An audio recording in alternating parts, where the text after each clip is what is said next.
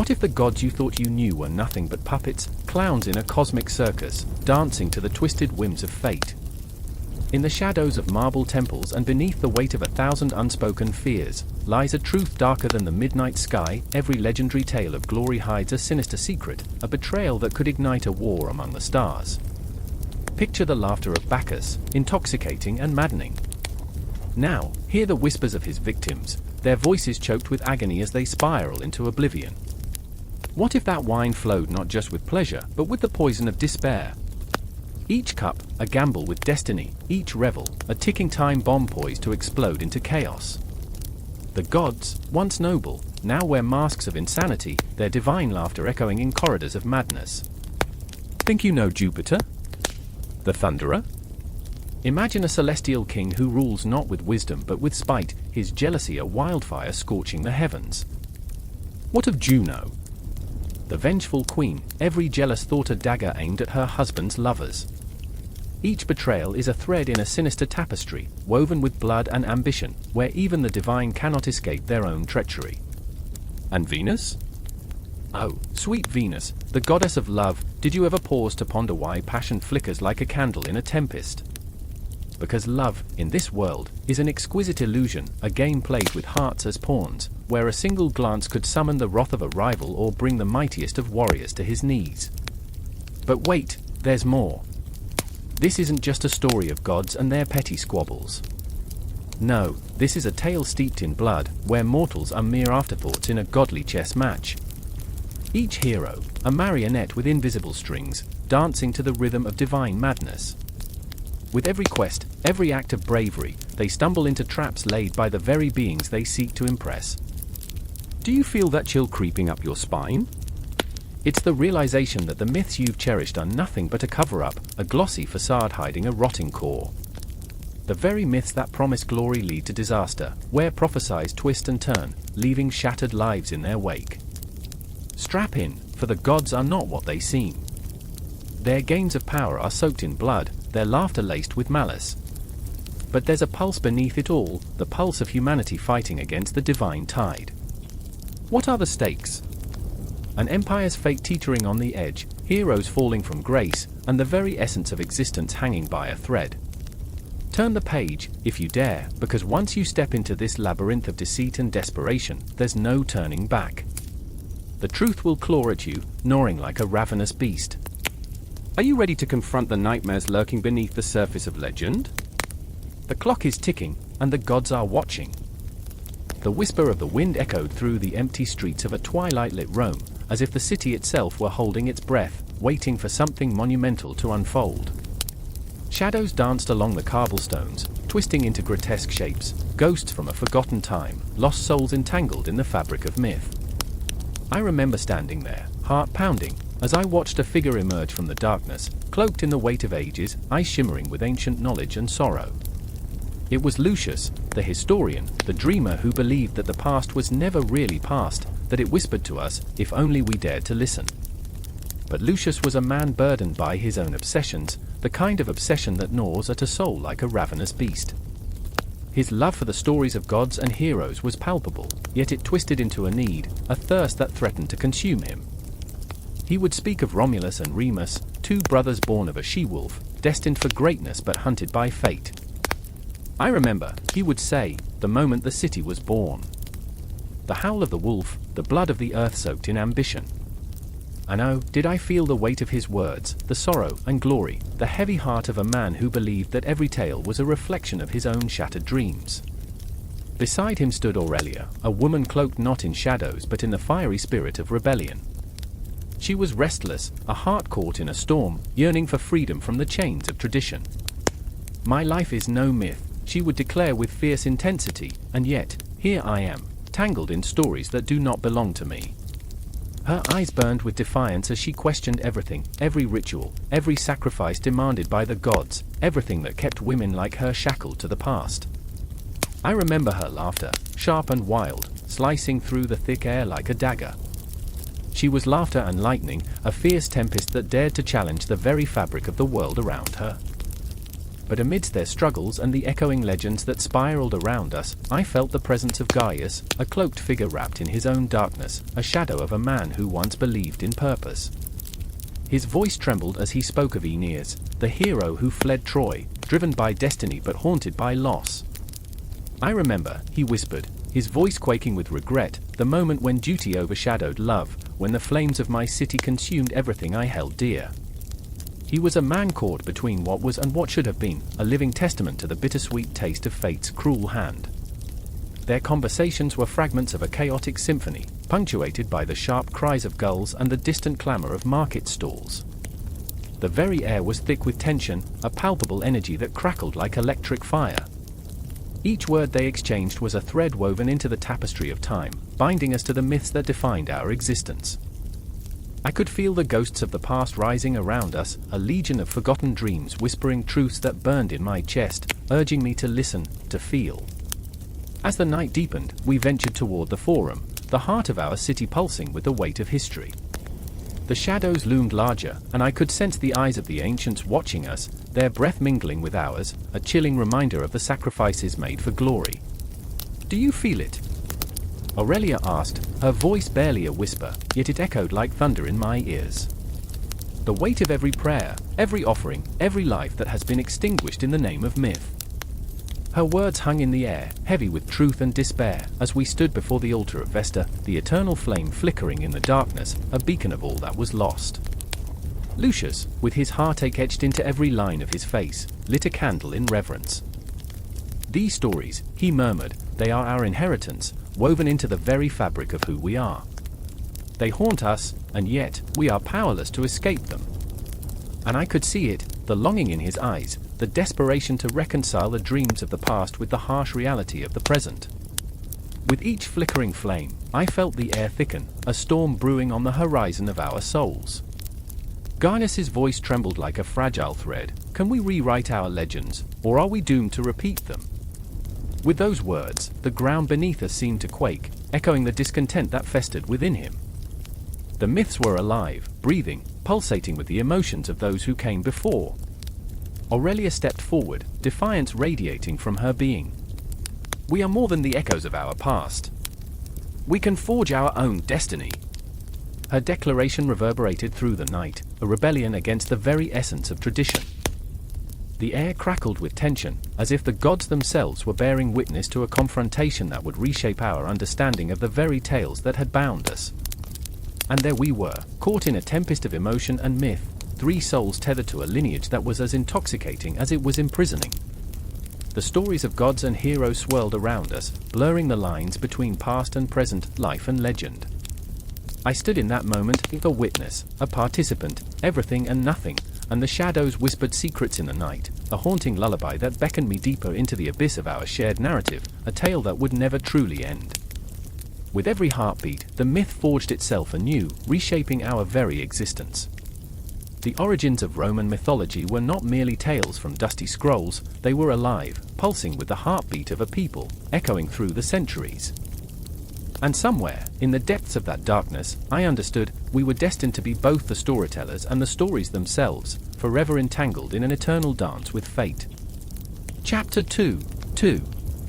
The Pantheon of Roman Gods, an overview. Thunder crashed overhead, a jagged bolt of sound that split the silence like a scream through the night, echoing across the ancient rooftops of Rome. It was a tempest, a prelude, an omen. I stood there, drenched to the skin, heart pounding like war drums, the weight of the world pressing down on me. Shadows danced in the flickering light of torches, and I felt their eyes, no, their essence, watching me, 1,000 spirits swirling in the rain. I remember the whispers of those gods, their names curling around my tongue like smoke. Jupiter, with thunderous authority, looming over us all. Venus, seductive and cruel, a beauty that could shatter kingdoms. Mars, the god of war, his laughter a chilling echo in the adrenaline-soaked air. Each deity held a piece of me, a fragment of humanity intertwined with their divine madness, and I was caught in the middle of it, a marionette dancing to their whims. The city was alive, thrumming with fear and reverence, a living entity breathing in sync with the passions of its people. I could feel it, the pulse of 1,000 hearts, each one beating in time with the eternal rhythms of the gods. Yet, in this vibrant chaos, I felt an overwhelming loneliness. My soul was a battlefield scarred by the relentless march of time and the weight of my own choices. Then there was Clio, a historian with a fire in her eyes that could ignite the very stars. She was obsessed, not just with facts but with the stories that shaped empires, her laughter ringing like chimes in the tempest. But beneath that fiery passion lay a deep, gnawing fear, a fear of being forgotten, a fear that the tales of the gods and men alike would fade into the dust of oblivion. I remember the way she would clutch her scrolls, ink-stained fingers trembling as if the very parchment held the key to immortality. "Tell me," she would whisper, her voice a tapestry of hope and dread, "do you think the gods care about us at all?" In those moments, I saw the cracks in her armor. Clio, desperate for acknowledgement, for a spark of recognition from those in the heavens, was not just recounting history, she was pleading, yearning for validation in a world that felt so perilously ephemeral. Her eyes would glint with unshed tears, and I could feel the weight of her longing, a tether connecting her existence to the divine. Then there was Lucius, a soldier carved from the very stone of the city, shoulders broad and heart heavy with the burden of loyalty. He carried his sword like a badge of honor yet felt like a ghost haunting the ruins of his own aspirations. He had once believed in the glory of Mars, but each battle had etched scars deeper than those on his flesh. The glint in his eyes shifted from fiery ambition to an unsettling emptiness, a void where dreams had once flourished. "Does Mars even care?" he would say, voice laced with bitterness, as he cleaned his blade, blood and rain mingling on the cobblestones. "Does he know what it's like to watch your brothers fall while you stand, helpless?" The question hung in the air, a dagger poised to pierce the heart of divinity itself. It was a storm of emotions, this dance of mortals entwined with gods, a cosmic tragedy unfolding beneath the swirling clouds. I could feel the electricity of Lucius's despair, the tangible pulse of Clio's longing, the relentless beat of my own heart, caught in between their worlds, each rhythm a reminder of my own insignificance. Amidst it all, the gods watched, those capricious beings perched upon their thrones of marble and myth, their laughter echoing through the ages. Yet, for all their power, they were haunted by their own fears. I saw it in Jupiter's furrowed brow, a flicker of doubt in his omnipotent gaze. I felt it in the icy touch of Pluto, the god of the underworld, whose realm was a labyrinth of shadows and regrets. Each deity bore the weight of their own endless stories, their own unfulfilled desires, and beneath it all, a fear of irrelevance that transcended time itself. The storm raged on, a chaotic symphony of thunder and rain. Clio clutched her scrolls tighter, her voice rising above the tempest. "We are but echoes in the shadows of giants." Her plea hung in the air, raw and unyielding, a challenge thrown at the very feet of the gods. But what if we choose to be more? What if our stories entwine with theirs, weaving a new fabric of fate? Lucius's gaze sharpened, a flicker of hope igniting in the depths of his soul. "Then we battle for our place in the stars," he said, and for a moment, the weight of his sorrow lifted, replaced by a fierce determination. "For if we fall, we shall not fall in silence. We will roar like lions, and the heavens will tremble at our fury." And there it was, the crescendo of human spirit against the backdrop of divine indifference. The clash of suffering and ambition, the intertwining of destinies, all set against the eternal canvas of the cosmos. I could taste it on my tongue, a heady mix of despair and defiance, an intoxicating cocktail that made my heart race as time spiraled into oblivion. I remember the storm, the rain mingling with the sweat of determination, the echo of laughter and tears reverberating through the darkened streets of Rome. It was a moment suspended, both fragile and fierce, a precipice upon which I stood, teetering between the past and the promise of what could be. The gods were listening, their shadows lengthening, a whisper of fate carried by the wind. And as I stared into the abyss of the unknown, I felt it pulse with life, a heartbeat that thrummed with the stories yet to unfold, the tragedies yet to be written. The storm raged on, but within the chaos, I found clarity. I was no longer a mere observer, I was a participant in the epic saga of existence, a thread woven into the tapestry of the divine. The gods had their power, but we, the mortals, had our stories, and perhaps that was enough to ignite the heavens. The sky above Rome crackled with a tension that felt almost tangible, as if the very air was aware of the storm brewing in the hearts of its people. A crowd gathered in the forum, their faces a tapestry of fear and hope, the flickering torches casting shadows that danced like restless spirits. I stood among them, pulse racing, heart hammering against my ribs. I remember the smell of sweat and incense, the electric anticipation that hung thick in the night, the weight of history pressing down like an anvil poised for a final strike. It was the day when Jupiter would be called upon, his name a thunderclap, a whisper in dreams, a promise that felt as fragile as the wings of a moth.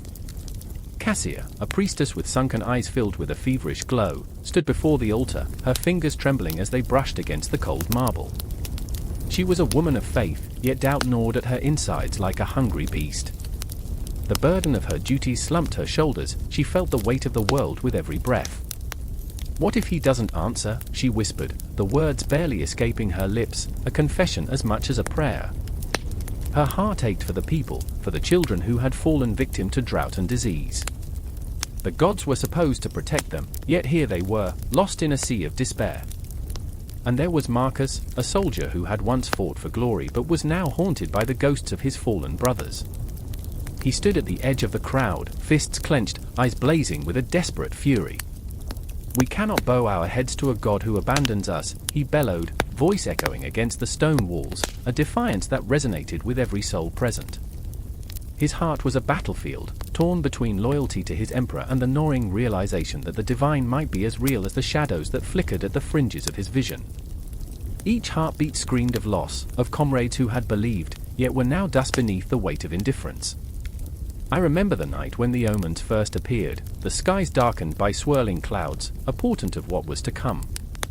Jupiter, once a figure of hope, now loomed above us like a spectre, and with every flash of lightning, I felt our collective pulse quicken, fear mingling with longing, anger intertwining with faith. "Save us, great Jupiter," echoed through the thrumming air, a chant that rose and fell like the tide, a desperate call that reached for the heights of Olympus but felt like it fell upon deaf ears. Cassia stepped closer to the altar, her voice rising above the din. "Jupiter, mighty king, hear us. We are your people." Her words trembled, a plea laced with desperation. I could see the flicker of resolve in her gaze, the flickering flame that refused to extinguish, even in the face of overwhelming darkness.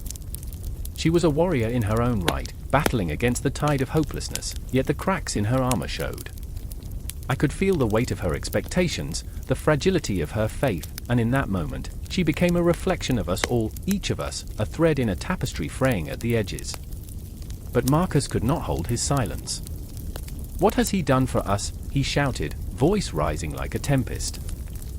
"We've sacrificed our blood, our prayers, our very lives, and for what? He sits on his throne, indifferent." The crowd gasped, a collective intake of breath, as if his words had sliced through the air like a dagger. The silence that followed was thick, a tangible thing that wrapped around us, suffocating.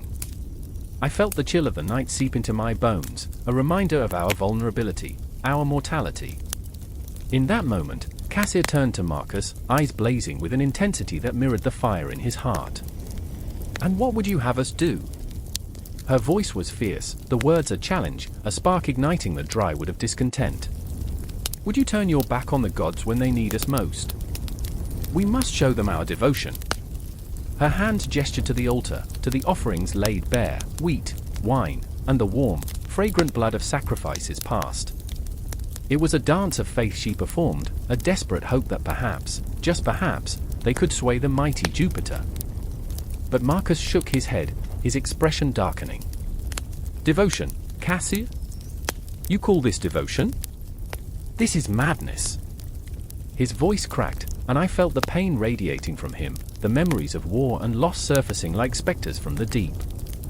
"Look at us. We are shackled to hope that withers away like autumn leaves. We need action, not prayers. We need a god who fights alongside us." Tension hung heavy, like a smothering fog, as Cassia's eyes glistened with unshed tears. "So you would have us rebel against our king? Do you think the gods do not watch? That they do not care?" The desperation in her voice was a thread, taut and ready to snap. "You don't understand. Jupiter is our protector, our father. Without him, we are nothing." I remember, the words escaped my lips unbidden, a soft murmur lost in the storm, a whisper of unyielding memories and shadows of doubt. I remember the night spent praying under the stars, the belief that the heavens were alive, that they listened. Yet, in this moment, I felt the chasm between the divine and the earthly, the icy grip of uncertainty wrapping around my heart. The storm rumbled above us, a harbinger of the revelations yet to come. Thunder showers loomed on the horizon, and the people shifted restlessly, their faith teetering on the brink. What if Jupiter, the great god, did not care? What if he was merely a figment, an illusion mirrored in the reflections of our own desires? In the eyes of Cassia and Marcus, I saw the heart of Rome, the battle of belief, the struggle between faith and despair. As the heavens opened, the rain began to fall, a torrential wave that washed over us, blurring the lines between fear and resolve. And in that moment of chaos, when the world felt like it was unraveling, I knew we were more than mere worshippers. We were flesh and blood, fire and anguish, a living testament to the power of hope. The symbols of our faith stood steadfast against the tempest, and I could hear the echo of our cries calling to Jupiter, a haunting refrain that resonated in the depths of eternity, an unanswered prayer suspended in the storm, lingering, swirling, igniting the air with a foreboding promise. The moon hung high, a ghostly sentinel casting shimmering light over the ancient Roman streets, where shadows danced like whispers of long-dead souls. The air crackled with tension, each breath sharp with the promise of conflict. I stood close to the heart of it, a marriage in peril. The groom, a towering figure with clenched fists, glared at the trembling bride, her veil a thin veil over fear. I could feel the pulse of their desperation thrumming in my veins, the weight of vows yet unspoken pressing against my chest, an invisible chain binding them tighter with each passing moment. "Juno, do you see this?" His voice was raw, trembling with anger and betrayal, as if the very name of the goddess summoned a tempest. She was mine. You promised. I remember the way her eyes darted, wide like startled birds, heart pounding like a tribal drum. She looked to the altar, to me, her protector, her desperate plea slicing through the chaos. I never wanted this. Her voice, a fragile whisper, barely broke the thick night air. I wanted love, not a prison. And in that moment, Juno, the matron of marriage and guardian of women, felt the weight of her title like a shackle. Was it truly a blessing to unite two souls, or merely a form of bondage? The moonlight flickered, illuminating the conflict buried within the sacred space. I stood there, an observer, yet a part of this agonizing tapestry, where love twisted into possessiveness, and vows morphed into chains. Around us, the city thrummed with life, vendors hawked their wares, laughter bubbled from distant taverns, and yet here, in this fragile moment, everything felt muted, as if the universe had paused to witness the storm brewing. My heart raced in sync with the bride's, a chaotic symphony of fleeting dreams and haunting reality. I remember the first time I saw you, he spat, his rage a twisted vine choking the air. You were like the summer sun, so bright and warm. But now you bring nothing but darkness. Her gaze fell, heavy like the night sky. You were like a star, she whispered, but stars can burn out. I need to be free. The word free echoed like a distant thunderclap, rippling through the crowd. It tugged at the hearts of those gathered, each person wrestling with their own shadows, their own whispered fears of love's constraints. I could feel their breath hitch, their hopes and sorrows mingling as they watched this heartbreaking revelation unfold. But then, the groom stepped closer, rage morphing into despair. You think you can leave? You think Juno will protect you? His voice dripped with venom, and I felt the raw, electric tension crackle between us. She has no power over the truth of what you are, a woman chained by her own desires. You'll never escape that. The bride's eyes shimmered, a tempest of emotions warring within her. And what truth do I bear? That I am nothing without you? That my dreams are secondary to your demands? The words hung in the air, a pendulum swinging between fight and flight. I remember feeling the pulse of the night rage with energy, a dark storm gathering just overhead, threatening to drown out all hope.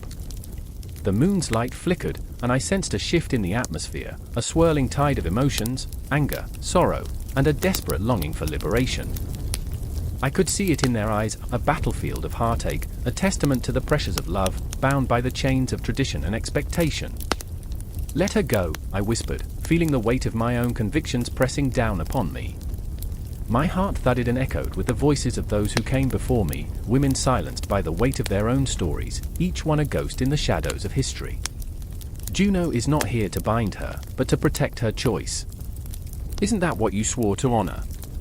But the groom merely sneered, a shadow crossing his face as if the moon itself had dimmed. "You think she has a choice?" Choice is a mirage, a cruel trick played by the gods to keep us yearning for what we can never have. Juno may protect her, but love is a battlefield. And I am her weapon. The air thickened with unease, a storm of emotion swirling. I felt the ache of every woman who had come before, each one a silent witness to the struggle unfolding before us. Love was supposed to be a sanctuary, yet here it became a weapon crafted by the hands of men, a force wielded with ruthless intent. And in that moment, the bride stood tall, her fear transforming into resolve, a flicker of fire igniting within her. "You may think you own my heart," she declared, her voice ringing with newfound strength. "But love cannot be possessed. It is not a chain, but a bond of souls. You will not use Juno's name to shackle me." The crowd gasped, a ripple of surprise coursing through them, and I felt the air shift, electric with possibility.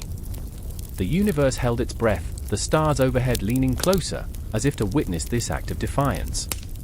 The night pulsed with an energy I could hardly contain, a promise of change whispering through the shadows.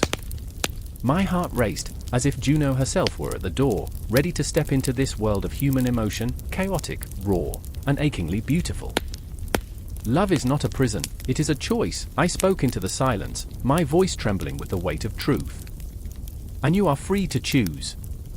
Juno stands with the women who dare to reclaim their lives. The groom's face twisted in disbelief, fury bubbling beneath his skin, but I could see the cracks forming, his armor of dominance faltering. He was just a man afraid of losing his grip, terrified of the unknown that lay beyond his control.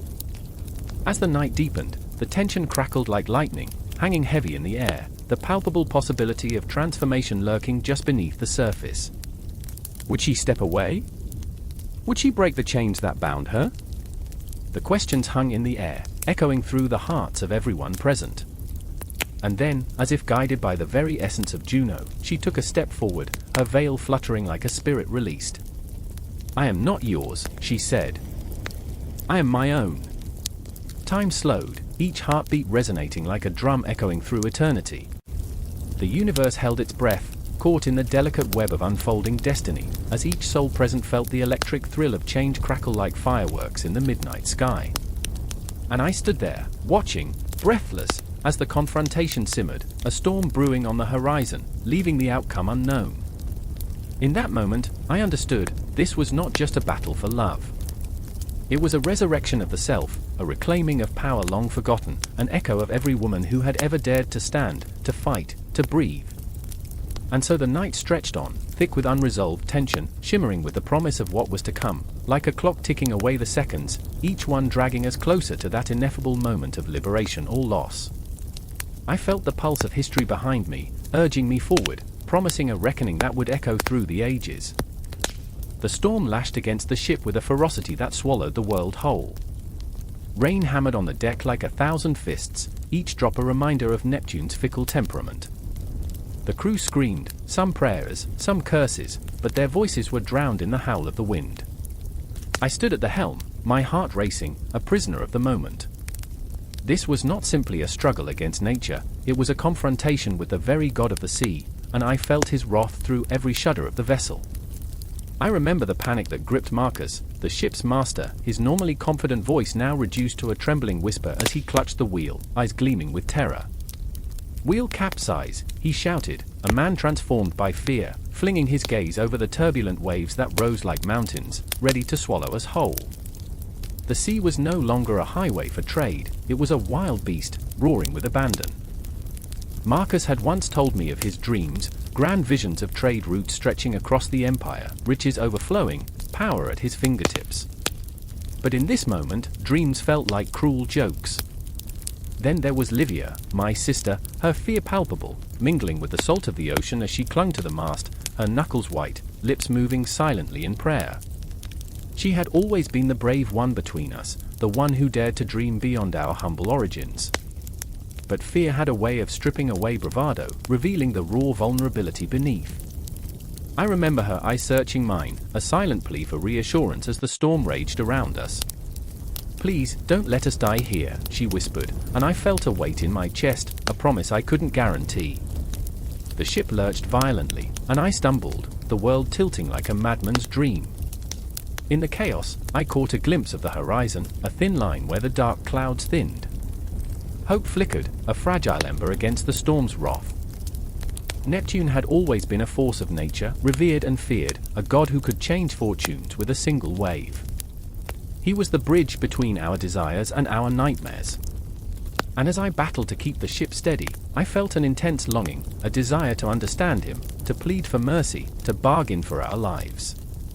The memory rushed back, years spent trading at the bustling docks of Ostia, men shouting over one another, goods stacked high, the scent of fish and salt filling the air. In those moments, Neptune felt like a guardian, a patron of sailors and merchants alike. But now? Now he was the executioner, and I was kneeling before him, begging for my life with every breath. I could feel Livia's eyes still on me, her hope tethered to my strength, an invisible string pulling me toward the promise of survival. "Hold on!" Marcus shouted, his voice cracking, and I leaped into action, rallying the crew with a wildness that felt both desperate and exhilarating. We moved as one, men and women, bound by the instinct to survive. Each wave that crashed against our ship told a story, a warning of Neptune's rage, a curse for those who dared to challenge him. I remembered the sailors' tales, whispered in dark taverns, of ships that never returned, of men lost to the depths, their screams swallowed by the sea. And yet, in that chaos, something remarkable happened. Livia found her voice.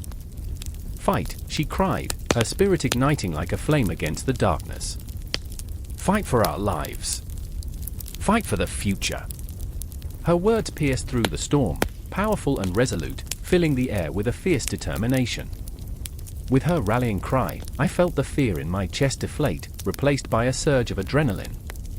We were not just fighting against Neptune, we were asserting our place on his waters, refusing to be mere victims of fate.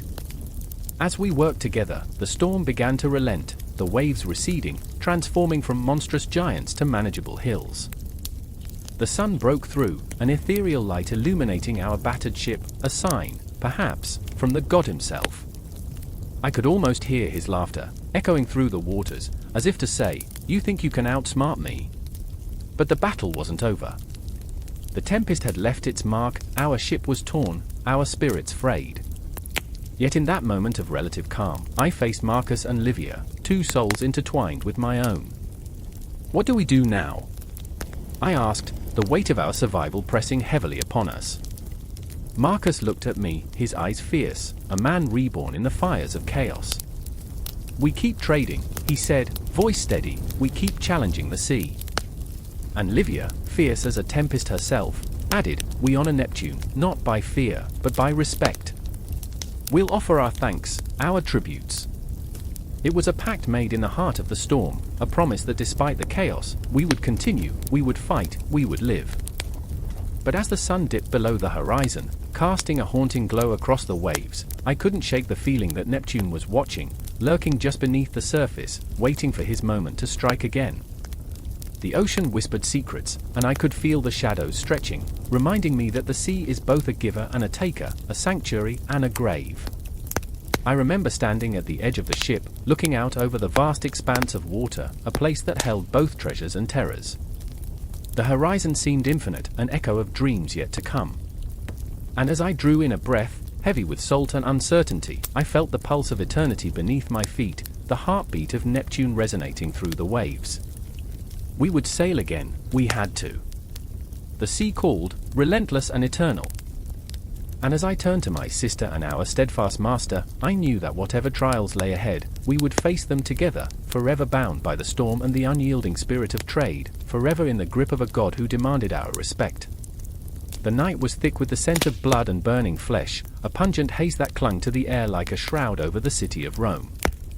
The distant clang of metal rang out, a dissonant symphony of violence, and I stood frozen amidst the chaos, my heart pounding in rhythm with the war drums echoing through the streets.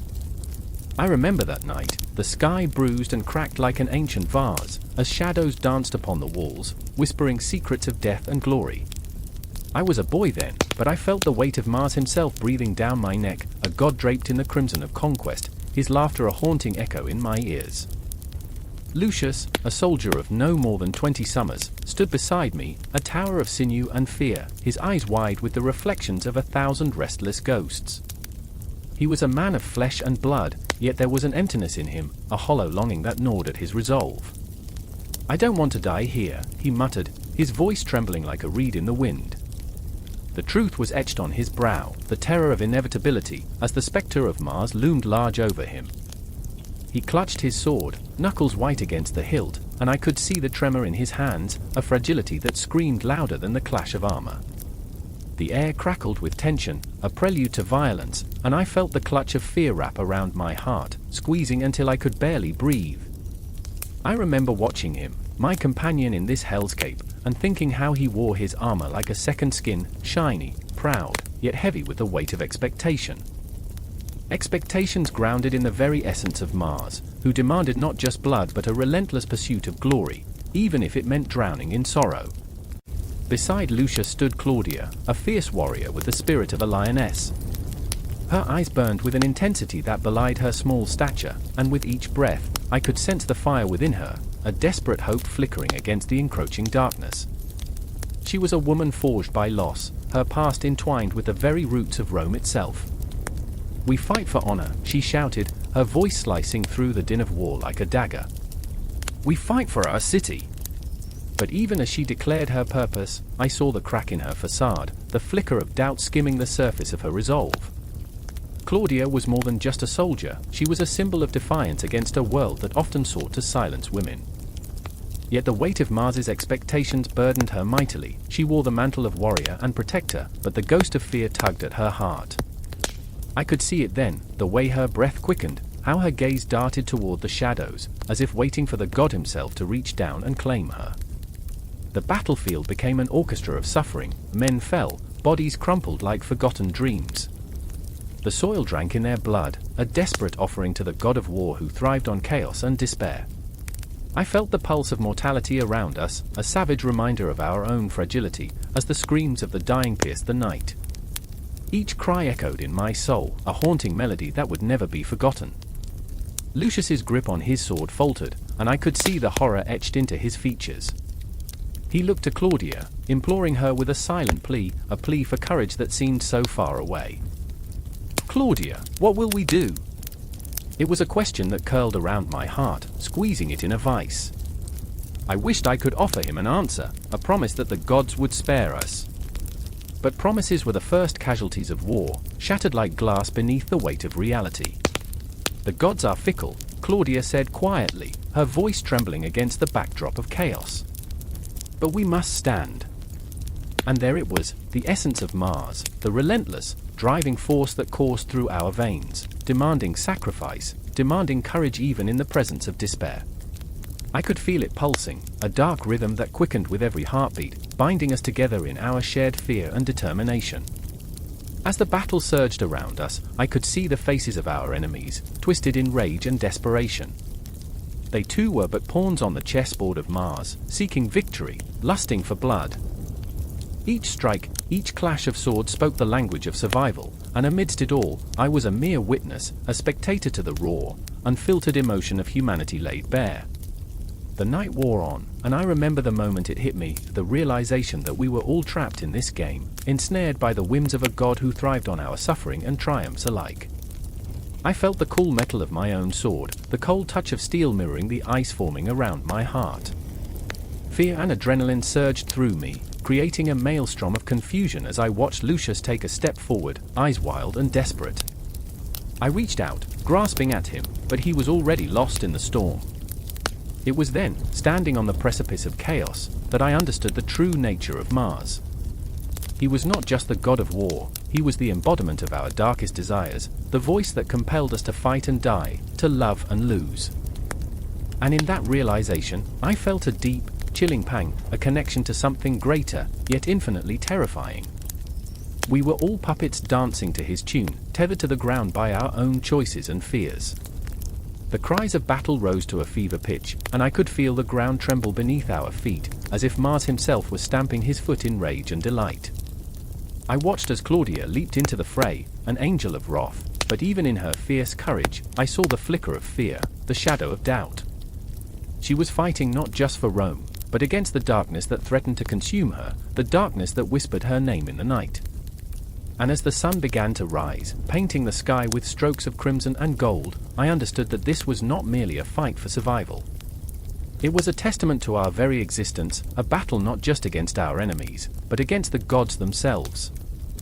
I stood there, watching, waiting, feeling the weight of the world crash down upon us as the war drums continued their relentless beating, a reminder that in the face of Mars, we are always at war, both within and without.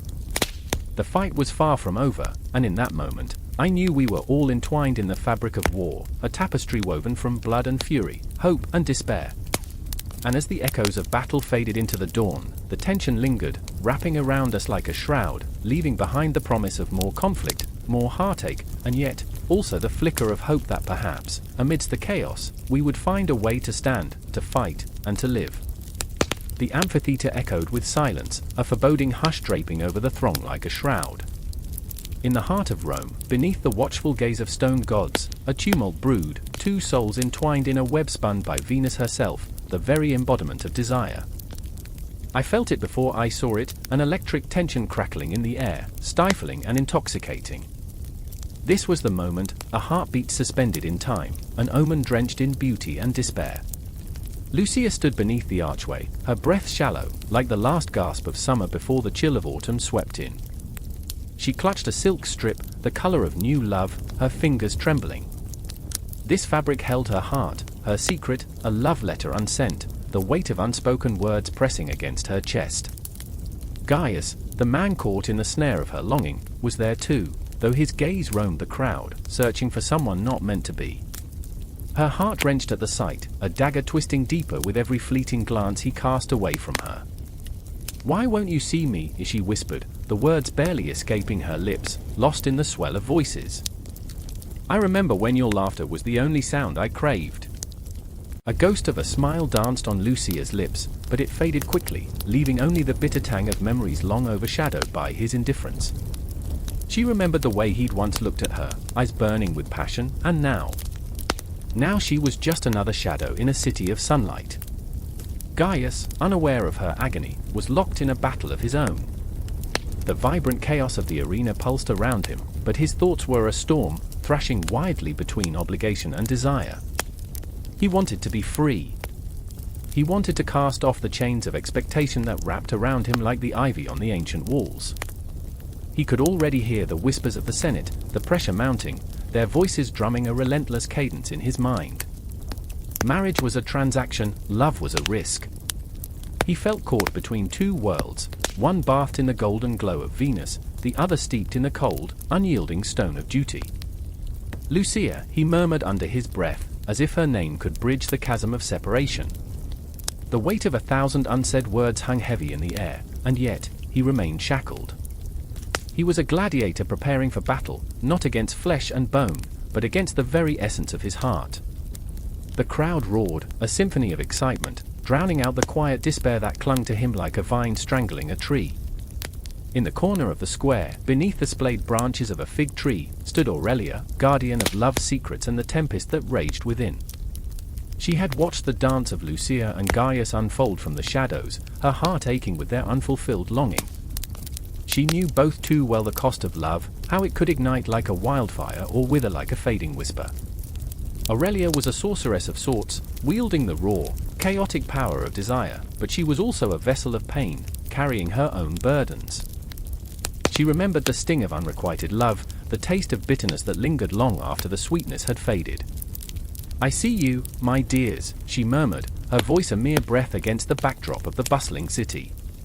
I remember the nights we spent dreaming of futures unfurling like petals in the sun, only to find ourselves tangled in the thorns of reality. Her eyes glistened, mirroring the flickering torches that illuminated the square. She felt the weight of their yearning, the desperation that suffocated them both. Love is a cruel mistress, she warned, though her words fell like rain upon parched ground. She gives, she takes, and leaves only echoes in her wake. Aurelia's heart ached for them, for the fierce beauty of their struggle, an epic unfolding beneath the indifferent gaze of the gods. She could weave spells to entangle the heart, to lure and beguile, but in this moment, all she could do was watch, a silent witness to their torment. Lucia's gaze met Gaius's across the square, a spark igniting the cool air between them.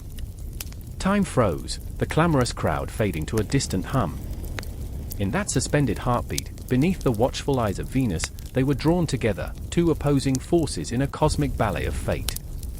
Gaius, she breathed, her heart swelling with a fierce hope.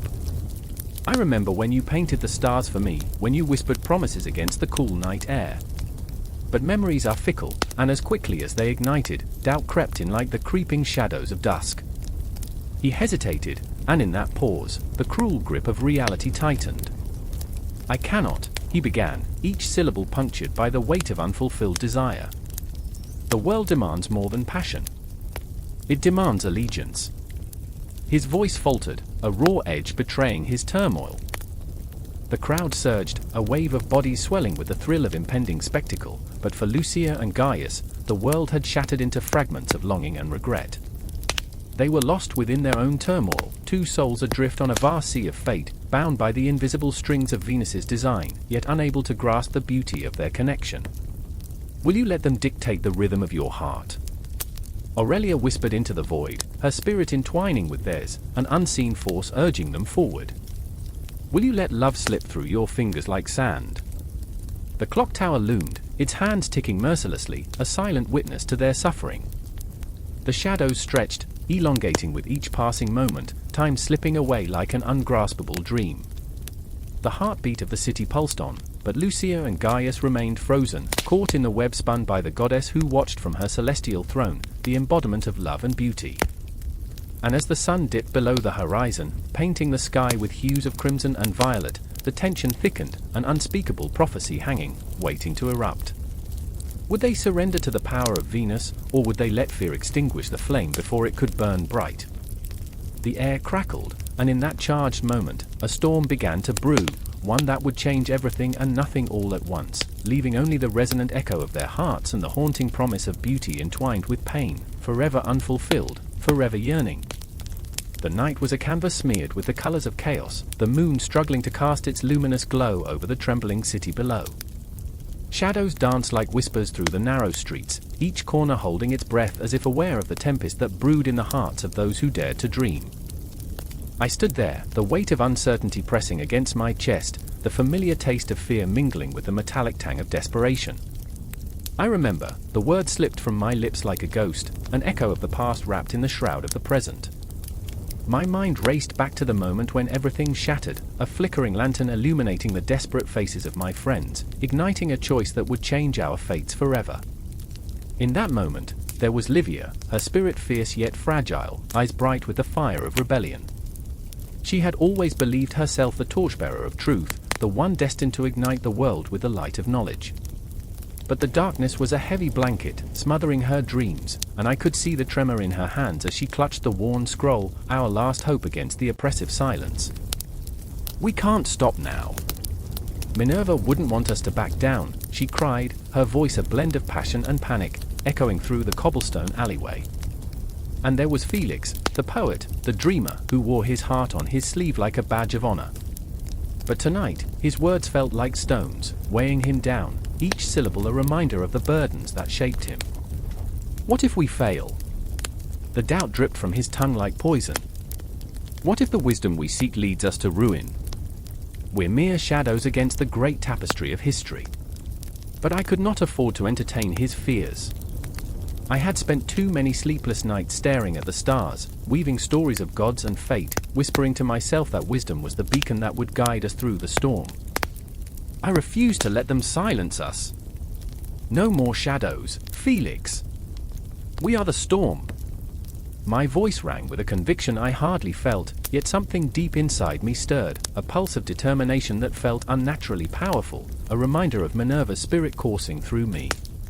The clock tower struck midnight, its chime reverberating like a heartbeat in the silence, and I could see the distant silhouettes of our oppressors, guardians of ignorance and fear, slithering through the fog.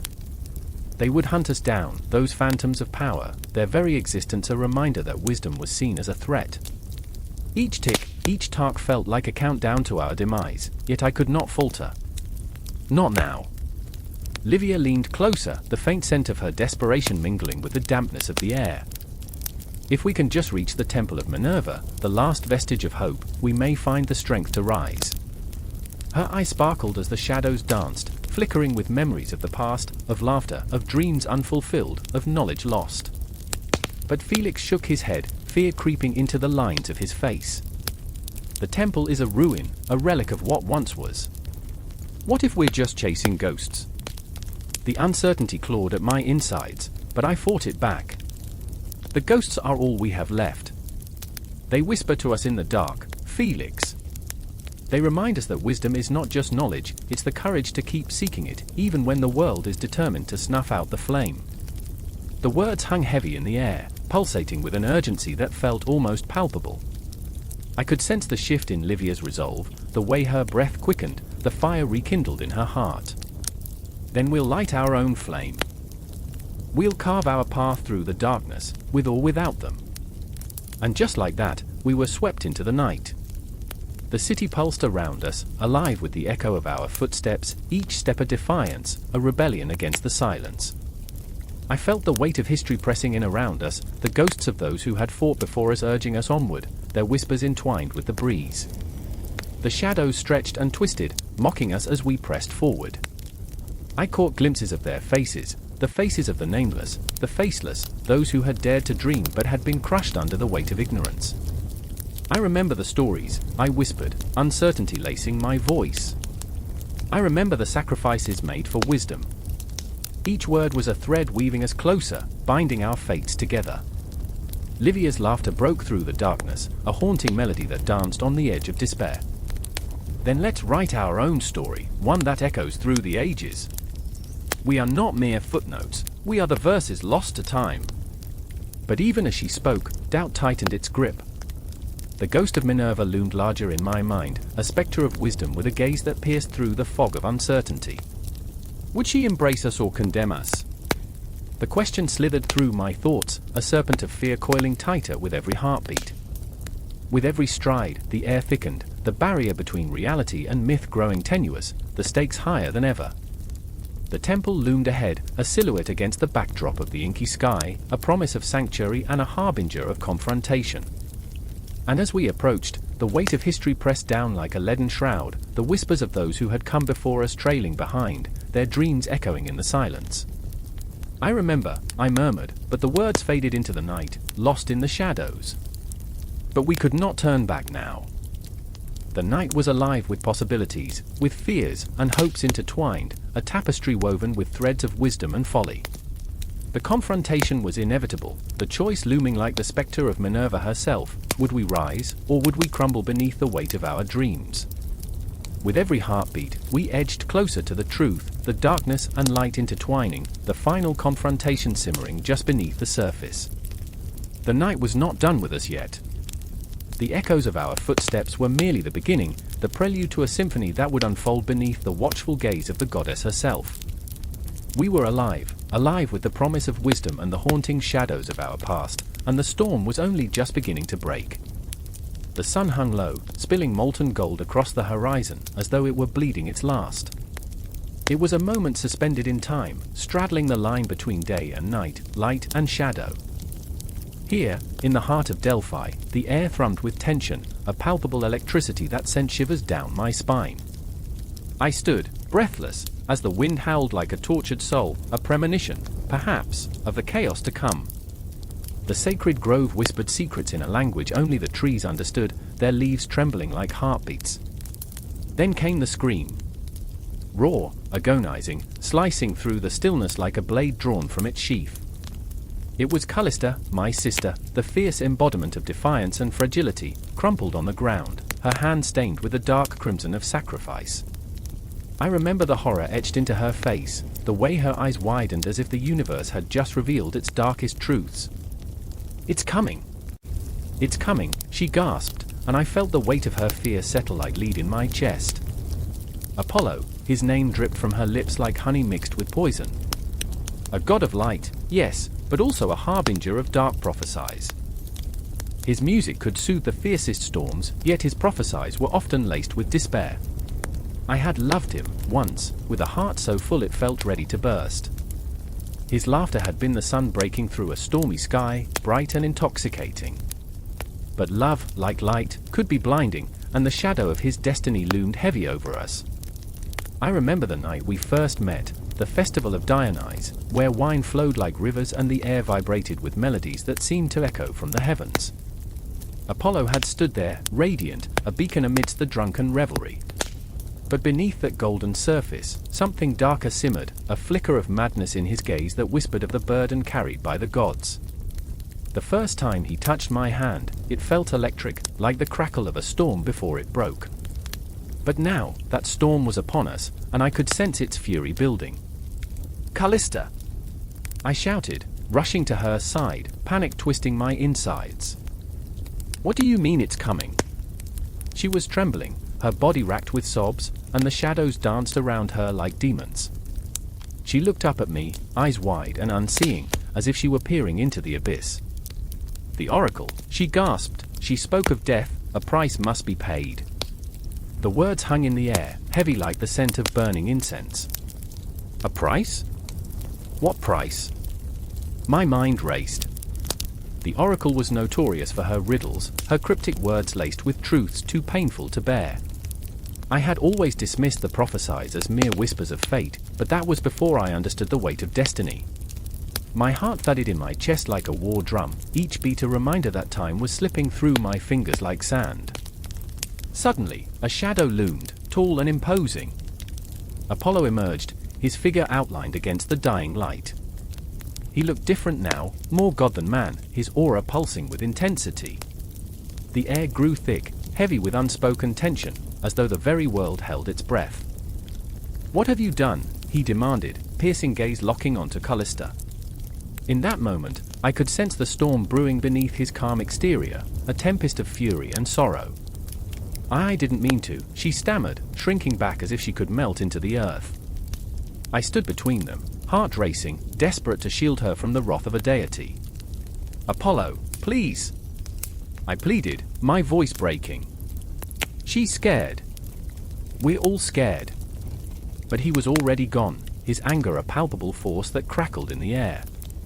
I could feel the weight of his gaze, a mix of disappointment and something deeper, betrayal, perhaps.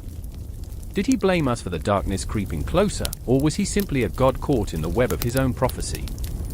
And then it hit me, the ghost of a memory, a fleeting dream that had haunted my nights for weeks. I saw shadows dancing at the edges of my vision, whispers of forgotten truths and star-crossed fates. What if we were merely players in a tragic script, written long ago by hands unseen? Callista's sobs echoed in the space between us, a haunting melody that twisted my heart. "We have to do something," I said, urgency spilling from my lips. "We can't let this happen."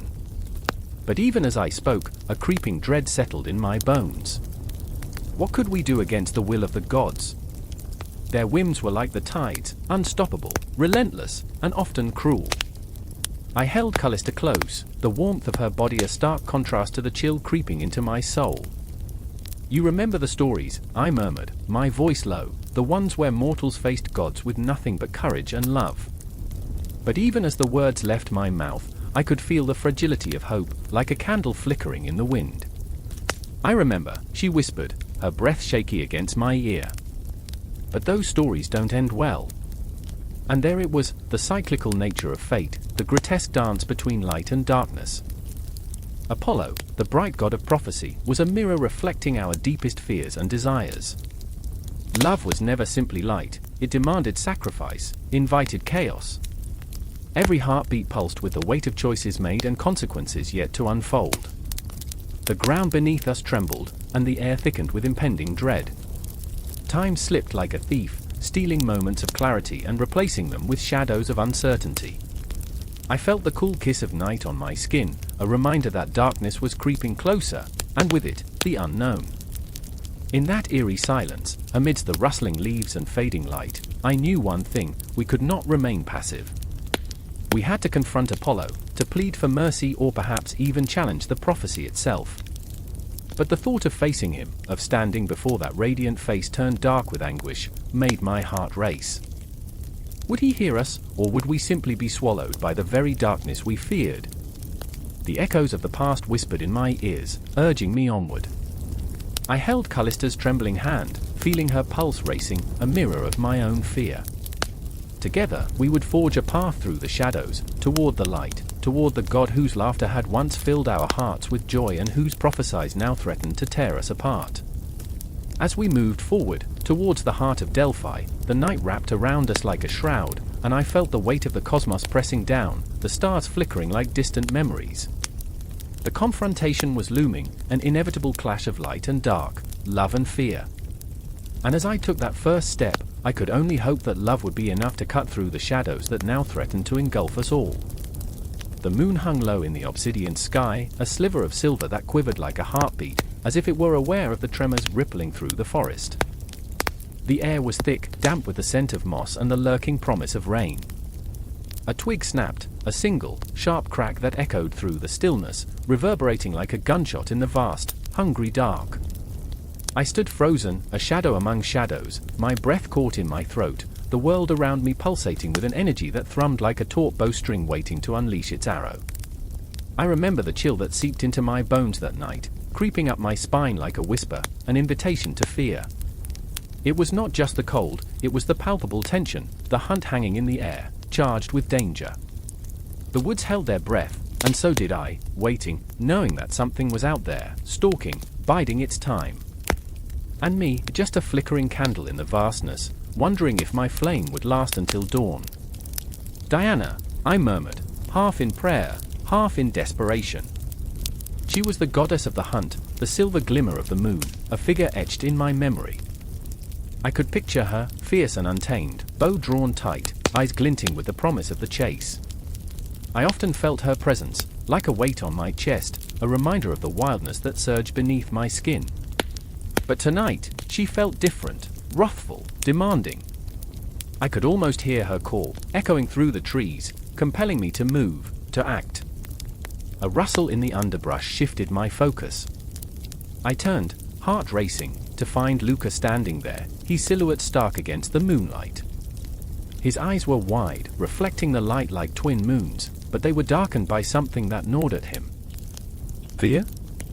Regret? I couldn't tell. The weight of his gaze pressed down on me, and in that moment, I recalled the warmth of laughter we had shared, the way his voice had curled around my soul like smoke, intoxicating and sweet. But now, that laughter felt distant, like a song half remembered. "Diana," he whispered, voice trembling, "she's coming for us."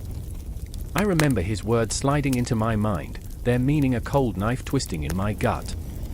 I had been reckless, letting my obsession with the hunt draw me out into her realm. I had wanted to feel alive, to taste the thrill of the chase, but now I was a moth caught in a spider's web, struggling against the threads of fate. What have we done? I could hear the ghosts of my thoughts echoing back at me, taunting, reminding me of the choices that had led us here. The moonlight cast a silvery glow over Lucas's face, revealing a sheen of sweat that clung to his brow. I reached out, fingers brushing against his arm, seeking comfort in the warmth of his flesh. "We can't let her find us," I murmured, my voice shaky, the words a fragile thread anchoring us to this moment. But deep down, I felt the truth weigh heavily on my heart. Diana was not just a goddess, she was the embodiment of everything we had unleashed, an ancient force that would not be ignored. And then, a howl pierced the night, a mournful cry that sliced through the silence like a blade. It sent shivers cascading down my spine, igniting the primal fear nestled deep within me. I could sense the hunger in that sound, the promise of death wrapped in its echoes. "We need to move," I urged, urgency coursing through me like wildfire. But as I turned, I saw it, the flash of silver fur slipping between the trees, the glint of eyes that burned with feral intensity. She was here, and the hunt had begun. Lucas recoiled, fear written across his features. What if she sees us? His voice cracked, a fragile thread of panic rising in the quiet. I wanted to reassure him, to promise that we would be safe, but the truth curled around my throat like a noose. There was no safety in the woods tonight, no refuge from the hunt. We were prey, and she was the predator, a beautiful, terrifying goddess who would not rest until she had claimed her due. I remember the stories whispered in shadows, tales of those who had crossed Diana. They had spoken of her wrath, how she would not just hunt but revel in the chase, the thrill of the kill, an intoxicating game. I had thought myself clever, entangled in my own mythology, believing I could dance with the goddess without consequence. But standing there, the weight of reality crashing down like a thunderclap, I realized how naive I had been. Run! I screamed, the command tearing free from my lips as adrenaline surged through me. With no time to look back, I bolted into the darkness, the branches clawing at my skin, the earth trembling beneath my feet. Behind me, I could hear Lucas's ragged breaths, the sound of his struggle merging with the howls that swelled around us, a chorus of despair rising to the moonlit sky. I pushed forward, heart pounding like a war drum, each beat a reminder that I was alive, and yet, the weight of my choices pressed heavily on my chest. I had dragged Lucas into this nightmare, pulled him from the light and into the shadows, but I couldn't dwell on that now. The moon was a witness to our sins, a celestial judge that would not let us escape the truth of our folly. The woods twisted around us, trees bending like sentinels guarding their secrets. I could feel her presence, the ethereal touch of Diana's waiting gaze, lurking just beyond the veil of the trees, hungry and relentless. We have to hide, I gasped, the breath hitching in my throat as I caught a glimpse of movement in the periphery. But Lucas was faltering, fear etched in every line of his face. I can't, he stammered, and the despair in his voice pierced through the fog of urgency, hitting me harder than any arrow I had ever loosed. I remember, I whispered, desperation threading through my words, binding us together in this moment. I remember the stories. She only hunts those who are lost, those who wander too far from their path. For an instant, hope flickered in his eyes, but just as quickly, it was snuffed out by fear. The howl echoed again, a reminder that we were not alone, that we were tangled in a web we had woven ourselves, and the goddess was not far behind. Run! I shouted again, and this time, it was not just a plea, it was a command forged in the flames of survival. Fear propelling us forward, we sprinted deeper into the darkness, the forest closing in around us, a labyrinth of shadows that mirrored the chaos in our hearts. Somewhere in the depths of the night, the moon watched, unblinking, an eternal witness to our plight, its silver glow casting an otherworldly light over our desperate escape. We were fragments of a larger story, caught in the fold of time, the hunt playing out like a cosmic dance, and I remembered, this was not just about survival, it was about understanding the darkness that lived within us all. The clock struck midnight, its chimes echoing like distant gunfire in the quiet streets. Shadows danced across cobblestones slick with rain, each puddle a mirror reflecting the panic that crackled in the air. I stood there, heart racing, breath hitching in my throat. I could feel it, the pulse of the city thrumming beneath my feet, alive and restless, a heartbeat shared with the world.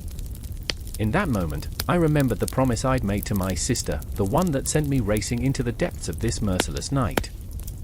I remembered her laughter, a melody so pure it seemed to illuminate the darkness.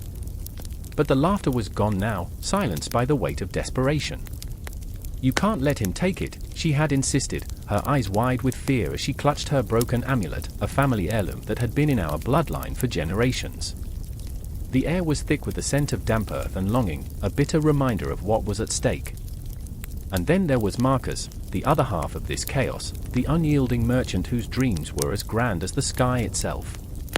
The man who seemed to think that silver coins could resurrect lost souls. I could see him now, his silhouette framed against the flickering lights of the marketplace, where shadows wrapped around him like a cloak. His eyes burned with ambition, bright and fierce, but they also held sorrow, a profound emptiness that spoke louder than his booming voice. He spat words like daggers, slicing through the silence, prices are rising, and I will not be a pawn in their game. But was he the hero? Or just another player in this merciless game? I often wondered as I watched him fight, clawing his way through a world that wore greed like a second skin. I was just a messenger, a mere whisper in the cacophony of coins clinking, exchanges made in hushed tones, life and death transactions that rattled the very core of our being. As the storm gathered overhead, I felt the weight of the sky pressing down upon us, heavy with the promise of ruin. The clouds roiled like an angry sea, threatening to drown us in despair. Mercury, they whispered, the fickle god of commerce. My heart raced at the thought. His presence lingered around us like an intoxicating perfume, sweet and sickening, drawing us closer to our fates. A figure emerged from the mist, cloaked in mystery and shadows, an old woman whose eyes glinted with knowledge that tasted of forbidden fruit. "You seek the truth, don't you?" she croaked, her voice a rasp that cut through the storm. "You want to know if it's worth the price?" I didn't answer. I couldn't. The truth was a beast that clawed at my insides, gnashing its teeth, leaving me breathless. I could see it in Marcus's eyes, a flicker of doubt buried beneath layers of bravado. He wore his ambition like armor, but even the strongest shields can crack. "You can't trust him," I warned, voice trembling. "His promises are as hollow as the coins he clutches." But the merchant's heart was a tempest. "You don't understand," he shot back, desperation lacing his voice.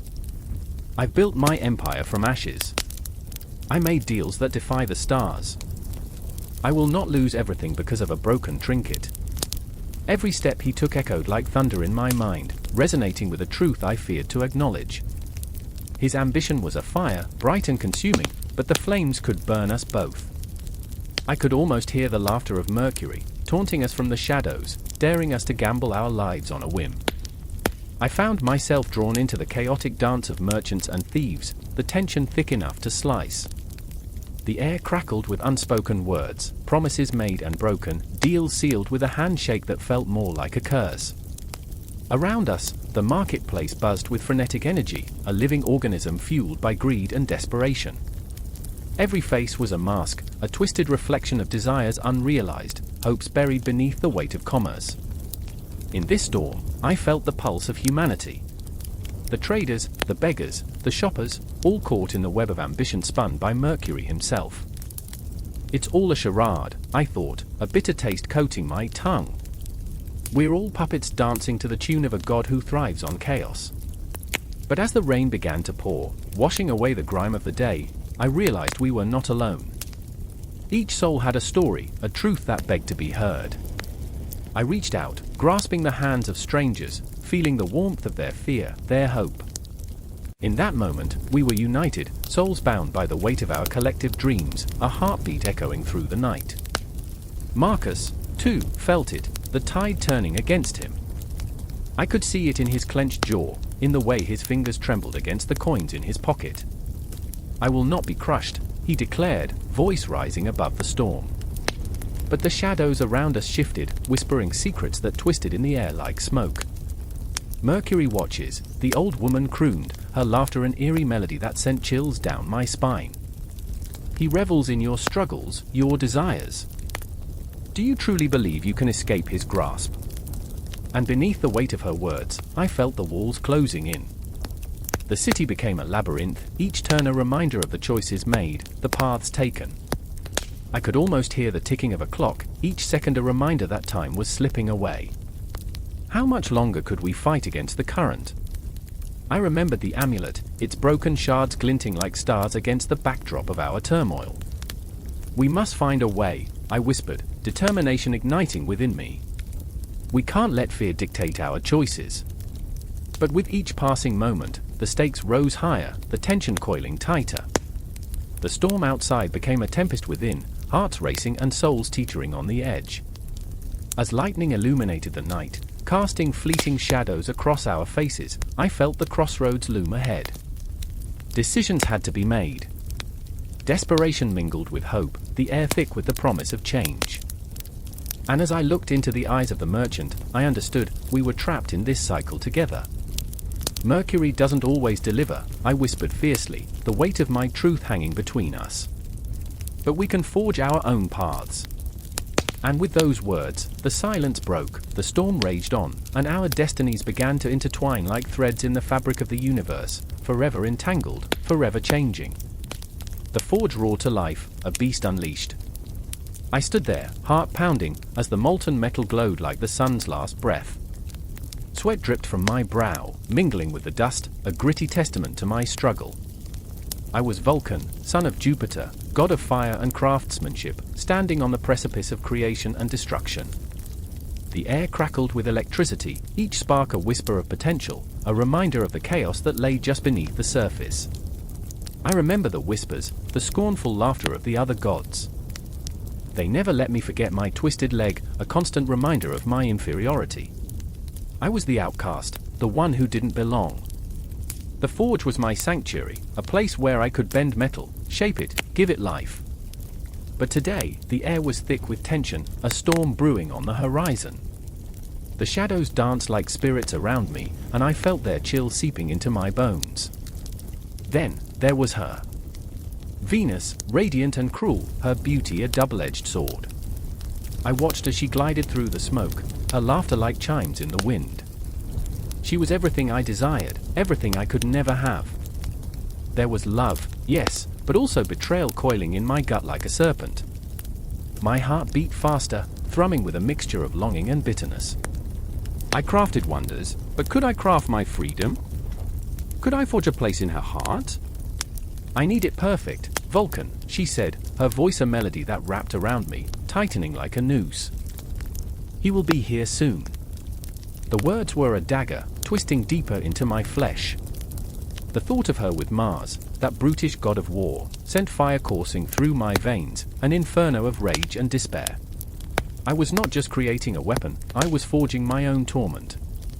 Each hammer strike echoed my heart's agony. The clang of metal against metal became a symphony of suffering, a relentless reminder of my unworthiness. Perfect, I whispered, the word tasting bitter on my tongue. The forge was my heart laid bare, molten and raw, but every curve, every detail was an extension of my pain.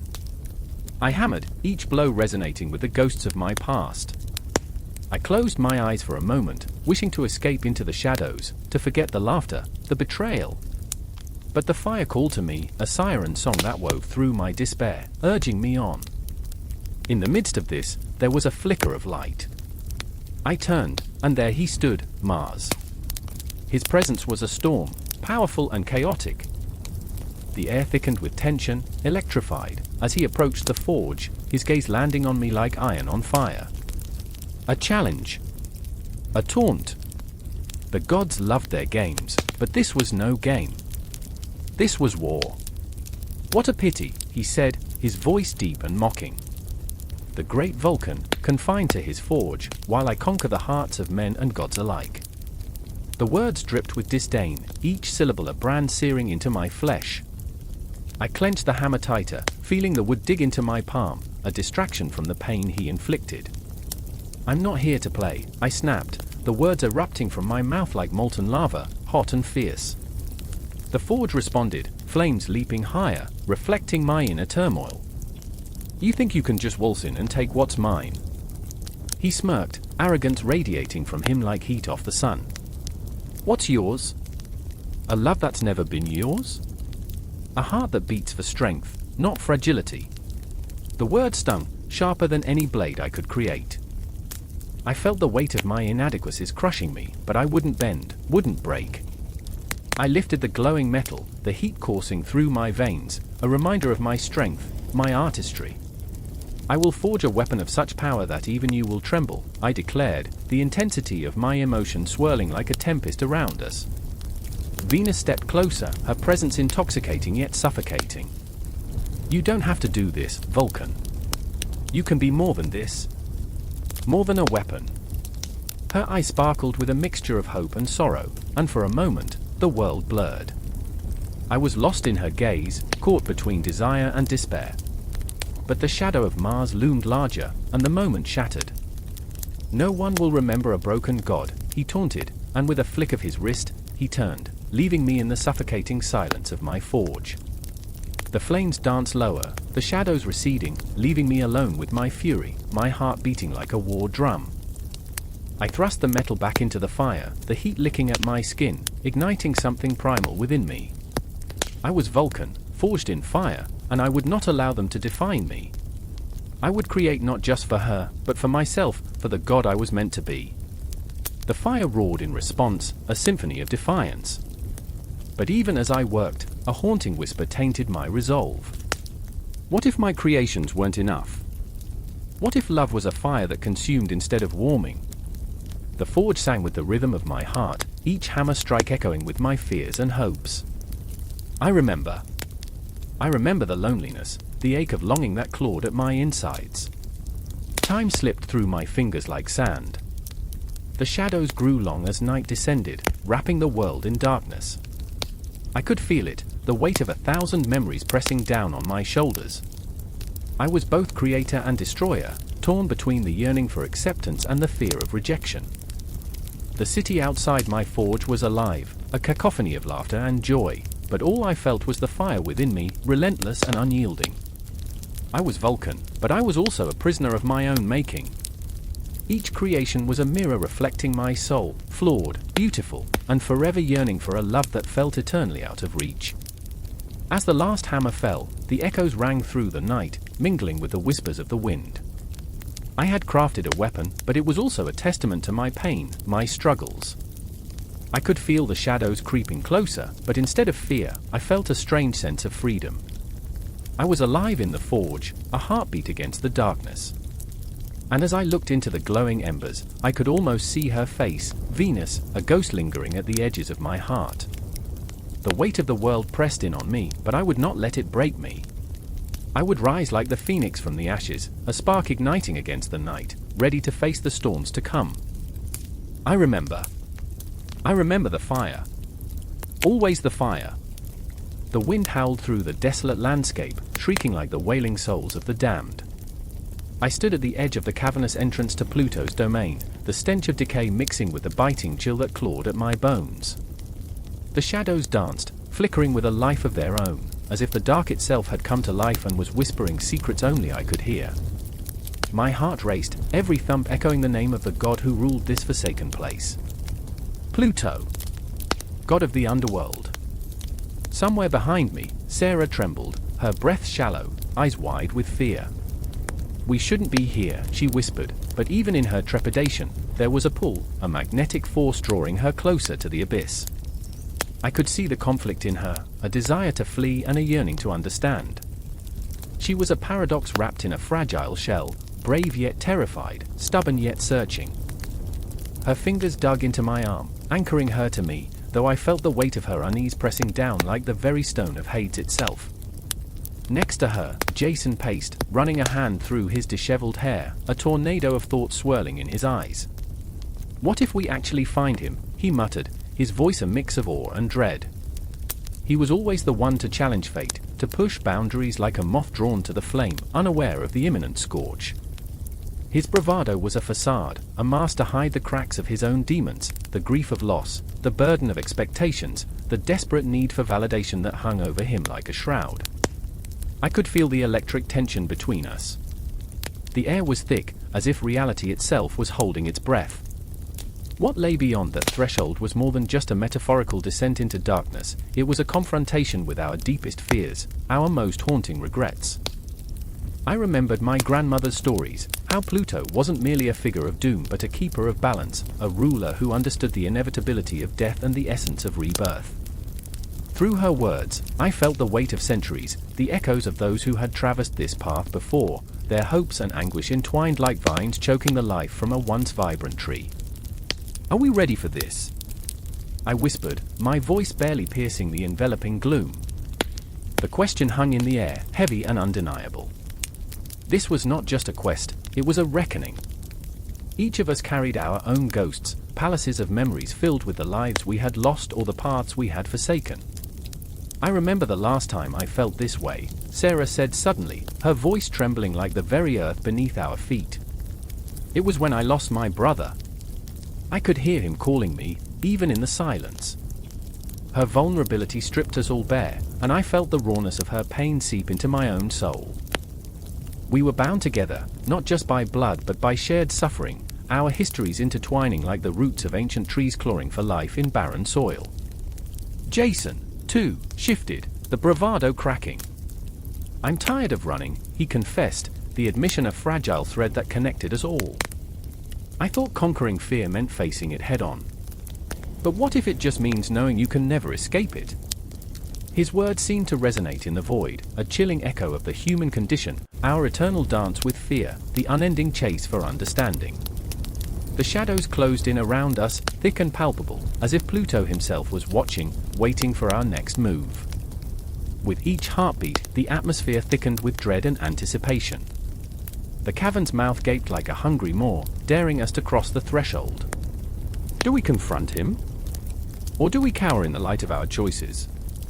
I asked, my voice firm yet quaking. The decision felt monumental, as if every breath, every thought, every regret was poised at the brink of this moment.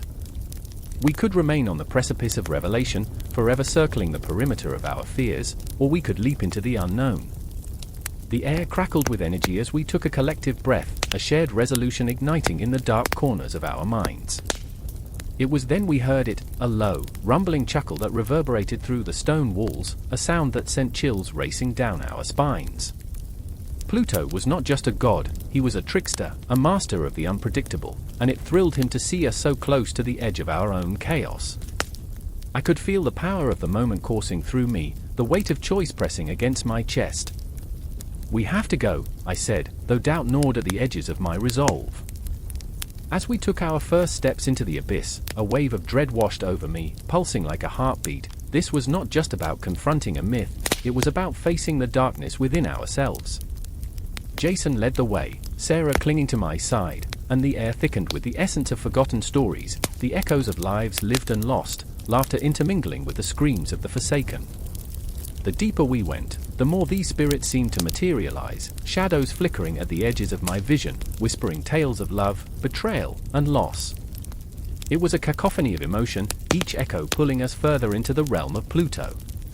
"Can you feel it?" Sarah asked, her voice straining against the oppressive weight of existence. "It's like the air is charged with their pain." "Yes," I breathed, the truth settling in my chest like a stone. This was no mere quest but a confrontation with the essence of life itself. In the depths of this underworld, we were not just searching for Pluto, we were searching for ourselves.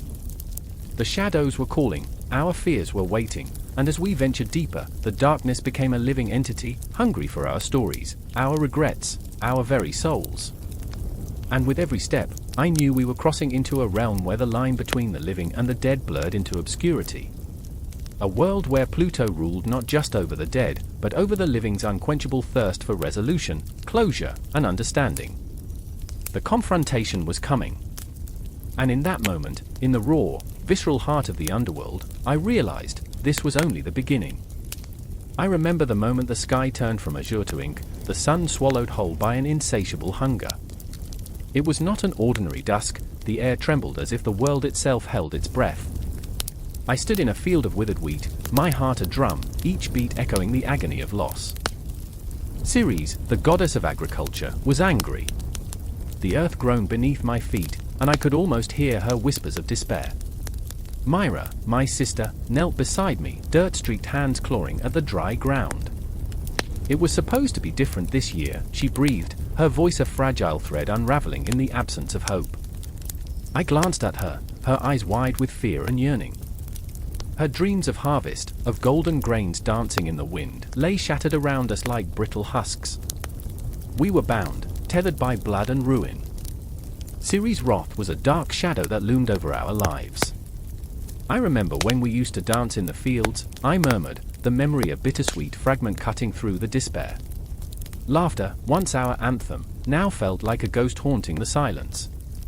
I could almost see our younger selves, twirling beneath the sun, arms flung wide, hearts unburdened. But the laughter faded, replaced by a gnawing emptiness that swallowed every joyful echo. My heart twisted, every beat whispered a truth we could no longer ignore. With every passing moment, the air thickened with tension.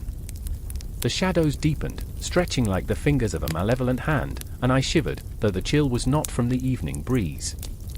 No, it was the fear of what Ceres might demand to restore the balance she so fiercely protected. She was the giver of life and the taker of dreams, a goddess cloaked in paradox. What would she require of us? Suddenly, a cry shattered the silence. Jasper, our neighbor's son, darted into the field, his small body trembling with terror. He clutched a handful of wilted flowers, their colors fading like memories in the twilight. "They're dying," he screamed, his eyes wide and wild, reflecting the chaos that churned in the pit of my stomach. "What do we do?"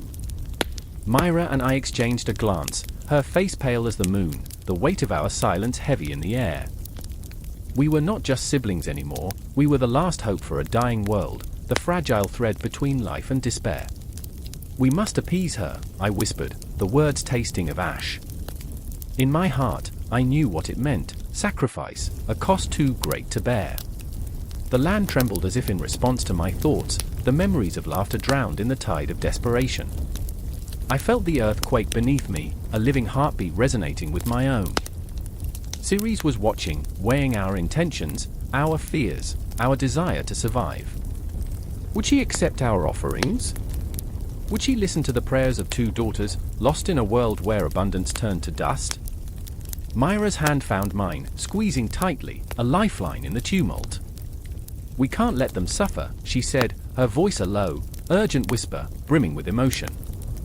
"Not Jasper, not anyone." Her resolve ignited something within me, a flicker of courage buried beneath the weight of despair. I remembered the festivals we once held, the vibrant colors of the harvest, the sweet aroma of bread baking in the oven. Those memories painted a vivid picture of life, and it ignited a flame in the darkness. "Then we fight," I declared, the words spilling from my lips with a fierce determination that surprised even me. I could almost feel Ceres stirring in the distance, her presence a dark cloud on the horizon, compelling us to act. We gather what we have, and we plead with her. Jasper stared at us, confusion etched on his small features, but there was a spark of hope, a flicker that mirrored our own. Together, we scrambled through the remnants of what was once a thriving field, gathering wilted flowers and long-forgotten grains. Each handful felt like a prayer, each small offering an echo of our desperation. The shadows loomed, but we would not falter. As twilight deepened, the sky became a canvas of blood and bruises, the stars blinking into existence like distant eyes watching our every move. Fear mingled with determination, and I could taste the bitterness of regret on my tongue. We were at a precipice, teetering on the edge of oblivion. Would our offerings be enough to quell Ceres' anger? Would she reclaim what was lost, or would she leave us to wither in the dark? With trembling hands, we placed our meager offerings at the center of the field, a symbolic gesture that felt both absurd and sacramental. My heart raced as I bowed my head, breath shallow, every fiber of my being urging Ceres to listen, to feel the weight of our desperation. I could almost hear the rustle of the breeze, a voice whispered through the shadows. "I remember," I murmured, more to myself than to the others. I remembered the laughter, the warmth of sun-soaked days, the sweet taste of life. I remember the promise of harvest. The wind picked up, swirling around us, tugging at my clothes, my hair dancing like the grains we once cherished. It was an invocation, a plea to the goddess who held the power of life in her hands. The darkness thickened, wrapping around us like a shroud, a reminder that we were merely mortals in the face of a divine force. But in that moment, united by fear and love, something shifted. The air crackled with anticipation, electric and alive, like the moment before a storm breaks. I could feel it, the pulse of the earth, the heartbeat of a goddess who, even in her fury, might still possess the capacity for mercy. "I will not let us fade," I whispered, my voice a fierce promise into the night, a vow that echoed in the depths of my soul. And in that moment, as shadows danced and the wind howled, I felt the tremors of a world on the brink. Time hung suspended, and I knew, deep within, that this was only the beginning. The confrontation awaited us, a reckoning with a goddess of abundance and ruin. Ceres was coming, and there would be no turning back. We stood at the edge of the abyss, hearts pounding, hands trembling, souls alight with the fire of desperation. Would she be a savior or a specter? The answer loomed ahead, an uncharted territory where the weight of our choices would shape our fate. And so, we waited, breathless and alive, in the darkness of a world caught between harvest and despair. The fire flickered erratically, shadows twisting across the damp stone walls as if they were trying to escape the suffocating heat of the hearth. I could hear the crackling embers, every snap echoing like a heartbeat in the stillness, a reminder that life was still here, even when everything else felt lost. My fingers brushed the rough surface of the wooden table, a relic, a witness to the lives that had sat in this very spot, each breath thick with unspoken words and bitter secrets. It was all too familiar, a room filled with memories, yet haunted by the specters of those who had departed. Vesta, I whispered, as if the name itself could conjure her spirit. The goddess of the hearth, the keeper of warmth, of home. Yet, even the goddess could not guard against the chilling shadows that crept into our lives. I could feel them coiling tightly around my chest, squeezing the breath from my lungs. This was no ordinary night. Love and betrayal danced dangerously close, and I was caught in the spiraling web of our domestic storm. Across from me, Lydia sat, her eyes stormy pools reflecting regret and a flicker of something deeper, fear. She was a wild flame, fierce and unpredictable. I remembered when we had laughed together, the sound ringing brightly, filling this space with joy. But laughter had turned to silence, and silence had grown like a weed, choking out the light. "Do you even see me anymore?" she asked, her voice trembling like the embers, fragile yet intense. I wanted to reach out, to pull her back from the edge of that abyss we had unwittingly created. I remember the warmth of your laughter, the way your eyes sparkled like stars in the night sky.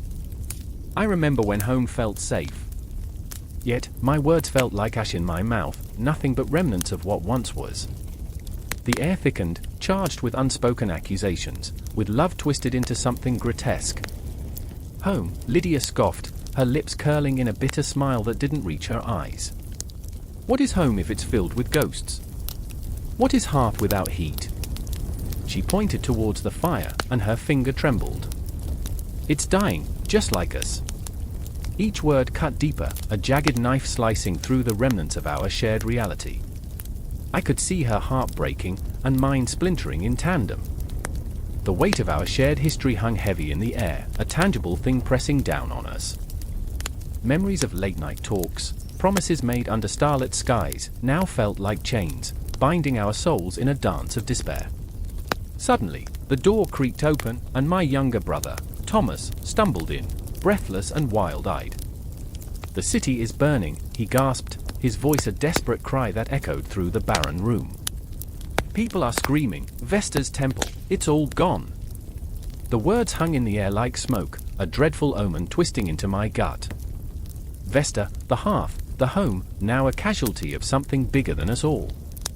The warmth that she symbolized was snatched away, just as the warmth between Lydia and me felt like it was slipping through our fingers.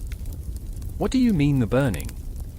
I demanded, my voice a low growl, trembling with fear and desperation. "What are you saying?" "They say it was an accident," Thomas replied, his eyes wide with terror. "But there are whispers, whispers of betrayal, of anger, of the vengeance." The fire crackled ominously, as if in agreement, flames licking higher in silent fury. Lydia's face paled, and in that moment, I knew she feared the truth as much as I did. A betrayal that twisted through our lives like a serpent, coiling tighter with each passing heartbeat. I could see the realization dawning on her, the fire that should have warmed us was now a harbinger of destruction. "Vesta was supposed to protect us," she murmured, her voice barely a whisper, cracking under the weight of despair. "And now what are we?" The sound of her breaking heart echoed against the walls, and I felt my own crumble alongside hers. I wanted to scream, to shake the walls of this house that had once felt so sanctuary-like, now caging us in despair.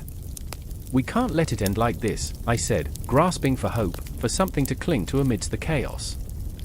But the shadows continued to throb with their own heartbeat, echoing back the doubt that gnawed at my soul. "What can we do?" Lydia said, her voice heavy with resignation. "We are lost in this, just echoes of what was."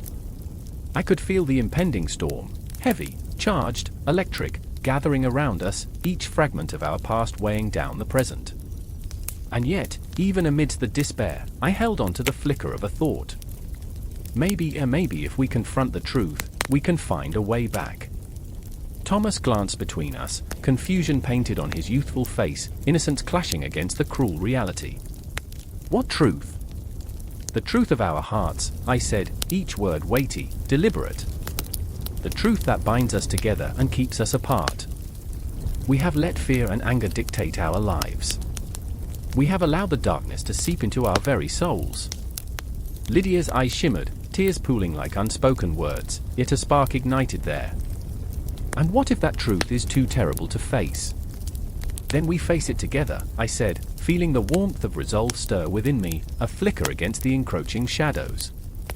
For Vesta, for ourselves, for the home that still breathes beneath the ashes. As the embers continued to crackle, the room felt charged, the air thick with emotion, a storm waiting to break. Outside, the chaos of the world swirled, but inside, we stood at the precipice of something greater, something raw and unyielding. The fire may flicker, but it would not die. Not yet. And as I locked eyes with Lydia, that connection, frayed yet resilient, pulsed between us, igniting a flame that could weather any storm. The truth was waiting, quaking in the shadows, and we would meet it head-on, together. With a final glance at Thomas, I steeled myself for the confrontation ahead, the confrontation that would lead us deeper into the heart of darkness, a journey that would reshape everything we knew about love, betrayal, and the very essence of home. I could feel Vesta's presence, a whisper of warmth among the cold shadows, urging us forward into the chaos. And so, we stepped into the night, hearts pounding, a fragile unity against the storm, ready to face whatever waited in the shadows. The air is thick with the scent of ripe grapes and crushed dreams, sweet and sour, swirling like the last breath of a summer night. Laughter dances through the shadows, a cacophony of joy and sorrow, where the jubilant wails of Bacchus spill like wine from a shattered cup. I remember the first time I tasted that intoxicating nectar, so heady it whispered secrets to my soul, secrets that now feel like chains binding me to the earth. The revelry wraps around me like a shroud, both comforting and suffocating, as if the god himself has thrown his arms around me, inviting me into a world where ecstasy and despair are but two sides of the same coin. I stand on the precipice of chaos, the world swirling around me like a tempest. In the heart of a crumbling amphitheater, the flickering torchlight casts long shadows that flirt with the edge of madness. The vibrant fabric of the festival billows like sails caught in a storm, and among the throng, I spot her, Callista, a wildflower among withering weeds. Her laughter is a siren's call, beckoning me closer, yet it carries the weight of an unspoken tragedy. Callista's eyes gleam with fervor, but there's a storm brewing beneath the surface. She cradles a goblet like an offering, the crimson liquid shimmering like liquid night. I can see the longing etched into her features, the desire to escape this existence, to drown in the pleasure that Bacchus promises. Join me, she beckons, her voice sultry, yet tinged with desperation. Let's forget. Just for tonight. But I can't. I can't forget the sharp sting of the past, the ghost of my brother, Nico, whose laughter still echoes in the recesses of my mind, now forever silenced by a betrayal born of greed and folly. I remember the way he used to dance, limbs flailing with abandon, the way he embraced life with an unrestrained hunger. It feels like a lifetime ago, yet his absence hangs over me, a dark cloud that threatens to burst with the weight of my unending grief. Don't you want to be free? Callista presses, her voice a velvet whisper, as if daring the very universe to shatter the silence surrounding our shared anguish. I can't help but notice the way her fingers tremble, how the goblet shakes as if it carries the weight of 1,000 unfulfilled dreams. I reach for it, feeling the cool metal against my skin, a lifeline thrown into turbulent waters. But freedom comes at a price. The festival swells around us, bodies twisting and writhing like vines in a drunken embrace, each soul searching for an escape, a release from reality. Bacchus smiles down upon us, an enigmatic figure draped in ivy, his laughter rolling like thunder. He knows our pain, he revels in it. He offers us a choice, succumb to the intoxicating chaos or face the demons lurking just beyond the revelry. Let go, Callista urges, her gaze piercing through the haze that clouds my mind. In that moment, I see her, truly see her. Not just a woman lost in the throes of festivity, but a mirror reflecting my own struggle. We are both prisoners of our desires, shackled by our pasts, and the goblet glimmers like a promise. Wine or sorrow? Ecstasy or anguish? The lines blur, and I know this moment will haunt me long after the last echoes of laughter fade. I raise the goblet to my lips, feeling the weight of every choice I've made in this life. The wine is warm and heady, flooding my senses with a rush that ignites something deep within. I remember the night spent in the quiet hum of my brother's laughter, the way it would wrap around me like a comforting blanket, how we would dream of conquering the world together. But dreams are fragile, easily shattered by the harsh light of reality. I remember how betrayal felt like ice, slicing through the warmth of our brotherhood, leaving behind only emptiness. "Drink!" Callista cries, her voice breaking through the fog. "Let it wash over you. Embrace it." I feel it, the pulse of Bacchus thrumming in my veins, a chaotic symphony of ecstasy and despair. Each heartbeat is a drum in the celebration of life, yet with every beat, the ghost of Nico whispers in my ear, cautioning me to remember. But as the goblet empties, I am consumed by the warmth spreading through me. I am a flame flickering in the wind, dancing dangerously close to the edge of oblivion. The night spirals into a whirlwind of colors, crimson, gold, and deep midnight blue. Laughter wails like a wounded beast, and I lose myself in the surge of bodies swaying, each soul a fleeting moment in the vast tapestry of existence. I catch glimpses of others, lost souls, broken hearts, seekers of truth and pleasure, each one trapped in their own unending cycle of desire and despair.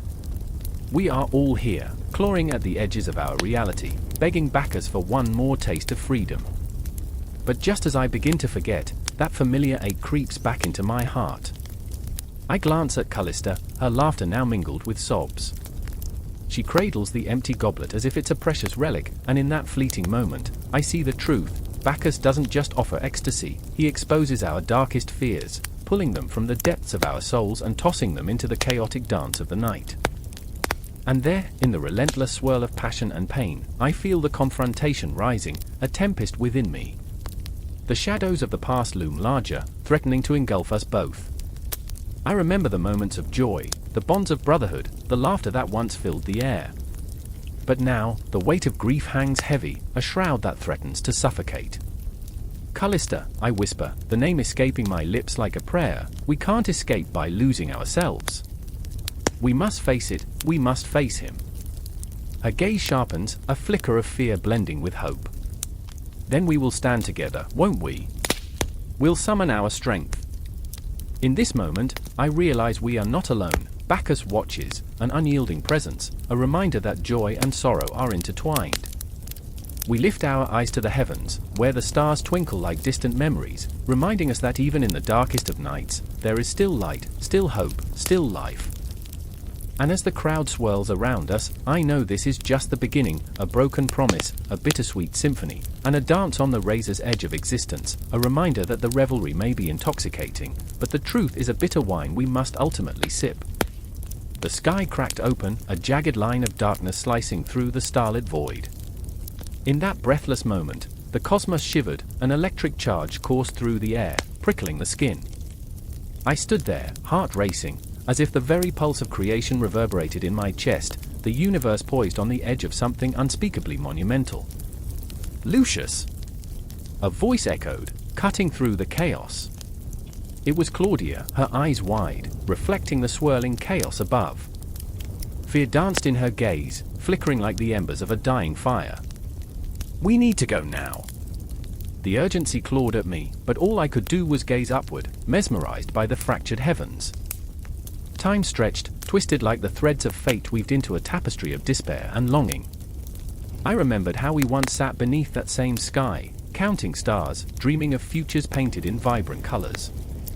But dreams have a way of turning to ash. Here we stood, on the precipice of annihilation, the universe itself unraveling before us, and I could feel the weight of the unsaid, the sacrifices we'd made for love, for ambition, for the fleeting moments that felt like eternity. "Lucius!" Her voice was a whip, snapping me back into the moment. "We can't just stand here. They're coming. They are the spirits of the ancient gods, the specters of our ancestors who had once walked the earth with pride, now a tempest of rage and sorrow." I felt the chill of their presence, creeping through the marrow of my bones. I was not a hero, I was a child still learning to play with the shadows cast by giants. I remember the stories, I whispered, more to myself than to her. Chaos and night birthed the universe. The void became flesh, and the stars were born from conflict. The words tasted metallic on my tongue, a bitter reminder of the cycle of creation and destruction that spun endlessly around us. Claudia took a step closer, her warmth a fleeting refuge. The tales are warnings, Lucius. We were meant to learn, not repeat. Her breath mingled with the dust of disintegrating dreams. I could see the tremor in her hands, the way hope flickered like a candle in the wind, ready to extinguish. Then what do we do? My voice cracked, desperation clawing at my throat. How do we fight against the very essence of the chaos? Her gaze drifted to the ground, to the figures emerging from the shadows, draped in the remnants of time.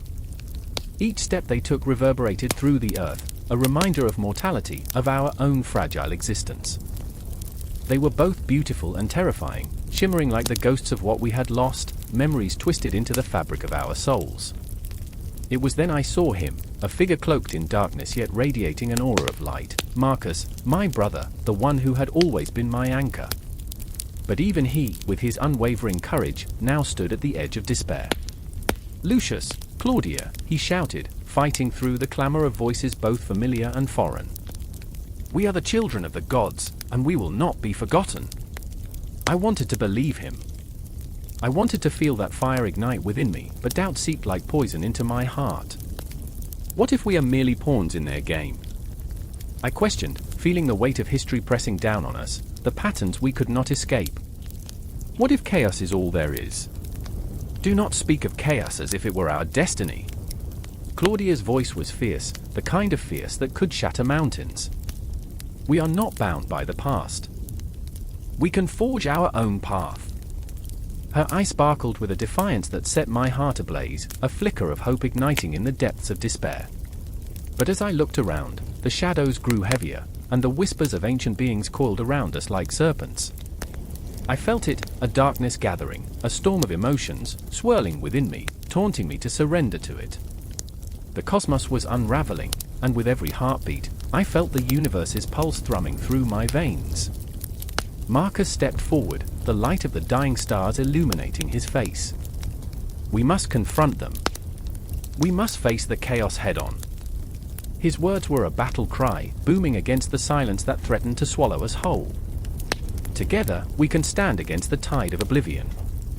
In that moment, a flicker of courage bloomed within me, fragile yet fierce. I remember the warmth of Claudia's hand in mine, the unyielding bond of brotherhood with Marcus. The stories of old echoed in the chambers of my heart, great battles fought, sacrifices made, love that transcended even the darkest of nights. We will not be forgotten, I found myself echoing, my voice stronger as I stepped forward, joining them. We are the sum of our experiences, the product of our dreams. We are not just stardust, we are the embers of creation. As I reached for Claudia, the air crackled, the ground trembled beneath us. Shadows loomed, stretching toward the horizon, and in that heartbeat, in that breath, we stood together against the encroaching darkness. Together, we would face the chaos that birthed the universe, willingly stepping into the void, ready to carve our own destiny from the remnants of time. And yet, as the storm of creation swirled around us, I felt the breath of ancient spirits, whispering promises of both horror and beauty, leaving me with an unshakable truth: the birth of the universe was a constant cycle of loss and rebirth, and we were merely the flickering candles in that eternal night. So we stood, hearts pounding, against the vastness of it all, knowing that this moment was just the beginning. The pulse of existence echoed in my ears, each beat a reminder that we were alive, we were here, and we would not fade into the shadows. The universe was watching, and I could feel it, the intensity of creation drawing nearer, the dawn of our reckoning waiting just beyond the horizon, ready to engulf us whole. The sky burned a hellish orange, flames licking the crumbled ruins of Troy. Aeneas stood at the edge of the city, heart pounding like a war drum, a desolate battlefield stretched before him, filled with the echoes of cries both haunting and hollow. He could still hear his mother's voice carried by the winds, telling him stories of fate and glory, tales he now found impossible to reconcile with the ashes that choked the air. He was a hero. He was meant to lead, to inspire. Yet here he was, paralyzed by grief, the weight of the world pressing down on him, suffocating. I remember, Aeneas whispered to himself, but the memories slipped through his fingers like sand. The laughter of comrades over the clang of swords, the warmth of their friendships now frozen in time, drowned beneath the tide of betrayal and blood. I remember my father's eyes, filled with pride, a flicker of hope amidst the chaos. I will not let them die in vain. But that resolve was a fragile thread, straining under the pressure of his own despair.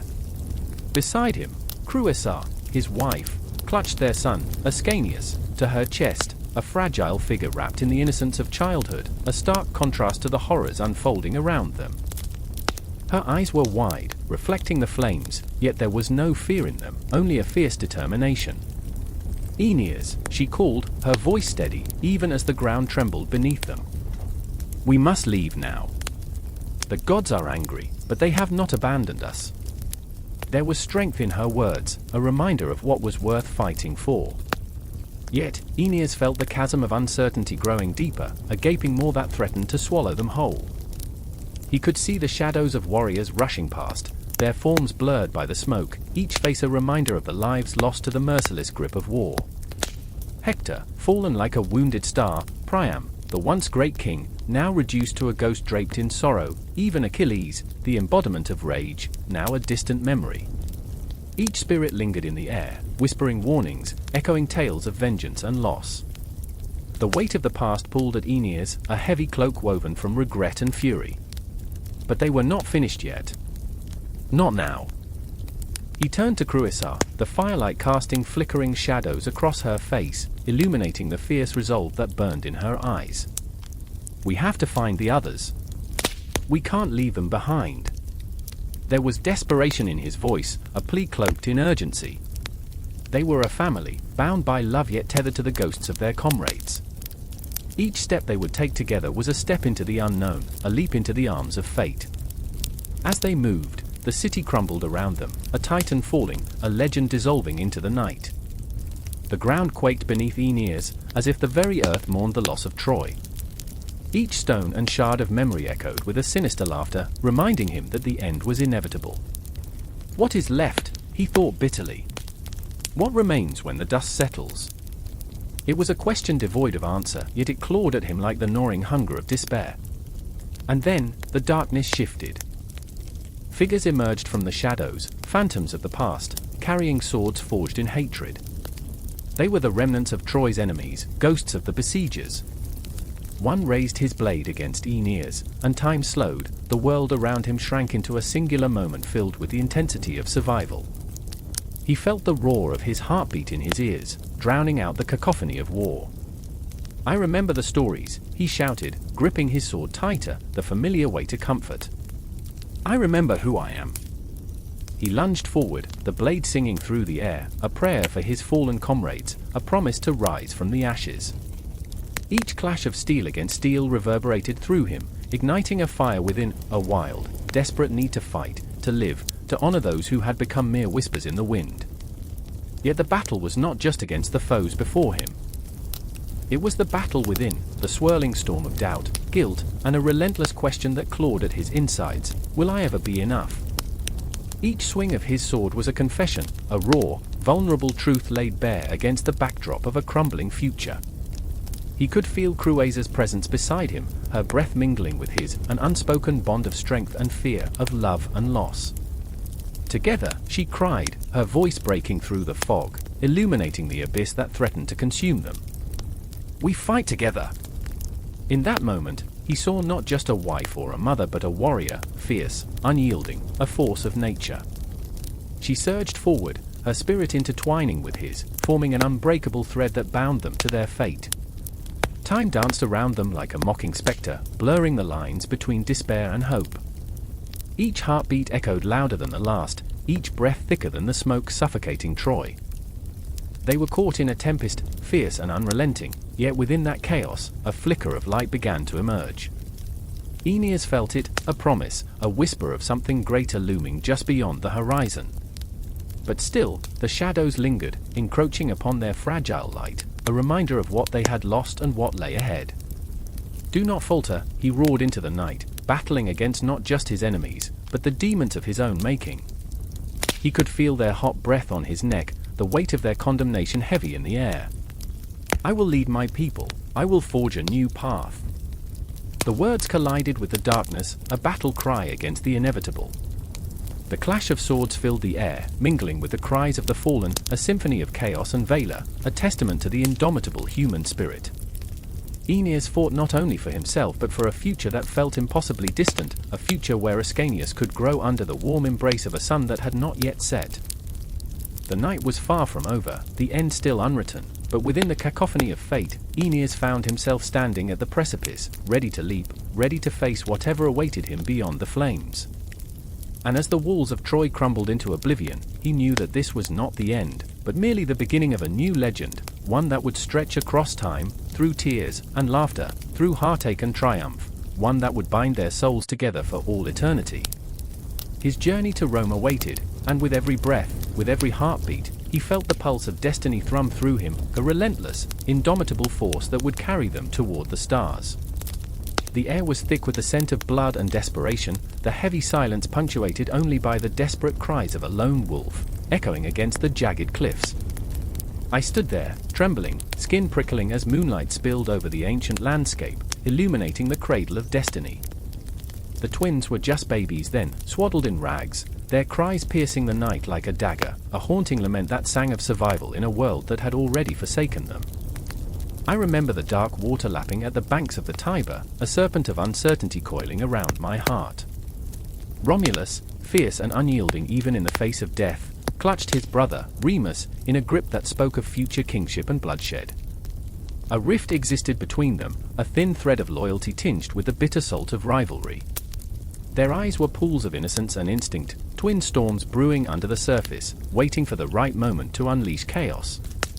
I remember the quiet whispers of fate as the moon cast its cold gaze down upon them, a motherly figure watching over her forsaken children. The earth beneath my feet seemed to tremble, sensing the gravity of their bond. In that moment, betrayal hung heavy in the air. The twins were born into a world that had already decided their fate. They were the offspring of Mars, god of war, and Rhea Silvia, a Vestal virgin whose heart was now a battlefield littered with the corpses of lost dreams. A shiver ran down my spine. I could taste the bitterness of blood and betrayal on my tongue, the very essence of their lineage. Romulus burned with the fire of ambition, but it was Remus who had the heart that felt the weight of the world and the pulse of every creature under the stars. Together, Remus murmured, his voice barely above a whisper, as if saying it too loudly would shatter the fragile hope tethering their lives. "We can change everything." But the words hung in the air like smoke, dissipating into nothingness. I remember the ache of longing in Remus's eyes, a flicker of light against the encroaching darkness. Yet, I also sensed the storm in Romulus, the insatiable hunger for power that would break them apart, each heartbeat a countdown to inevitable destruction. As they grew, the forest became their playground, but it was also a prison, a tangled web of hidden dangers and dark secrets. I remember the cool breeze that whispered through the leaves, carrying with it the echoes of ancient spirits who silently wept for what was to come. The twins fought side by side, their laughter ringing out like a hymn of hope, but shadows loomed ever closer. I could almost hear the clock ticking, each second a reminder of the fragile balance between love and ambition, between unity and division. In the stillness of the night, whispers of destiny took shape. The twins built a city, their dreams rising like the sun over the hills. They stood on the Palatine, surveying the land, two sides of a coin, Romulus, the ambitious ruler, and Remus, the compassionate heart. But beneath the surface, the tension crackled like lightning in the air, a storm brewing on the horizon. "Do you see it?" Romulus asked, eyes gleaming with a feverish intensity. "Our city will be the greatest. We will reign over all." Remus frowned, sensing the darkness seeping into his brother's words. "But at what cost, Romulus? What will we sacrifice to claim this throne?" The question hung in the air, heavy with the echoes of sacrifice and loss. I could feel the icy grip of despair clawing at my throat, the palpable fear of what lay ahead. With each passing day, the divide grew. Romulus's ambition transformed into obsession, the weight of his dreams pressing down until it became suffocating. Shadows danced at the edge of my vision, taunting me with the truth. I remember the bitter taste of betrayal as Romulus made his choice, a choice that would sever the bond with his twin like a knife through flesh. In a moment that felt both eternal and fleeting, the confrontation shattered the fragile peace. They stood amidst the ruins of their shared dreams, raw emotion coursing through the air like a living thing. "You've lost yourself," Remus shouted, voice trembling with desperation. "We were supposed to be brothers, not enemies." Romulus's eyes, once filled with warmth, now glinted with a chilling resolve. "You are a fool, Remus. You would let our dreams die for the sake of love." Each word was a dagger, piercing the heart of their brotherhood. I could feel the ground shift beneath me, the once solid foundation of their lives crumbling into dust. The tension snapped, a taut string finally breaking. Clashing emotions erupted like a tempest, and in that moment, time froze. I remember the rush of adrenaline, the heartbeat that echoed loud and wild. The night bore witness as Romulus, in a moment of primal rage, struck down his brother, the act of brutal punctuation to their fractured bond. The silence that followed was unbearable, thick as fog. I felt my heart shatter alongside Remus's dreams, the echo of his final breath resonating through the night, a haunting melody that would linger in the air forever. Romulus stood alone, the weight of his crown heavy upon his brow, but it was a crown forged in blood. "Forgive me," he whispered into the void, but the words were lost, swallowed by the darkness. The city they had dreamed of, the legacy they had sought to build, was now nothing but a haunting ghost, a reminder of the depths of ambition and the price of sacrifice. I remember that night vividly. The stars swirled above like specters, and I realized that the cost of power is often the loss of the very thing that makes us human. And as the dawn broke over the horizon, illuminating the ruins of what once was, I could only feel the chill of fate closing in. The founding of Rome wasn't just a tale of glory, it was a tragedy, a heart-wrenching reminder that the ties of blood can bind us, but they can also tear us apart. In that moment, the echoes of their laughter and their dreams faded, leaving behind only an empty city and the ghost of what could have been an eternal loop of agony and ambition that had only just begun.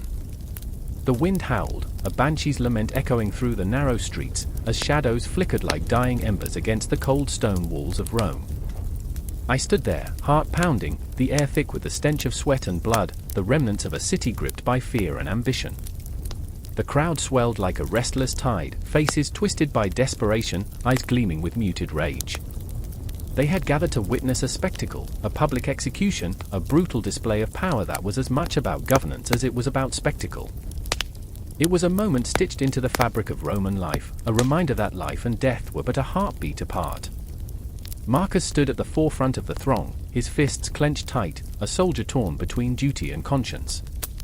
A former general, he had bled for his country, but now the very myths that once inspired him twisted in his gut like a dagger. "We are gods," the politicians claimed, brought to life by the tales of our ancestors. And yet, here he was, witnessing the death of a man who dared to challenge the lie of divine authority, the lie of a destiny written in the stars. He shivered, not from the chill, but from the creeping realization that he was complicit in the cruelty of it all. I remember the moment the condemned man stepped forward, shackles clinking against the stone like a death knell. His eyes were wild, fire raging within, a haunting echo of defiance. "You can take my life, but my spirit will haunt you," he yelled, voice raw and trembling, yet resonant. A murmur rippled through the crowd, a shared heartbeat, a collective gasp. It was as if time paused, the air electrified with the tension of a truth too powerful to suppress. Then there was Julia, her heart a cacophony of dread and longing. A daughter of the elite, her world was one of opulence, yet her conscience rotted alive with the knowledge of her family's complicity. She stood cloaked in the shadows, hidden away from the grandeur of the marble columns that towered above her. But she could not hide from the myths that wove through her life like a silken thread, myths of heroism and sacrifice that had been spun to glorify the very violence that now unspooled before her. "Is this the legacy we uphold?" she whispered to the night, a question that settled heavy in her chest. And so the myths wrapped around them, a shroud of deception, pulling them deeper into the mire of their reality. Each tale spun by skilled orators became a weapon, slicing through the fabric of truth, reshaping it into something consumable. "The gods favor us," they proclaimed, as if the very heavens smiled upon their brutality. But Marcus knew the gods were silent, indifferent to the suffering below. He remembered the stories told by the fire, of heroes who stood against tyranny, of whispers of rebellion that faded with the dawn. He felt the weight of those legends and found only emptiness. The executioner stepped forward, mask adorned with the grisly grin of a deity forgotten. The crowd roared, caught in the throes of bloodlust, driven by the need for spectacle. "This is what we are. This is who we are," they cried, voices rising like a fever pitch. Marcus could feel the pulse of the crowd, a frantic rhythm that threatened to drown out the truth within him. And in that moment, he saw Julia searching through the haze, eyes wide and terrified, as her world crumbled into something grotesque. She was a soldier in her own right, battling the shackles of her upbringing, struggling to find her voice amidst the clamor. They were caught in a cycle, the myth swirling around them like a tempest. Each heartbeat a reminder of their choices, each breath thick with the weight of history. The myths demanded sacrifice, worship, and loyalty, but could they sacrifice their own humanity? As the executioner raised his blade, the world slowed, a dreadful hush falling upon the crowd. Will this be my legacy? Marcus wondered, heart clenching painfully. In that frozen moment, the condemned man met his gaze, an unspoken understanding passing between them. "Fight for me," his eyes seemed to say. And in that instant, a fire ignited within Marcus. He could feel the pulse of the city, the weight of its history pressing down like 1,000 stones. The myths they had woven were suffocating, they were no longer mere stories but chains binding them to a cruel fate. Julia stepped forward, her voice trembling yet fierce. "We are not mere puppets of fate," she shouted, her defiance a spark in the gathering darkness. The crowd paused, confused, a momentary crack in their fervor.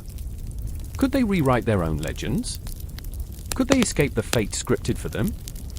But even as she spoke, the executioner's blade glinted, poised to fall. The myths would demand their tribute, and they were but players in a game as old as time. The fear clawed at their throats, a palpable entity, hungry and insatiable. I remember the stories of old, Marcus thought, of heroes who defied fate, of blood spilled and lives lost. And so, as the blade descended, the world around them held its breath, a moment suspended in time. Would they continue the cycle, or could they shatter the chains that bound them to a brutal past? The myths loomed large, casting dark shadows over the path forward, but in the depths of despair, a glimmer of hope flickered. The air crackled, electric with uncertainty, and the cries of the crowd reverberated through the stones of Rome, destined to echo through the ages. The myths would persist, they would evolve and adapt, feeding off the pain and glory of its people. But in that fleeting instant, a heartbeat, a breath, a cry, something shifted, a possibility unfurled. And as the blade fell, the world held its breath, teetering on the edge of transformation, poised to shatter the old narratives, to give birth to new legends forged in the fire of defiance and hope. The myths would live on, but so too would the struggle against them, the eternal dance between power and the human spirit, a narrative written in blood, sweat, and the unyielding quest for truth. The night was silent, a chilling hush enveloping the town like the grip of a forgotten ghost. The air was thick with tension, an electric charge crackling beneath the surface, ready to explode. As the clock struck midnight, a single candle flickered in the window of the old church, its flame battling against the encroaching darkness.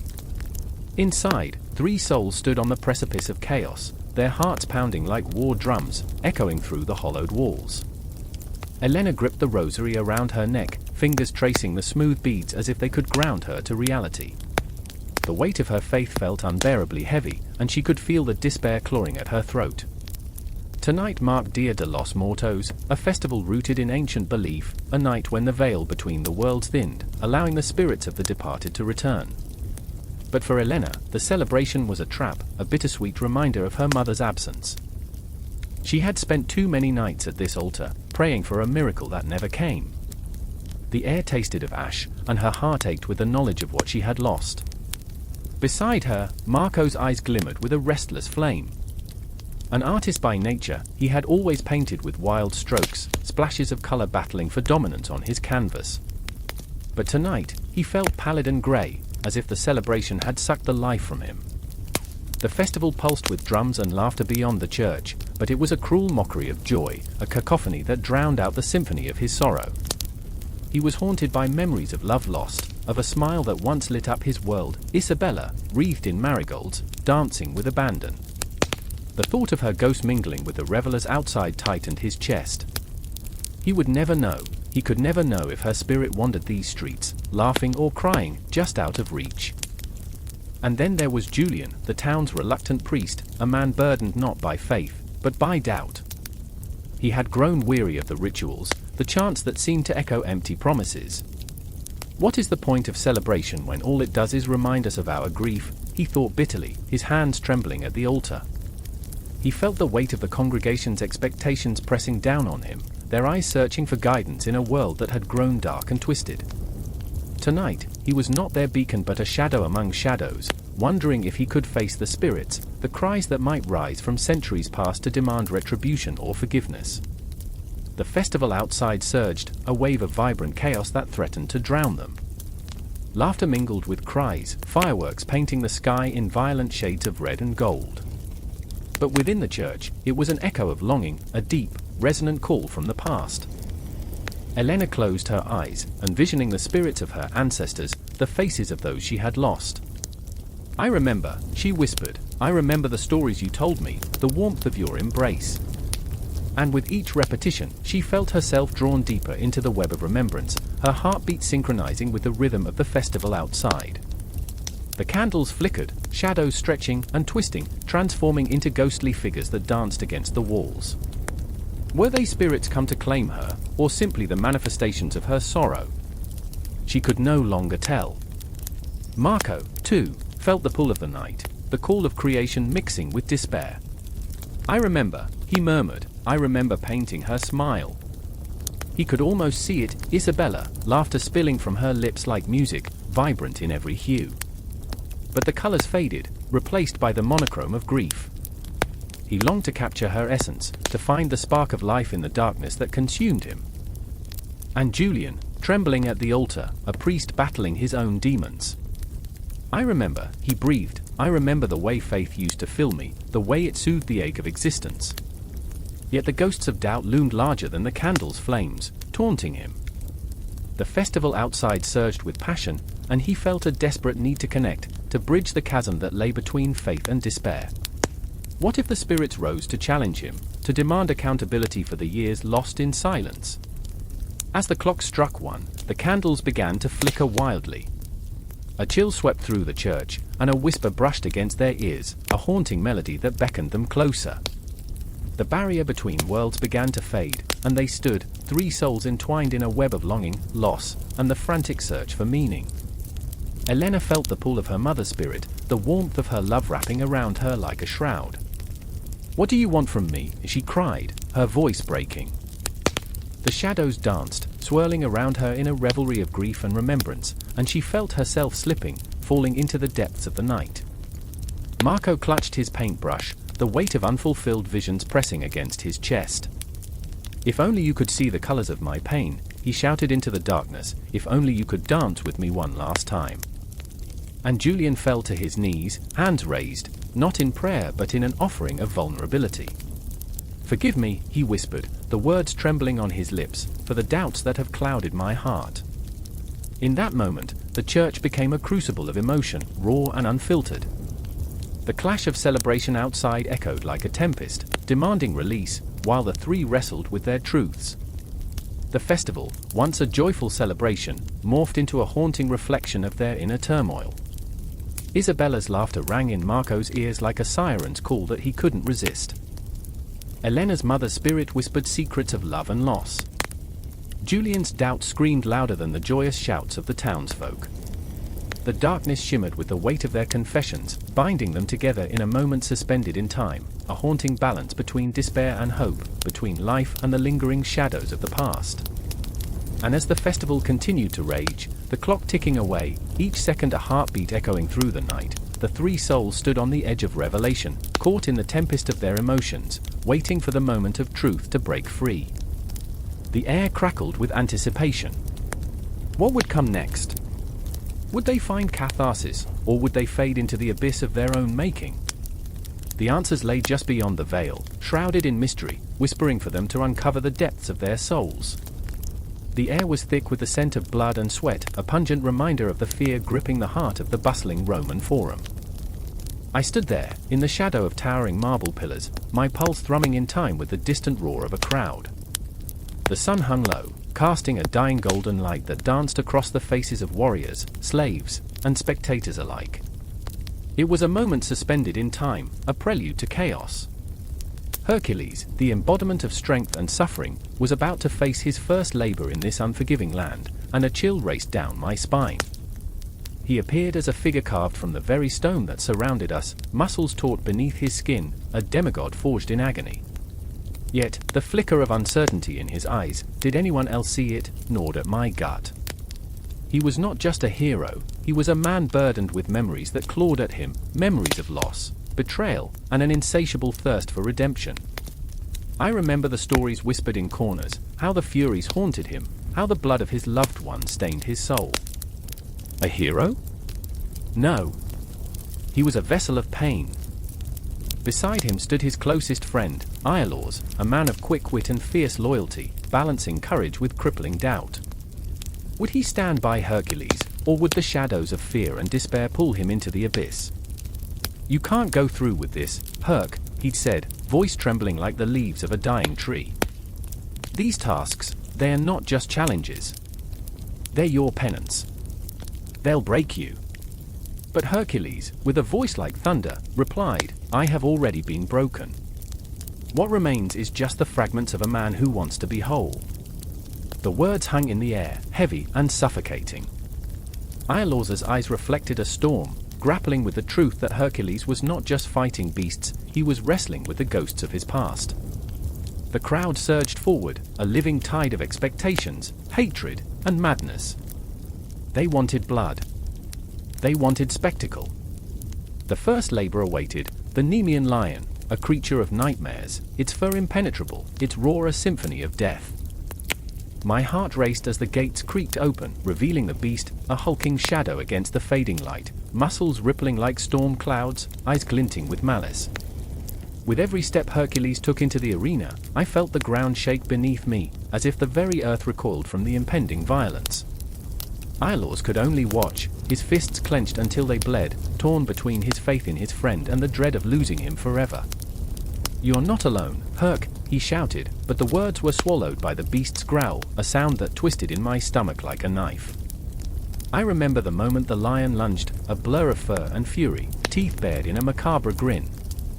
Hercules stood his ground, muscles coiling, raw power radiating from him. But beneath that facade, I sensed the turmoil, the fear he fought to contain. He was not just battling a beast, he was battling the very essence of his own inadequacy. Each strike he delivered was laced with desperation, every breath a plea for redemption. The clash echoed through the forum, a cacophony of violence and despair. Hercules wrapped his arms around the lion, feeling the heat emanate from its body, an unbearable weight. I could see the moment he realized that brute strength was not enough, he had to outsmart the beast. It was in that moment of clarity, that flicker of brilliance amidst the chaos, that I felt hope ignite, fragile yet fierce. But then, the beast twisted and turned, claws raking against Hercules' flesh, and I gasped, a sound lost among the screams of the crowd. Aeneas' voice rang out again, "Fight, Herc! You are more than this." How could he have known? How could he see the truth hidden beneath the layers of muscle and myth? Hercules was not just fighting for victory, he was battling the demons bred from his past, the anguish that had become his closest companion.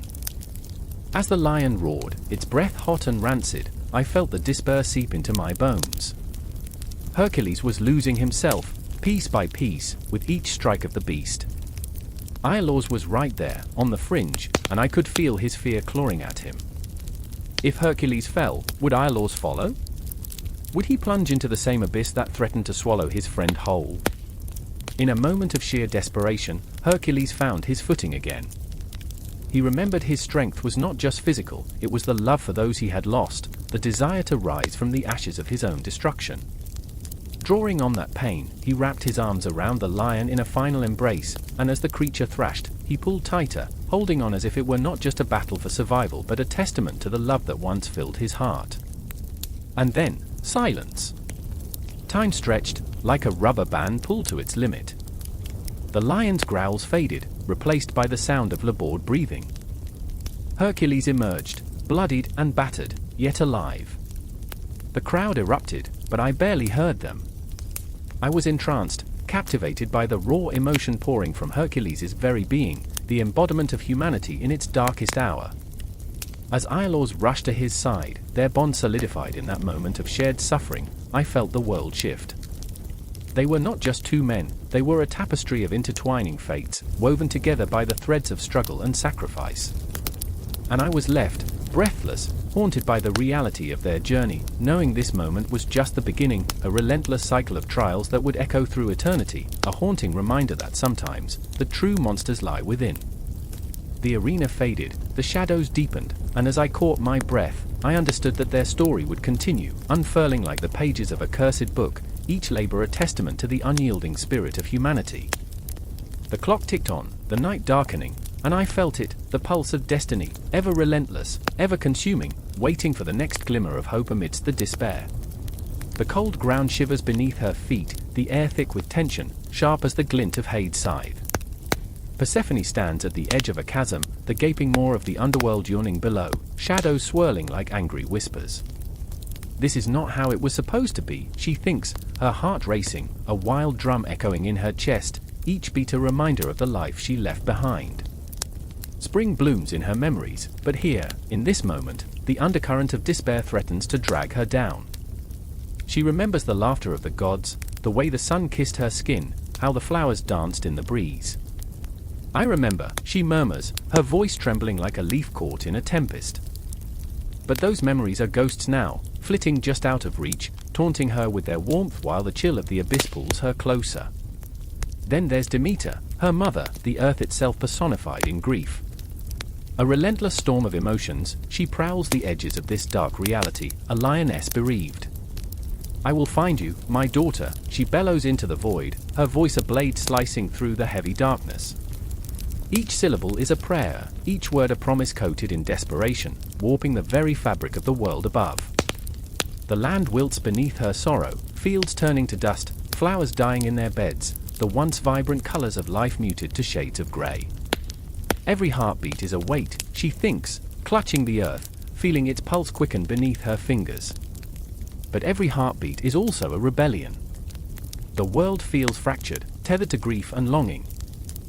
And then there's Hades, the shadowed king, a figure draped in darkness, his own heart encased in stone.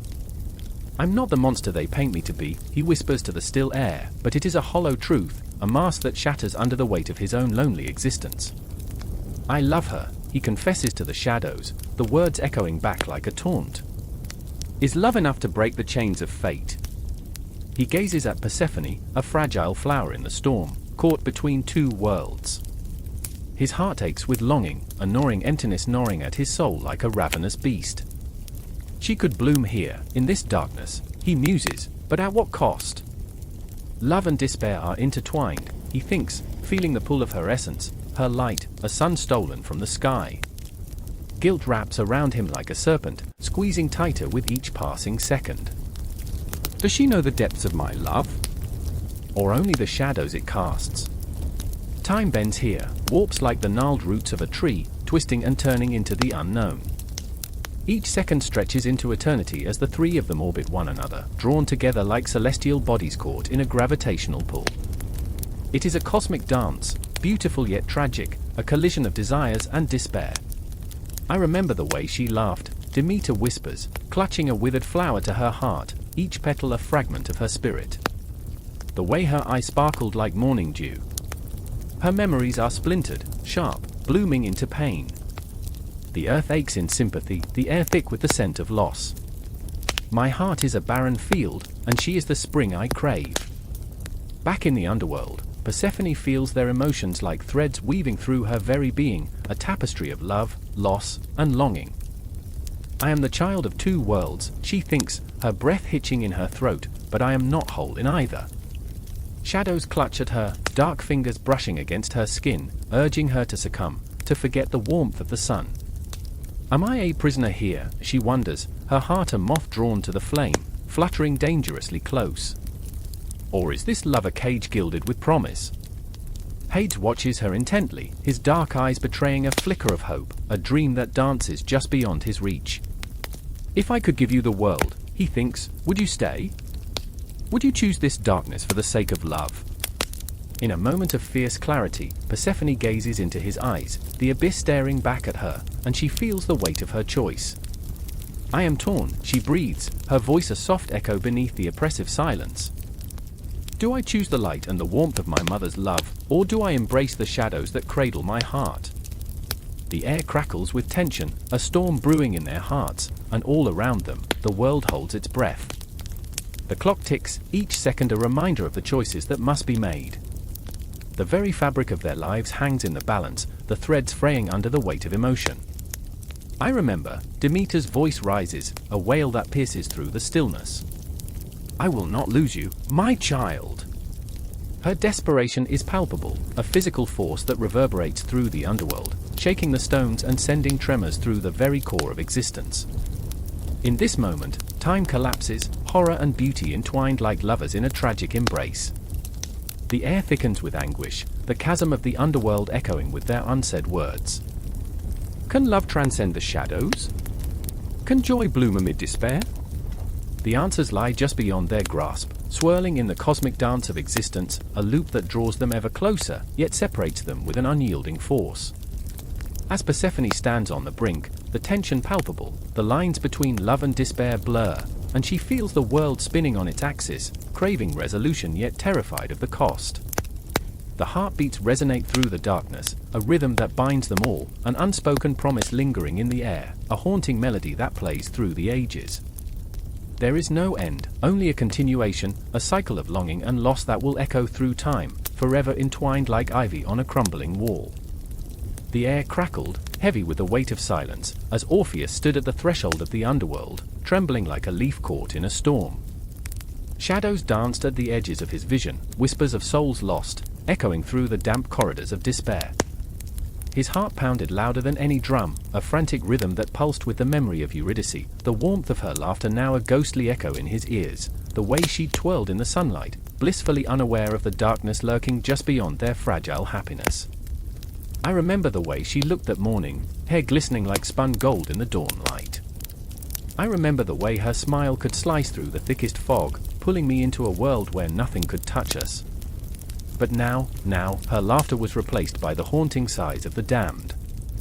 Each breath felt like a noose tightening around my chest, a reminder that fate had twisted its fingers around our lives, dragging her into the abyss. The river Styx lay before him, a silent, slithering serpent of obsidian, its depths promising both passage and pain.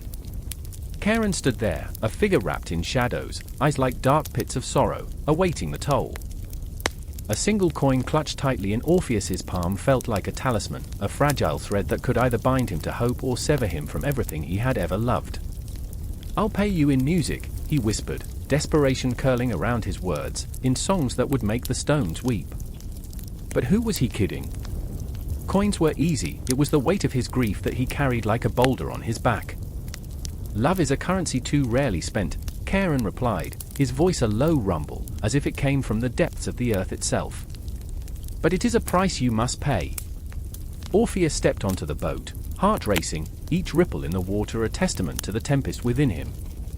The shadows rose like smoke, swirling around him, memories pulling at his heels, Eurydice dancing in the moonlight, the sweet scent of wildflowers, and the first time their hands brushed, igniting a spark that burned hotter than the sun.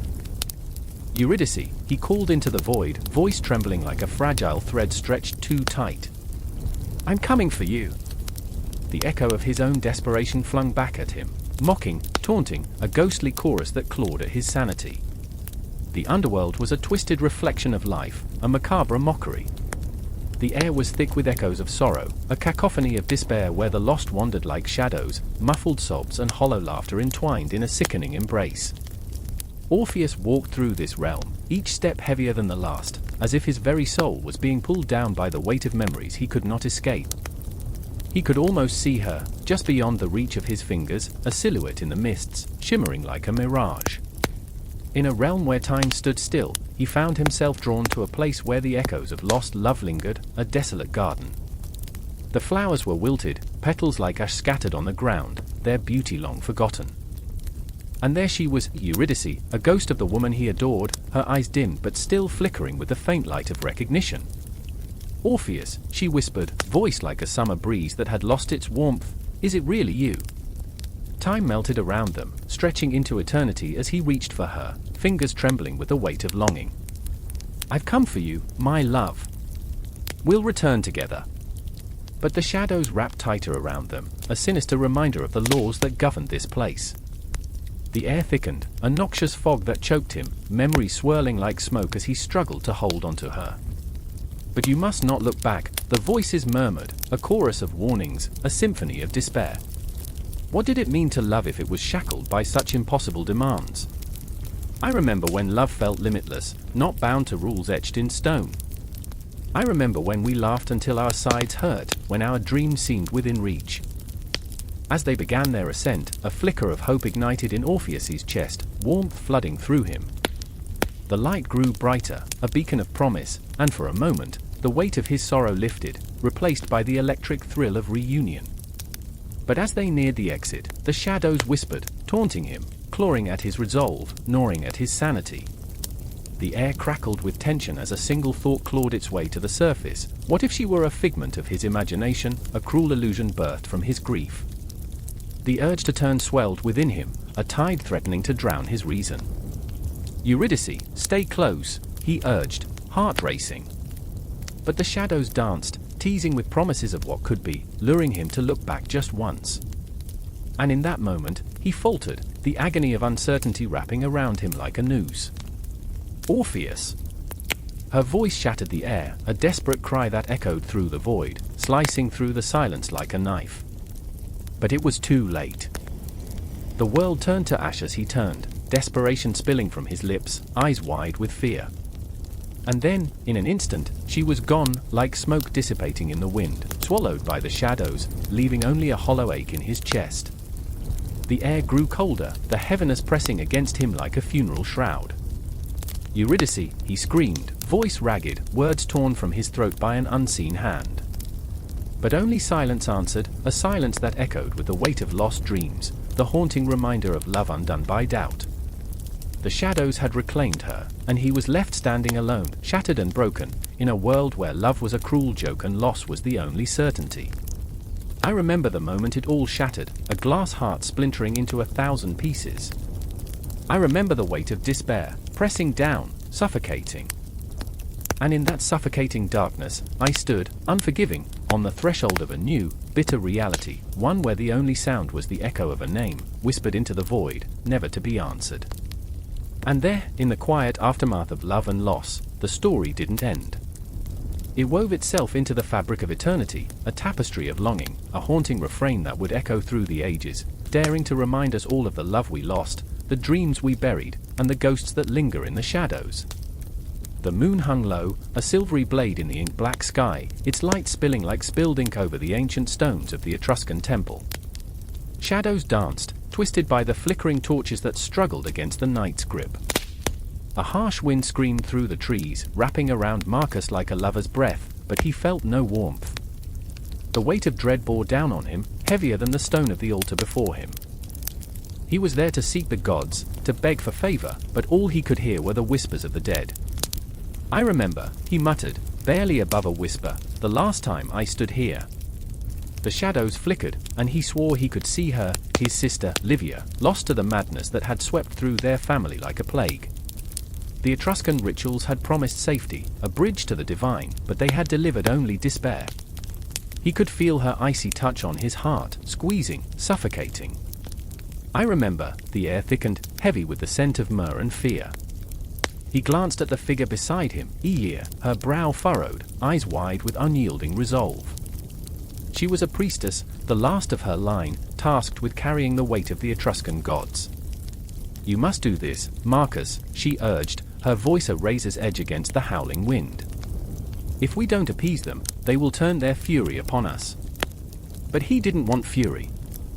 He wanted peace, yet he felt the pull of something darker, a cosmic dance of fate that spiraled around them. The Etruscans had revered the dead, had whispered secrets to the shadows, and now he stood at the precipice of their ancient power. He could almost hear their laughter, cold and mocking. This was no simple plea, this was a gamble with the universe, a prayer laced with desperation. "I'm not like you," he said, a tremor in his voice. I can't speak to them." The gods loomed over him, faceless and omniscient, shadows of what once were. His heart raced, pounding against the walls of his ribcage, as if it wanted to escape into the night. "What if they don't listen?" "They will listen," Aeneas replied, fierce as a lioness. "Their hunger for offerings is insatiable. But we must be brave. We must confront the darkness." And there it was, the very heart of their conflict, the pulse of their shared fear. As a child, he had watched her dance in the moonlight, her laughter like crystal chimes, but now, that laughter was buried under layers of grief and obligation. "What if I fail?" he whispered, raw and trembling, his hands shaking as they clutched the offering, a small, carved figure of a woman, Etruscan in its simplicity, yet rich with meaning. "Then we perish," she replied, her voice steady, but Marcus saw the flicker of uncertainty in her eyes. The truth hung between them like a ghost, an uninvited guest in their fragile bond. He had to let her go, to step into the shadows she had so fearlessly embraced. The moment stretched, a taut thread ready to snap. He could feel the tension crackling in the air, a palpable energy that surged and swelled around them. The temple's walls seemed to lean in, listening, waiting. "I remember the stories," he murmured, "the tales of Tanaquil, the seer, who whispered prophecies into the night." "Then you know what comes next," Aeneas pressed, her voice fierce, slicing through his hesitation. "It is our turn to be heard, to summon their favor before we are consumed." He took a deep breath, the chill of the night air biting at his lungs, and stepped forward, the offering trembling in his hands. "Great gods of the Etruscans, hear me." The words tore from his throat, raw and unrefined, echoing off the ancient stones. "I seek your mercy, your guidance, your love." The wind howled in response, a mournful wail that seemed to mock his plea. Shadows flickered, twisting and contorting as if alive. He felt their eyes upon him, cold and unyielding. Aeneas stepped beside him, her presence a balm against the storm of his doubt. "Please," she added, her voice rising above the tempest. "We honor you, we offer this to you." She placed her hand upon his shoulder, grounding him, tethering him to the moment. Together, they stood on the edge of reverence and desperation, their spirits intertwined in a dance as old as time. But as the echoes of their voices faded, a silence enveloped them, thick and suffocating. The shadows deepened, stretching like fingers clawing from the abyss. A chill raced down Marcus' spine as the shadows thickened, swirling, coiling around them, heavier than the weight of grief. He felt his heart stutter, a wild, frantic beat against the silence, the oppressive weight of inevitability. Then it came, of a whisper, a breath, a voice that was not a voice, but a feeling that surged through him, suffusing his very essence. "You dare to summon us?" It slithered through the air, wrapping around them like a noose, tightening, pulling, demanding. "I do," he cried, desperation clawing at his throat. The shadows shrieked, their laughter a cacophony of despair, a reminder of the cost of their reverence. "I seek your favor." And in that moment, he felt the depths of his own heart, his fears, his failures, the weight of his sister's memory crashing down upon him like a tidal wave. "I remember you, Livia," he shouted, his voice cutting through the darkness. "I remember." The shadows recoiled, as if his grief were a sword against their spectral form.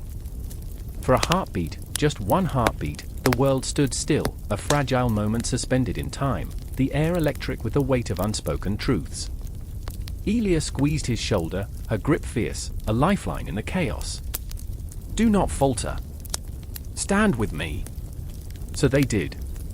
They stood against the storm of the ancient gods, against the weight of history that threatened to swallow them whole. The darkness breathed around them, alive with secrets, and Marcus steeled himself, the figure of the Etruscan goddess gripped tightly in his palm, a symbol of their struggle. "Great gods, hear me. I bring you an offering."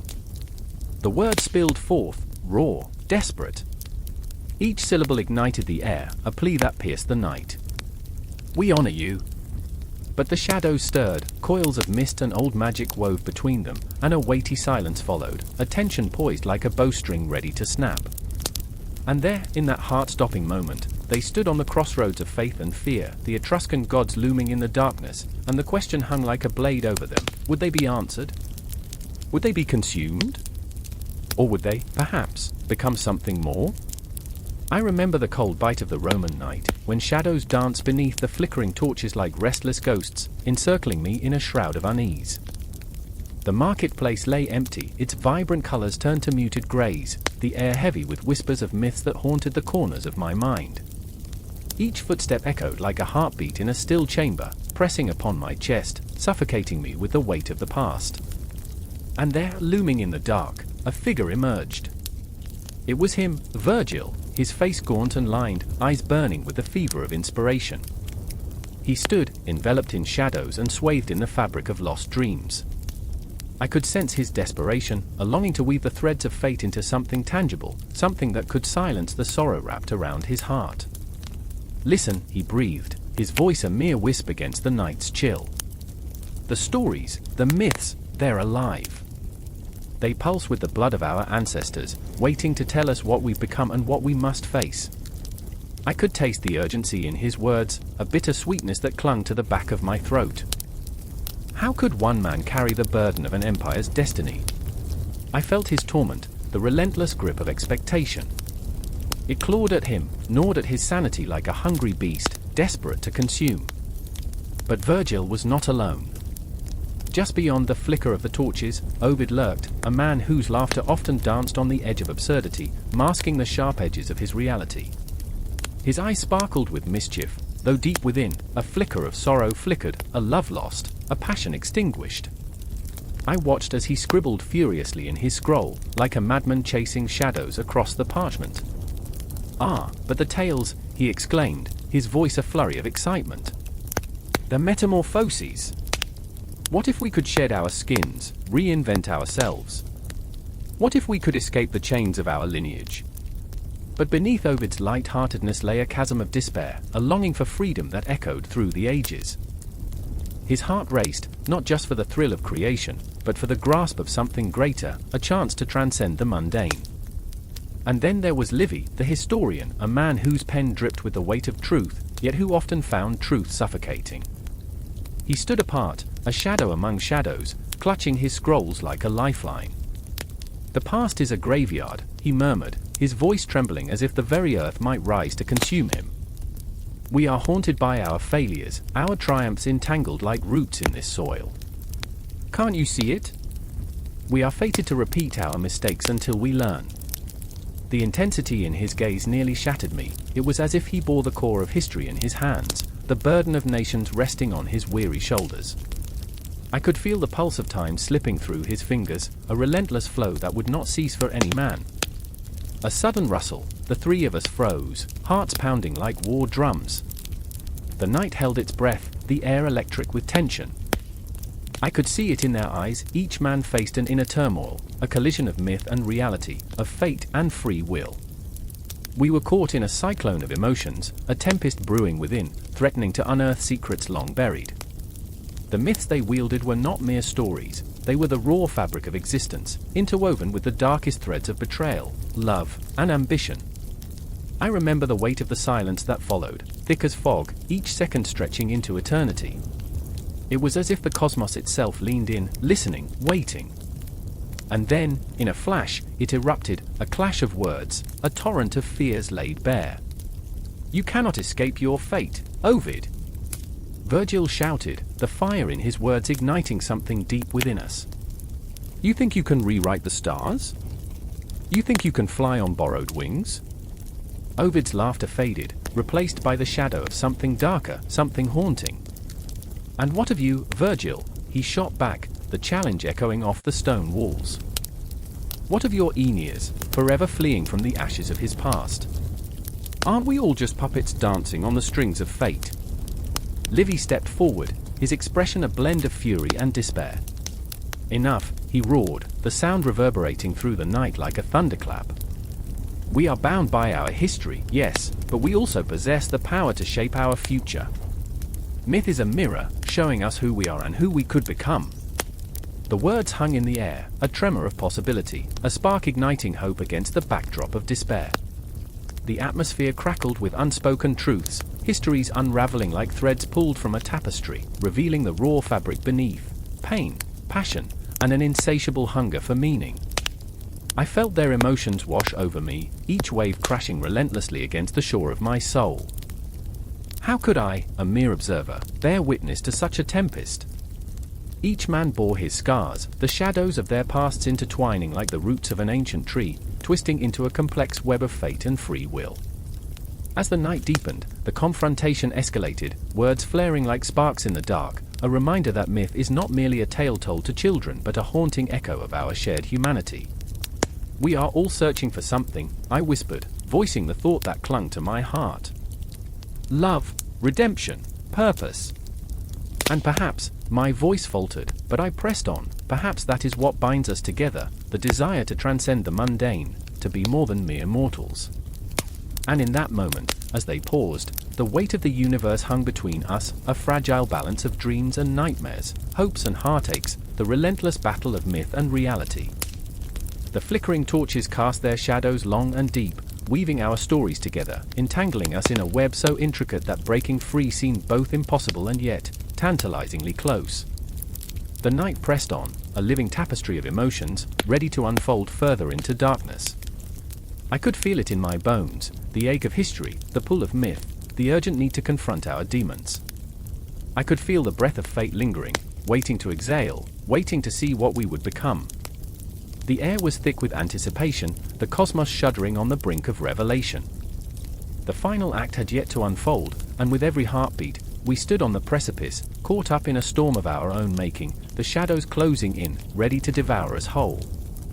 The night wrapped around the city of Rome like an old, worn cloak, heavy with secrets and the echoes of forgotten gods. A lone figure stood beneath a flickering street lamp, shadows dancing on their face, where desperation and longing writhed together like serpents. Cassius, a soldier haunted by the specters of war, clutched an ancient, worn scroll in his hand, the parchment crumpling beneath his grip like the hopes he'd once held close. Moonlight slipped through the clouds, illuminating the words that shimmered with the faint glow of something forbidden, tales of gods and monsters, of fate spun by the fates themselves. I remember the stories, Cassius whispered, his voice trembling as if the very air around him held its breath. I remember how they filled my nights with terror and wonder. How I'd listen to my mother's voice, weaving tales of Zeus and Athena, while the world outside roared with the sound of swords clashing, the cries of men echoing in their final moments. In that moment, the past surged forward.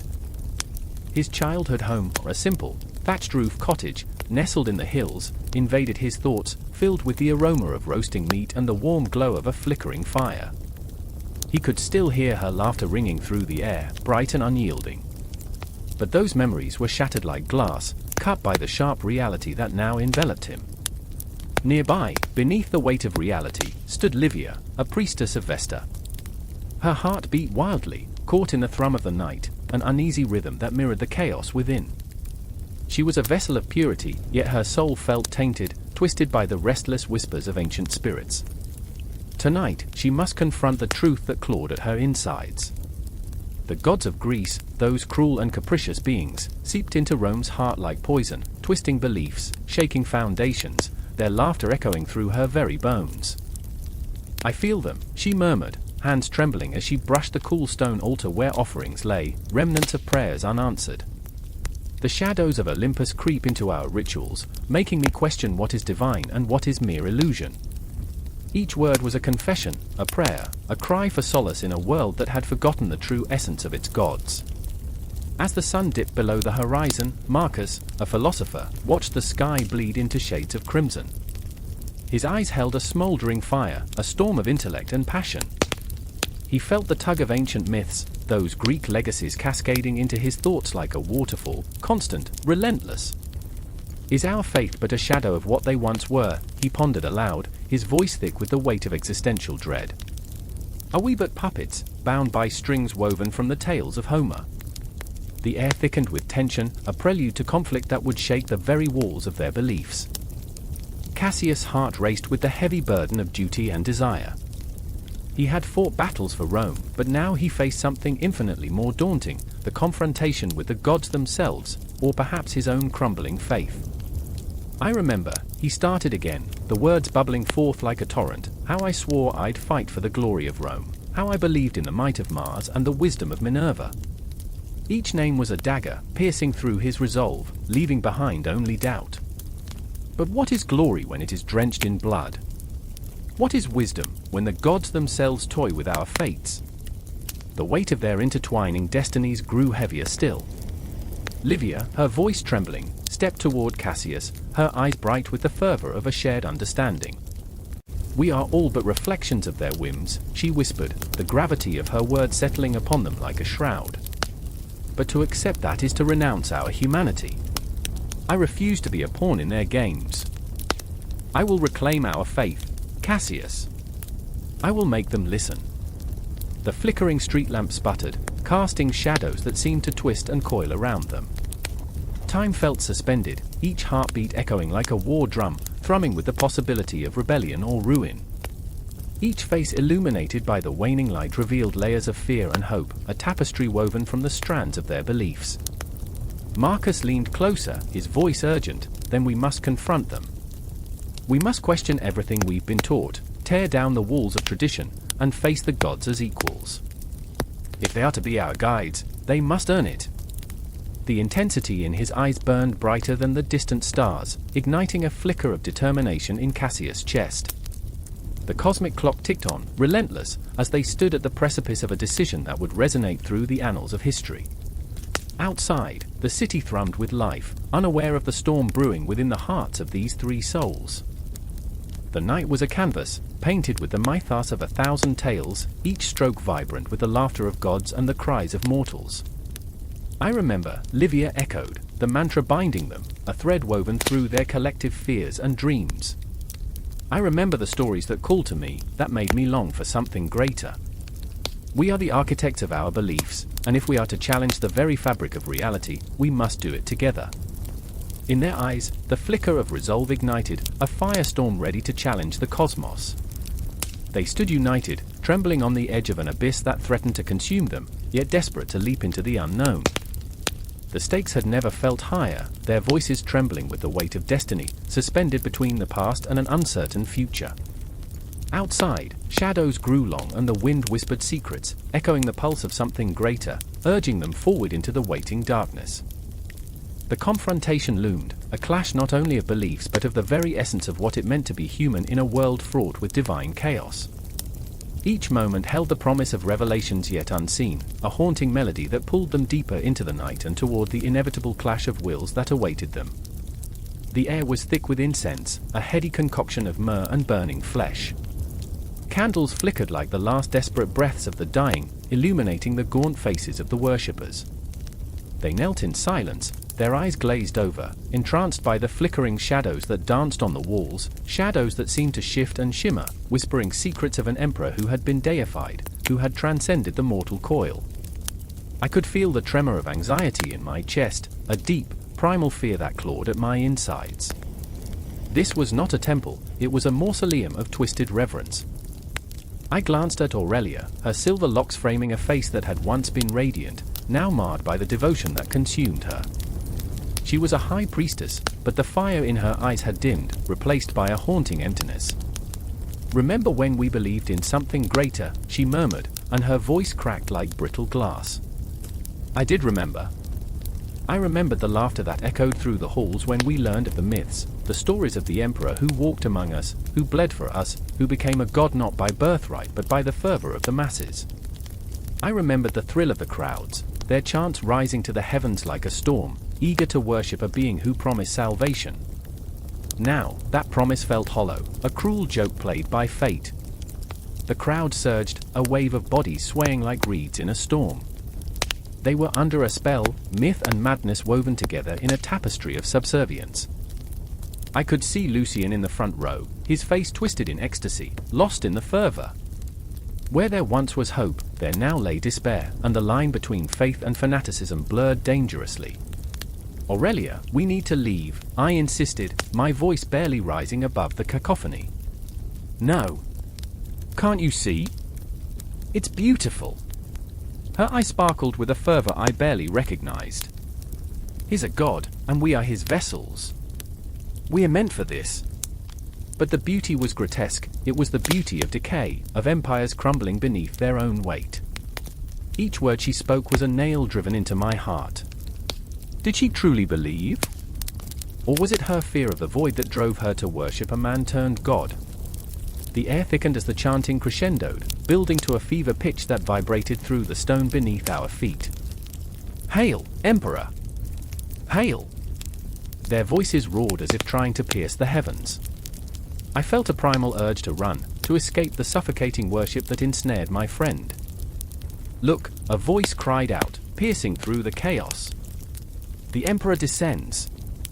A figure loomed above us, shrouded in a robe of crimson, a crown of thorns twisted atop his head. His face was obscured, a mask of divinity that sent shivers through the congregation. The air crackled with tension, the promise of something unspeakable hung like a guillotine blade above our heads. "Do you see him? Do you feel him?"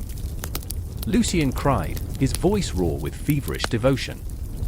He stretched his arms wide as if yearning to embrace the very embodiment of divinity. My heart raced, each beat a drum of panic. I could feel the weight of history pressing down on me, the echoes of those who had suffered and died for this delusion. Suddenly, the Emperor raised a hand, and the crowd fell silent, as if his very presence stifled their breath. I could see now, the imperfections in the mask, the cracks that suggested humanity beneath the divine. "You are my children," he proclaimed, voice booming, reverberating through my bones. "In your worship, you will find salvation. In your sacrifice, you will find truth." But what truth did he speak of? The truth of blood spilled on the altars? The truth of loyalty demanded and lives sacrificed? I caught Aurelia's gaze, and in it, I saw a wild desperation, the need to believe, the need to belong. It was a hunger I had felt before but never so intensely. As the Emperor began to weave tales of glory and conquest, my mind spun with contradictions. The myths he spun were intoxicating, elevating the mundane to the divine. I felt the pull of the stories, the siren call of a reality where the impossible became possible. And yet, I stood on the edge of a precipice, teetering with the weight of doubt. "Lucian!" I shouted, desperation lacing my voice. "This isn't what we dreamed of. This isn't salvation." But he was lost in the thrall, a marionette dancing to the strings of a puppet master who reveled in his control. Aurelia's eyes shone with a feverish light, pupils dilating in the low glow. "This is our destiny," she cried, and for a moment, she seemed to embody the very essence of faith itself, radiant and terrifying. To become one with the Emperor. To be more than ourselves. As I watched them, the crowd surged forward, drawn to the Emperor like moths to a flame. My heart raced, pounding against my ribs, urging me to flee. I could not share in their delusions, their blind reverence that turned men into monsters, and gods into tyrants. And then the moment shattered. The Emperor raised a hand, and with it, a wave of energy pulsed through the crowd, a collective gasp rising like gas from a wound. The hearts of the faithful beat in time with his command, and I felt the weight of history pressing down on me. I felt the ghosts of those who had come before, the fallen, the faithful, the damned, all begging for release from this cycle of worship and sacrifice. "Now, my children, show your devotion." His voice cracked like thunder, and with it came an avalanche of bodies, a surge of adoration that threatened to swallow me whole. Fear clawed at my throat, choking my cries. "Aurelia! Lucian!" I shouted, but my voice was lost in the chaos, drowned beneath the weight of fervent worship. As the shadows closed in, I felt the chill of despair creeping up my spine. I was being pulled into the vortex, the very heart of the cult, where the myths of divine rule twisted reality into a grotesque reflection of itself. The chanting swelled again, the crowd's hearts beating in synchrony, as if the very fabric of reality was unraveling under the weight of their blind faith. And in that moment of sheer terror, I knew there was no escape. No running from the allure of worship that promised so much yet demanded everything.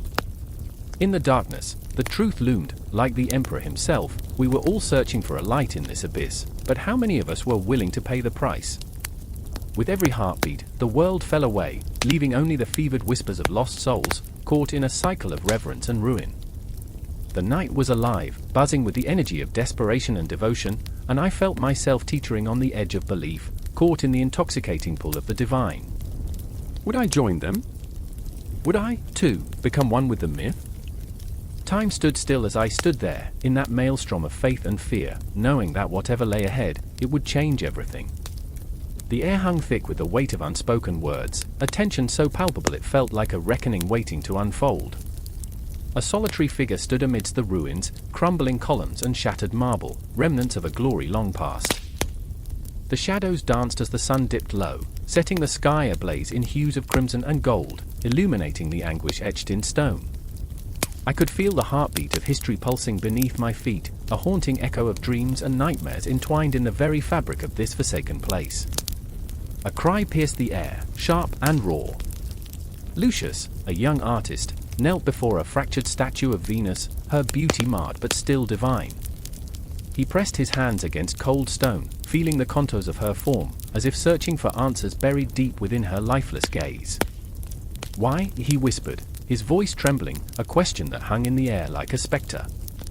"Why did they take her from me? Why this curse of beauty, tainted by the weight of desire?" His heartache pulsed through the ruins, an inescapable tension that mirrored the stillness around him. Just then, the ground shifted, and the shadows closed in. I remembered a time when art breathed life, when the myths of Roman gods and goddesses spun tales of love, betrayal, and loss in vibrant hues. But now, those whispers seemed buried beneath the layers of time, each chisel mark a testament to passion lost. Across the desolate courtyard, Aurelia watched him, her own soul a tempest. She felt the pull of the skies above, the constellations spinning stories of longing and despair. Her fingers brushed against her neck, where a pendant shaped like a broken lyre hung, a gift from Lucius, a token of their entwined fate. Yet here they were, fractured, torn apart by the very dreams they once shared. The myths they revered now played cruel tricks on their hearts. "The gods are merciless," she murmured to herself, a bitter laughter escaping her lips. "They give us beauty only to take everything else."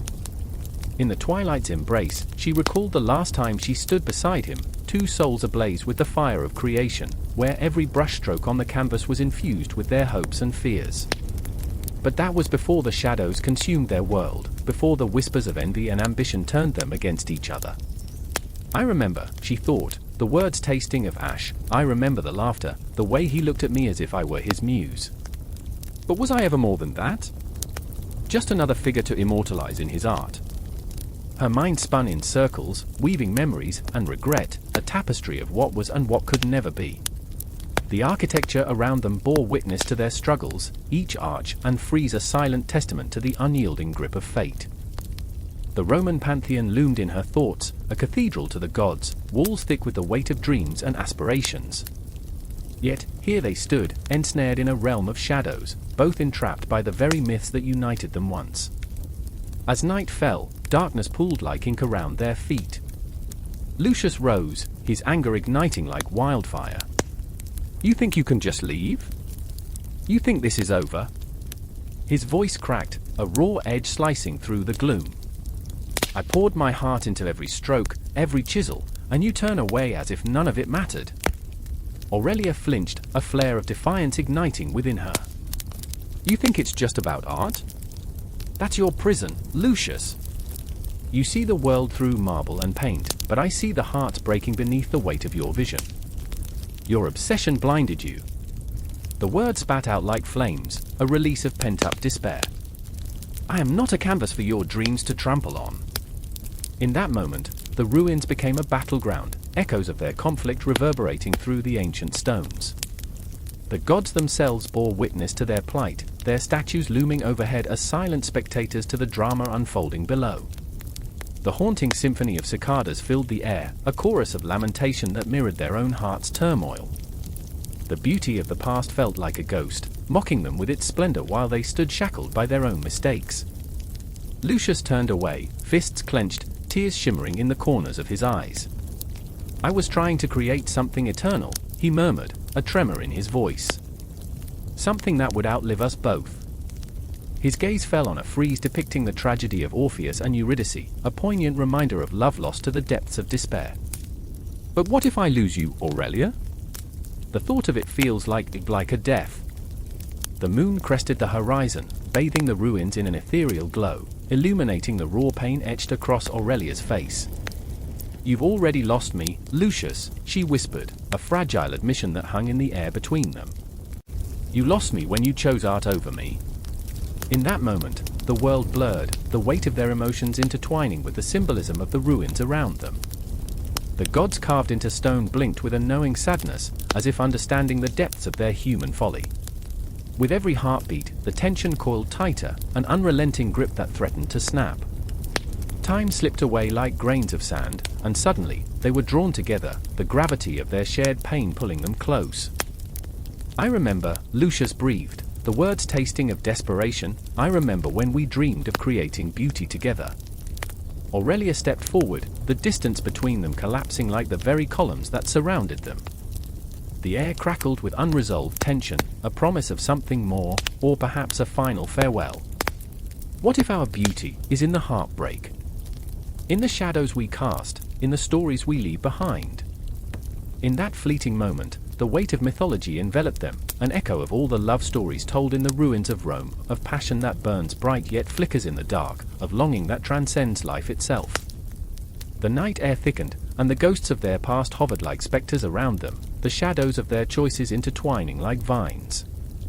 And as they stood on the precipice, facing the ghosts of their hearts, the truth loomed over them like a looming archway, a reminder that in the world of myth and art, nothing is ever truly lost. Time may march on, but the souls of those who loved and lost remain forever etched in the stones, pulsating with the stories of their hearts, waiting for the next chapter to begin. The air is thick with the scent of damp earth and decay, a foreboding perfume that wraps around you, choking and familiar. A bell tolls somewhere in the distance, an eerie echo that cuts through the stillness, each chime a reminder that time is slipping through fingers like sand. I stand there, heart pounding, hands trembling, caught between dread and curiosity. Shadows flicker in the corners of my vision, and I can't tell if they are memories or manifestations of fear. The chill of the grave gnaws at my spine, whispering promises of what lies beneath the surface, what waits in the dark. Marcus is beside me, his face a mask of conflict, eyes dark and haunted. He always had that look, as though he'd stumbled upon a truth too terrible to bear. "It's not just death," he mutters, almost to himself, as if he's wrestling with the weight of a curse. "It's what comes after." I remember how he once laughed at the idea of an underworld, how he scoffed at the tales of restless spirits and vengeful gods. Now, the laughter is gone, replaced by a hollow echo that reverberates through the silence. And then there's Lydia, her hair a wild tangle of night, eyes aflame with defiance. She stands a little apart, arms crossed, but her body betrays her resolve. The tremor in her fingers, the way she bites her lip, speaks to the fear she refuses to acknowledge. "They can't take us," she insists, but her voice wavers. I want to tell her that it's okay to be afraid, that the darkness can be overwhelming. I want to reach out, to grasp her hand and pull her back from the edge of despair, but the ground beneath us feels like a chasm, a void waiting to swallow our hopes whole. I remember the stories, the tales spun by old men in the flickering light of tavern fires. They spoke of Charon, the grim ferryman, his boat a vessel of whispered secrets and lost dreams. Pay him well, they said, or remain trapped in the mist of forgetfulness. It's a chilling thought, isn't it? That someone like Charon could decide the fate of your soul with a simple nod of his head, a flick of his wrist. The idea of crossing that river, the weight of coins pressing against my palm, sends shivers down my spine. I wonder, would I even recognize my own reflection in the waters? Marcus steps forward, his resolve hardening into something fierce. We can't let fear dictate our fate. The myths are just stories. But as he speaks, I hear the tremor beneath his bravado, the way his voice cracks like fragile glass. It's easy to dismiss the tales of the underworld when death feels far away, when life is a vibrant tapestry of laughter and light. But now, in this moment, the threads unravel, and the shadows close in with a suffocating embrace. A raven caws overhead, its voice a stark reminder of the inevitability that hangs in the air. I remember the superstition, ravens as omens, harbingers of doom. Lydia scoffs, but her eyes dart upwards, betraying her fear. "It's just a bird," she says, but the quiver in her voice tells a different story. We look at each other, the unspoken truth hanging heavy between us. We are all afraid of what lies beyond this life, of the stories we might become once we pass through the veil. I can almost feel the chill of the river Styx on my skin, the icy fingers of despair wrapping around my throat. What if we don't get to choose? I whisper, the words escaping my lips like a prayer to the unknown. What if there's no escape from the underworld? What if we become echoes of our own lives, trapped in shadows, forever yearning for what we lost? Silence falls, thick and suffocating, as if the world itself is holding its breath. Marcus drops to his knees, the weight of his thoughts too heavy to bear. "Then we fight," he says, the fire in his eyes igniting like a dying star. "We refuse to be forgotten. We carve our names into the fabric of existence, past the myths that haunt us." The air feels electric, charged with defiance and fear, a mixture that swirls around us like a storm. I can see it, the flicker of hope in Lydia's gaze as she steps closer, her heart beating a frantic rhythm against the approaching darkness. "We'll face them head on," she says, her voice trembling but resolute. "We'll rewrite our story. No gods, no myths can decide our fate." But even as she speaks, I feel the creeping tendrils of doubt slither into my mind. I remember the tales of Hades, of the lost souls wandering the ashen fields, forever yearning for the warmth of the sun. And what if we fail? I whisper, the words heavy and laced with despair. What if we become part of those stories? The silence stretches, heavy and oppressive, as we stand on the precipice of something unfathomable. The shadows loom larger, the air thick with the scent of earth and decay, the inevitability of death whispers in our ears. We are caught in a moment, suspended between life and the unknown, each heartbeat echoing louder than the last, each breath a reminder of our fragile existence. In this world of myths and shades, where the line between life and death blurs, we stand together, trembling but unyielding. It is a fight not just against the darkness that encircles us, but against the very essence of forgetting, a battle for our souls amidst the whispers of the underworld. As we confront the abyss, I realize that the true horror lies not in the tales of old but in the memories we leave behind, in the echoes that resonate long after we've crossed that fateful river. And perhaps, just perhaps, it is in the fight itself where we find our salvation, the struggle against the inevitable, a flicker of defiance in a world riddled with despair. I remember the strength we wield when we stand together. And for a moment, the darkness feels a little less suffocating, the shadows a little less daunting, as we grasp each other's hands, ready to face whatever comes next. The night hung heavy, a silent shroud over the bustling streets of Rome. I could feel the pulse of the city, a heartbeat quickening in sync with the distant clang of a smith's hammer, resonating through the shadows. My breath hitched as I stood at the crossroads, the flickering torchlight casting long, dancing shadows that seemed to whisper secrets. Above, the stars blinked like ghosts in a forgotten sky, each one a silent witness to what was unfolding below, a reckoning long in the making. And then I saw her. Claudia, eyes wide, filled with a tempest of fear and defiance. She was no ordinary woman, no, she was a priestess of Apollo, entrusted with the weight of the gods' ominous messages. The air crackled with tension, an electric charge that sent shivers down my spine. "They've come for us," she gasped, the words barely leaving her lips before they were swallowed by the darkness. The omens. They're coming true. What a twisted fate we lived in, where the very signs meant to guide us became the harbingers of doom. I could still hear the echoes of her voice, a haunting melody in the back of my mind. A fractured warning that gnawed at my soul. They were always there, the augurs, perched like vultures, their eyes scanning the skies, reading the smoke, interpreting the twitch of a goat's ear, each sign a thread in a tapestry of fate that they alone could decipher. "Caius," she hissed, pulling me back from the abyss of my thoughts, "we must go. The sacrifice. It's not just a ceremony anymore. It's survival. The urgency in her voice cut deeper than any blade, slicing through the haze of my confusion. I was drawn in, caught in the whirlwind of her conviction. My heart raced as I recalled the dreams that had plagued me, the visions of flames licking the sky, of shadows creeping across the land, consuming everything in their path. But Caius was not just a bystander in this grim theater of the absurd. I was a soldier, damn it, a soldier, but now, I felt the weight of a different battle. One fought not with sword and shield, but with the fear that gripped me, a vice around my soul. I was on the precipice of something dark and terrible, a chasm that threatened to swallow me whole. My hands trembled, not from fear of death but from the realization that the prophecies weren't just words scrawled on ancient scrolls, they were living, breathing entities that danced in the moonlight, taunting us with their inevitability. Do you think the gods care? I spat, the bitterness in my voice tasting bitter and metallic. Do you think they watch us, laughing as we twist ourselves into knots trying to appease them? I could see her struggle, the flicker of doubt in her eyes, battling against faith like a candle flickering in a storm. We're nothing but pawns, Claudia. The gods play with us like children with dolls. With a fierce resolve, she stood taller, the weight of her beliefs igniting a fire within her. No, Caius. They guide us. They warn us.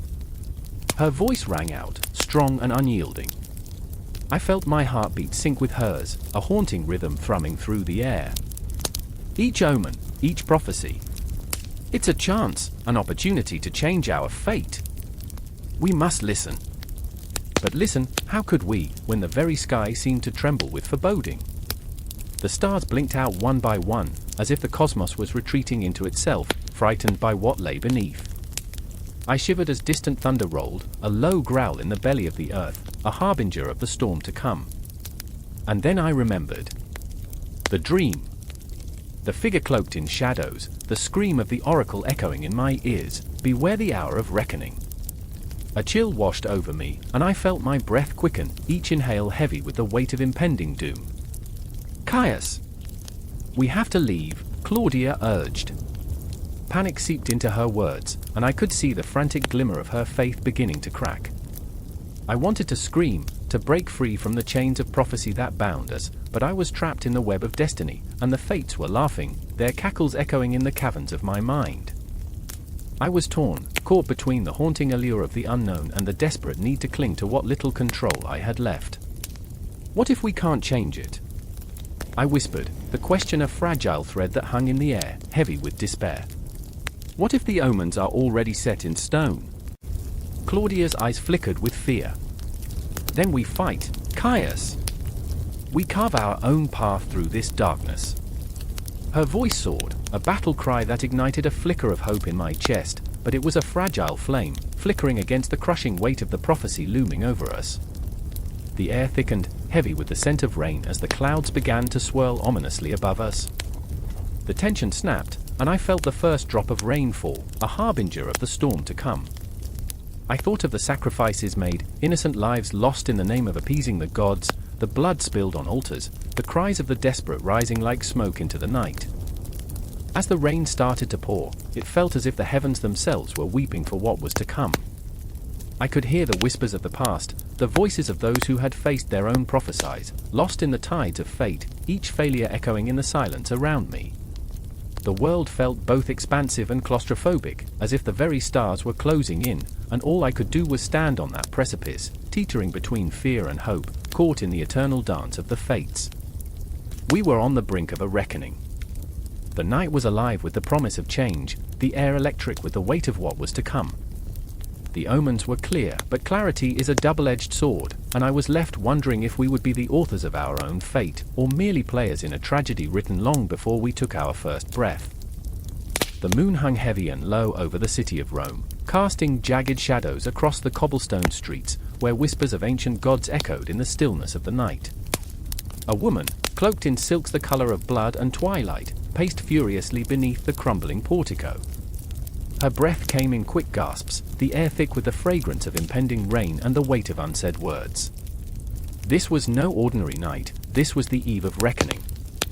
Her heart pounded like a war drum, each beat a pulse of desperation, as she thought of her sister, sweet, foolish, and reckless. I can still hear her laughter, echoing through the halls of our childhood home, sweet and innocent as it rings in my ears. "You don't understand, Vesta," she had said, her voice a melody woven with dreams of the cosmos. "The world is ours to seize. But the world is merciless." I remember the day Apollo came to claim her, his eyes two burning suns, glinting with promises he had no intention of keeping. And I, standing in the shadows, felt the heat of her spirit flickering like a dying flame. "Let her go!" I had screamed into the void, but my voice was lost, swallowed by the very city that had given birth to our desires and crushed them beneath its weight. I remember the way she looked back, eyes wide, a mix of excitement and fear, a goddess in the making, destined to be both revered and reviled. "Not all paths are meant to be walked together," she had whispered, and just like that, she stepped into the light of Apollo, a god who gave and took in equal measure. And now I stand before the altar of anger and grief, the flickering torches casting grotesque shapes on the stone walls, where the echoes of divine femininity writhe like serpents, twisting the narrative of our lives. The temple's filled with the scent of burnt offerings, and I can taste the bitterness of sacrifice on my tongue. I am not just the keeper of the hearth, I am a warrior poised for battle in a world that judges a woman's worth by her silence. The shadows dance, mocking me, and I can hear the soft voice of Minerva, wise as the ages, whispering in my ear. "What is power, Vesta, if not the ability to create or destroy?" I know that too well. I remember the way she held her head high, defying the expectations that sought to chain her. "You are more than a vessel for life," she said, her words wrapping around me like a vine. "You are the life itself." But here I am, on the brink of chaos, doubting everything I thought I understood. I clutch the amulet of Venus at my neck, the weight of beauty and desire heavy against my chest. What power does it hold?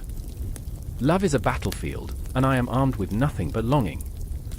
My heart a battlefield, torn between the fierce loyalty to my sister and the suffocating expectations of being a woman in a world that expects me to be demure, obedient, and above all, silent. Somewhere, in the labyrinth of Roman streets, I hear her voice again. "The night is alive, Vesta. Don't you feel it? The stars are calling." And I remember. The stars were our dreams, shining bright above the darkness. But the night is also where nightmares dwell. With each step I take, I feel the weight of history pressing down upon me, the women who came before me, the Mediaeis, the Didos, fated to be the architects of their own despair. How many sacrifices? How many broken hearts? And then comes the moment when the veil of fate pulls back. I see her, my sister, standing at the crossroads of destiny, her hair a wild halo against the night. She looks like a goddess, yet I can see the fear swimming in her eyes, the fear of becoming a pawn in Apollo's celestial game. I want to scream, to charge towards her like a thunderbolt, to tear down the walls built by men who think they can control us. "Livia!" I call, my voice cracking like thunder, ricocheting off the walls of our past. Her gaze locks onto mine, a flash of recognition, of love, of a bond forged in the fires of our shared blood. "You don't have to do this. We can fight." But the gods laugh, they revel in our struggles, our strife. They want us to bleed, to scream, to be the tragic heroines of our own stories. I remember the stories we were told as children, the tales of Juno, fierce and vengeful, and of Proserpina, trapped in the underworld, her joy stolen. We were promised power, yet bound in chains. I feel the anger rise, hot as molten lava, coursing through my veins. It ignites a fire within me, demanding to be unleashed. "Your power is within you," I whisper, almost to myself, as I gaze at my sister, who stands at the precipice of her fate, and I realize I am not just a mere keeper of the flame. I am the flame. I can choose to rise, to ignite a revolution, to break free from the chains of expectation. But Livia shakes her head, and in that moment, my heart shatters like glass. "I have to go," she murmurs, and the weight of inevitability hangs between us like the sharpened edge of a sword. "If I don't, we both perish." Her sacrifice looms, an ancient ritual reborn in despair, and I am paralyzed between love and loss. In the distance, the clock towers toll the hour of reckoning, and as the mournful sound carries through the air, it feels like the heartbeat of the city, an echo of both triumph and betrayal. We, the women of Rome, are bound to the stories of the gods, forever playing the roles they cast us in. And as the shadows close in, I realize that this moment is but a breath in the infinite tapestry of our existence, a thread woven with yearning and pain, but also with resilience. I know I must not succumb to despair, for the night is not only a canvas for tragedy but also a fertile ground for rebellion.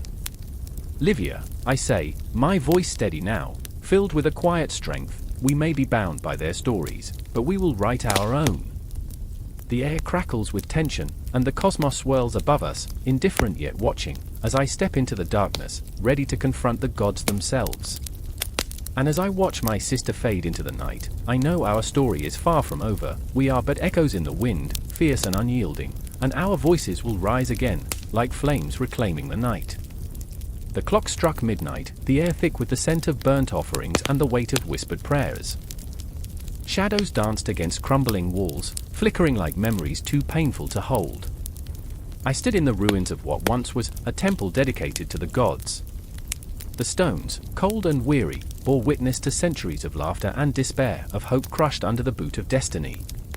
"Do you feel it?" whispered Lucia, her voice barely a tremor in the night, eyes wide and glowing with an unsettling light. "The gods are restless." Her words raked through my skin, igniting a spark of fear that flickered and writhed in my chest. The moon, a ghostly sentinel, cast its gaze upon us, illuminating the chiseled faces of long-forgotten deities, each frozen in a moment of divine agony or ecstasy. I could almost hear them, the laughter of Bacchus, the fury of Mars, the haunting beauty of Venus. They were more than mere stories, they were the marrow of existence, threads woven into the fabric of our lives. "I remember," I said, struggling against the tide of memories crashing against my mind. "The way the ancients worshipped, the fervor in their voices, the blood on their altars, the sacrifices that echoed through time." My heart thundered, a chaotic rhythm echoing through the silence. The weight of history pressed down on us, stifling and intoxicating. A chill raced through the air, and I shuddered, feeling the ghosts of those ancient days swirl around us. Every brick, every stone, held stories of betrayal, bravery, love, and loss. I thought of Marcus, the scholar who had dedicated his life to unearthing these tales, a man whose brilliance was eclipsed only by his loneliness. He had pored over scrolls, desperate to piece together the fragments of a world that felt so impossibly distant yet achingly close. "Do you think they ever regret it?" Lucia asked, her fingers running over the cool surface of a statue, tracing the lines of a forgotten god. "The ones who believed so fiercely." I caught a glimpse of her reflection in the marble, haunted, yearning, a flicker of something wild and untamed. "Belief is a strange thing," I murmured, a desperate grasp at the cosmos, a plea for meaning in the chaos. The memories rushed back, Marcus, standing in the dim light of his study, eyes shining with feverish excitement as he recounted the tales of betrayal by the gods, the fickleness of fate. "The legacy of Roman mythology doesn't just linger, it suffocates," he had said, voice trembling. "It haunts the very marrow of existence. We are shaped by their shadows." And now, here we were, two imperfect souls bound by fragments of a history that felt both familiar and foreign. I felt the pull of that legacy, wrapping around us like a shroud, suffocating yet exhilarating. I wanted to scream, to laugh, to cry, to break free from the weight of it all. "What if," I whispered, the words slipping from my lips like a prayer, "what if we're all just characters in a story, puppets dancing to the whims of gods long gone?" Lucia's laughter was sharp, sudden, echoing against the stone walls. "Then let's dance, shall we?" And just then, the ground trembled, a low rumble that shook the very foundations of my thoughts. I felt it in my bones, the echo of ancient rituals, the thrum of life and death. "This is it," I gasped, heart racing, the thrill of fear coursing through me. "Our story is being written as we speak." The shadows shifted, coalescing into something more substantial, a presence that felt both inviting and menacing. I could see their faces, lost souls, trapped between worlds, longing for release, or perhaps, vengeance. They watched us, their eyes burning with stories untold, secrets to be unearthed. "Do you see them?" Lucia whispered, her voice trembling. The ones who never left. I nodded, heart hammering, the air thick with unspoken truths. They are the remnants, the echoes of a time when the gods walked among us. They bleed into our lives, shaping our fears, our dreams. Each heartbeat was a drumbeat of history, and I felt the overwhelming weight of their desires, their regrets. The gods had molded us, left their imprints on our souls, and now it was our turn to bear the burden. I turned to Lucia, eyes wide, a mixture of terror and exhilaration coursing through me. "What do we do?" "Embrace it," she said, fierce and reckless, eyes glinting with a wild light. "Every story demands a sacrifice, every truth a confrontation. We have to face the shadows if we hope to understand the light." And just like that, I felt the gravity of her words pull me down, deeper into the abyss of possibility. The walls around us seemed to pulsate, vibrating with the energy of countless stories waiting to be told, of myths lingering in the air, seeking a voice. "Remember," I urged, "the tales of the gods, the curses they left behind. They're not just stories, they're the very fabric of our reality." And then it happened, a flare of light, a surge of energy that crackled in the air, enveloping us as the shadows surged forward, whispering secrets of love lost and battles fought, of dreams deferred and destinies sealed. I could see Marcus in the distance, a ghostly figure, eyes wide with wonder and despair, extending his hand toward us. "Join me," he whispered, a plea woven with urgency. "The legacy is ours to bear, and the confrontation is inevitable." Lucia and I exchanged a glance, a silent agreement forged in the heat of the moment. We stepped forward, drawn into the swirling chaos of history and myth, and as we did, I felt time collapse, the past and present entwined, a tapestry woven from the threads of our souls. The gods were watching, waiting, their breath heavy in the air, and within that weight, I sensed an undeniable truth: the legacy would not end, it would loop around us, forever binding us to the stories that shaped our very essence, a dance that would never cease. Dark clouds loomed over the crumbling pillars of the once great temple of Jupiter, their shadows stretching like skeletal fingers across the damp earth. I stood there, breath caught in my throat, as if the very air was heavy with the weight of a dying world. The whispers of the gods faded into a cacophony of doubt and dread. A storm was brewing, not just in the sky but within the hearts of men. The air crackled with tension, and I could see Marcus, his face twisted in anguish, staring up at the altar that had become a mere relic of an age-long past. He was a soldier, once proud and unyielding, now crumbling under the weight of faith and fear. "What do we do now, Antonia?" he asked. His voice trembled, not from the chill of the night or the encroaching storm but from a crisis of soul. "Do we abandon the gods who once watched over us? Do we turn our backs on the whispers of our ancestors?" I felt the stirrings of panic rise within me, clawing at my insides like a starving beast. The world was changing, and with it, the very fabric of our lives was unraveling. "We cannot abandon them," I cried, my voice rising above the rustle of the wind. "They are woven into our stories, our blood." But my words faltered. But what if they are not enough? Around us, the city of Rome was a ghost of its former self. Where once laughter danced through the streets, now only echoes remained. The laughter of children, the banter of friends, gone. Jove's thunder had turned to silence, and the gilded temples stood like the remnants of a forgotten dream. Marcus clenched his fists, his knuckles white with fury and fear. "You tell me to cling to the past, but the world shifts beneath our feet. Look at the Christians. They have a power we cannot fight. They offer hope, Antonia. Hope. Hope." The word hung between us like a blade poised to strike. My heart ached, memories flooding in like a torrential tide, sunlit days in the Forum, the intoxicating aroma of spices wafting through the air, the feeling of belonging to something greater than myself. The gods were the very essence of life, and now they lay dying, their altars overrun with weeds. Outside the temple, shadows danced, and the sounds of chanting rose like smoke. The Christians were gathering, their voices rising in fervent prayer, a melody that pierced the night. I shivered, not from the cold but from the unsettling reality that they had found community, a sense of purpose. They were like moths drawn to a flame, hungry for solace in a world teetering on the edge of despair. "They can't have them." Our gods! Marcus shouted, eyes wild with desperation, as if he could summon the spirits with his rage alone. But even as I fought for our gods, doubt gnawed at me. I remembered the stories, the old myths that had cradled my childhood, now fading like the last flicker of a dying fire. What if they were just stories? I whispered, the words tasting bitter on my tongue.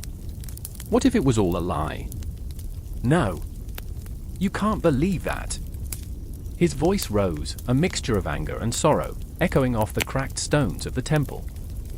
If we abandon them, we abandon ourselves. But I could see it in his eyes, the flickering flame of belief wavering against the onslaught of reality. Around us, the wind picked up, howling through the ruins, a haunting lament for the gods who had once held dominion over the hearts of men. I could almost hear their cries, mournful and desperate, echoing through the years. What will become of us? I whispered, my voice a fragile thread in the tempest. In that moment, I saw the truth flood over Marcus's face, a dawning realization that sent shivers down my spine. We will be ghosts, he said, haunting the shadows of a world that no longer knows our names. The weight of those words hung heavily, a thick fog of sorrow enveloping us. I looked into his eyes, so filled with anguish and fear, and saw my reflection. We were two lost souls, clinging to the remnants of a fading light, caught in a storm of change that threatened to consume us. With every passing moment, the chants grew louder, a relentless tide washing over the shores of tradition and belief. I could feel their fervor, the power of faith, washing over me like a wave, tempting me to surrender, to feel the warmth of belonging once more. But the ghosts of our Pantheon, Jupiter, Mars, Venus, were still present, flickering in the corners of my mind, whispering stories of glory, of strength, of the life that once surged through the streets of Rome. We can't let go, Marcus, I pleaded, my voice trembling. We can't let them erase our past. But even as I said it, I felt the truth sink deep into my bones. Perhaps the past was already slipping away, like grains of sand through our fingers. Perhaps the gods we had worshipped were merely the shadows of memories, fading in the light of a new dawn. Marcus turned away, his silhouette stark against the darkening sky, a portrait of defeat. In that moment, I understood that we were both at war, not just with the encroaching tide of new beliefs but with the ghosts of our own convictions. The very thing that bound us was now tearing us apart. In the stillness that followed, amidst the clamor of voices and the crackle of impending rain, I realized that this was not merely a conflict of faith, it was a battle for the very essence of who we were. And as the storm broke above us, unleashing its fury, I knew that what lay ahead was not just a clash of beliefs but the agonizing birth of a new world. As the first drops fell, heavy and relentless, I felt the cold sting of reality seep into my bones. We were standing at the precipice of change, one foot in the past, another in an uncertain future. And as I looked into the eyes of Marcus, I knew that whatever choice we made, the echoes of our once vibrant beliefs would linger like ghosts, haunting us in the shadows of what was and what might be. In that moment, the storm raged on, a reflection of the turmoil within us, a tempest of emotion, conflict, and a desperate search for meaning in a world that was shifting like sand beneath our feet. The air crackled with tension as the night cloaked the city, shadows stretching and writhing like lost souls whispering secrets in the dark. I stood there, heart racing, staring at the faded fresco that clamored for breath on the decaying wall, the likeness of a once mighty god captured in colors that had long since bled into one another. The vibrant hues, now ghosts of their former selves, seemed to mock the very essence of divinity. Do you know what it's like to feel history pulse beneath your fingers? To sense the weight of time pressing down, thick and suffocating? I felt it in my bones, a reminder that art could live, could breathe, could haunt us like a spectre of lost glory.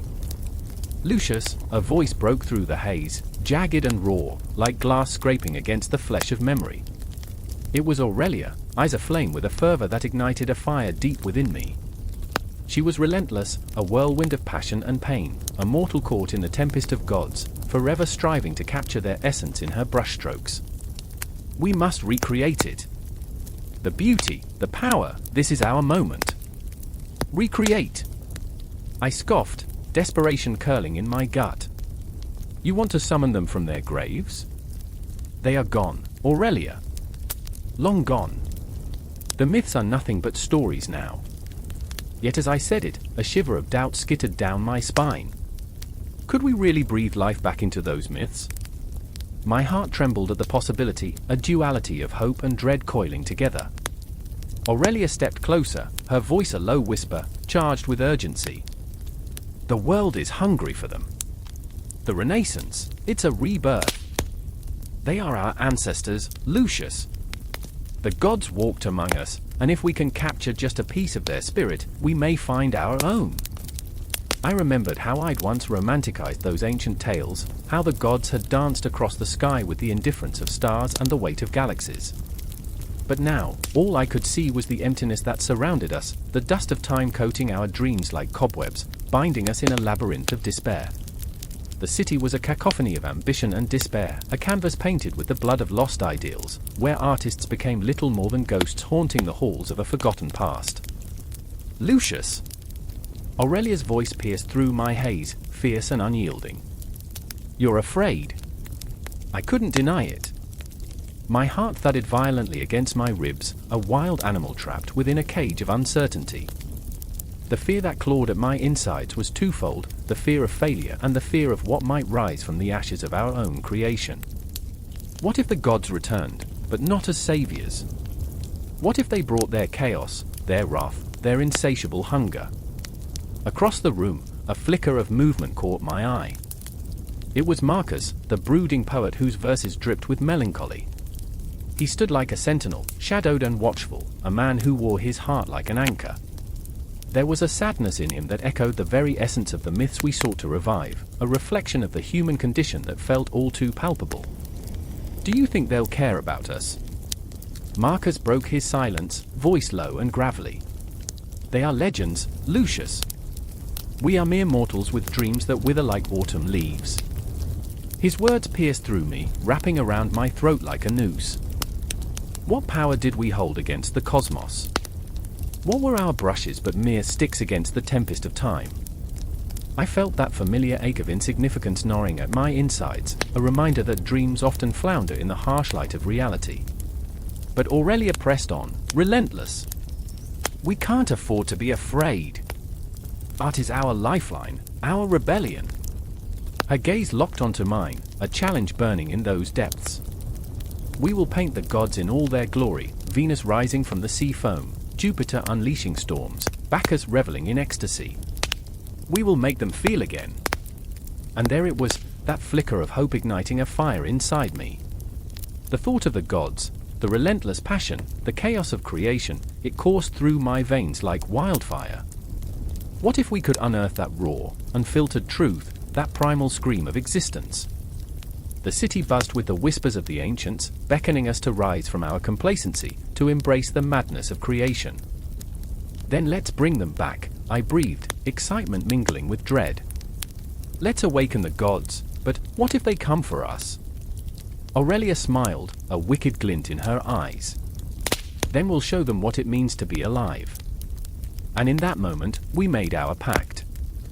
We would paint, we would write, we would scream into the void until our voices echoed back. But as the clock chimed in the distance, a haunting reminder of time slipping through our fingers, I couldn't shake the feeling that we were treading into dangerous waters.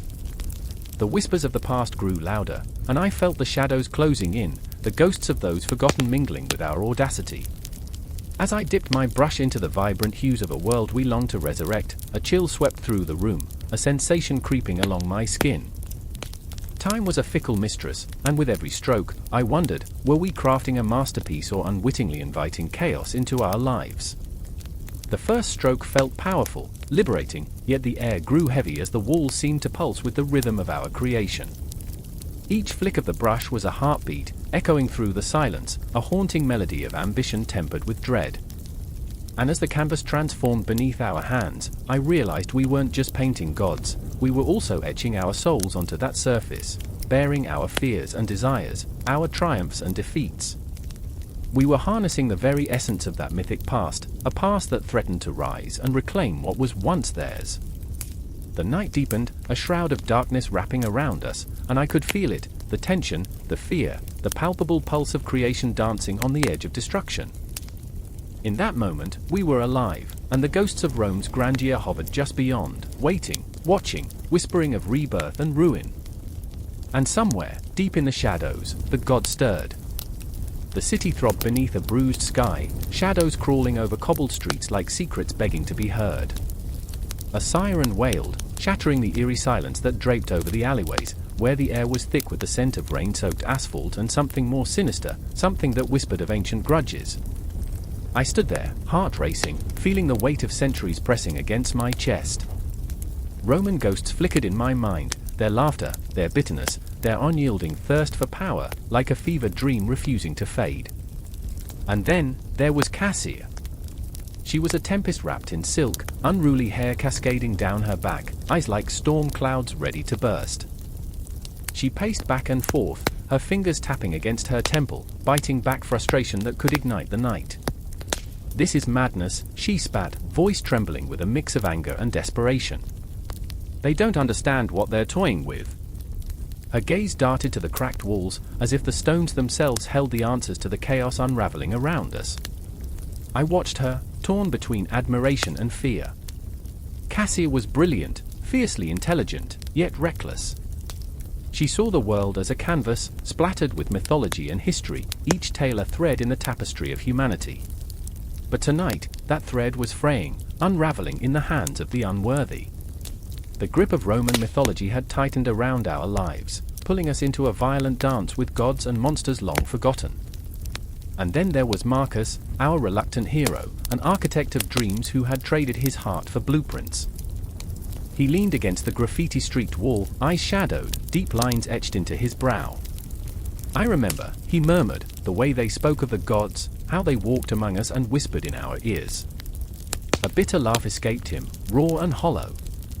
Now, we're just lost souls in a city that's forgotten its legends.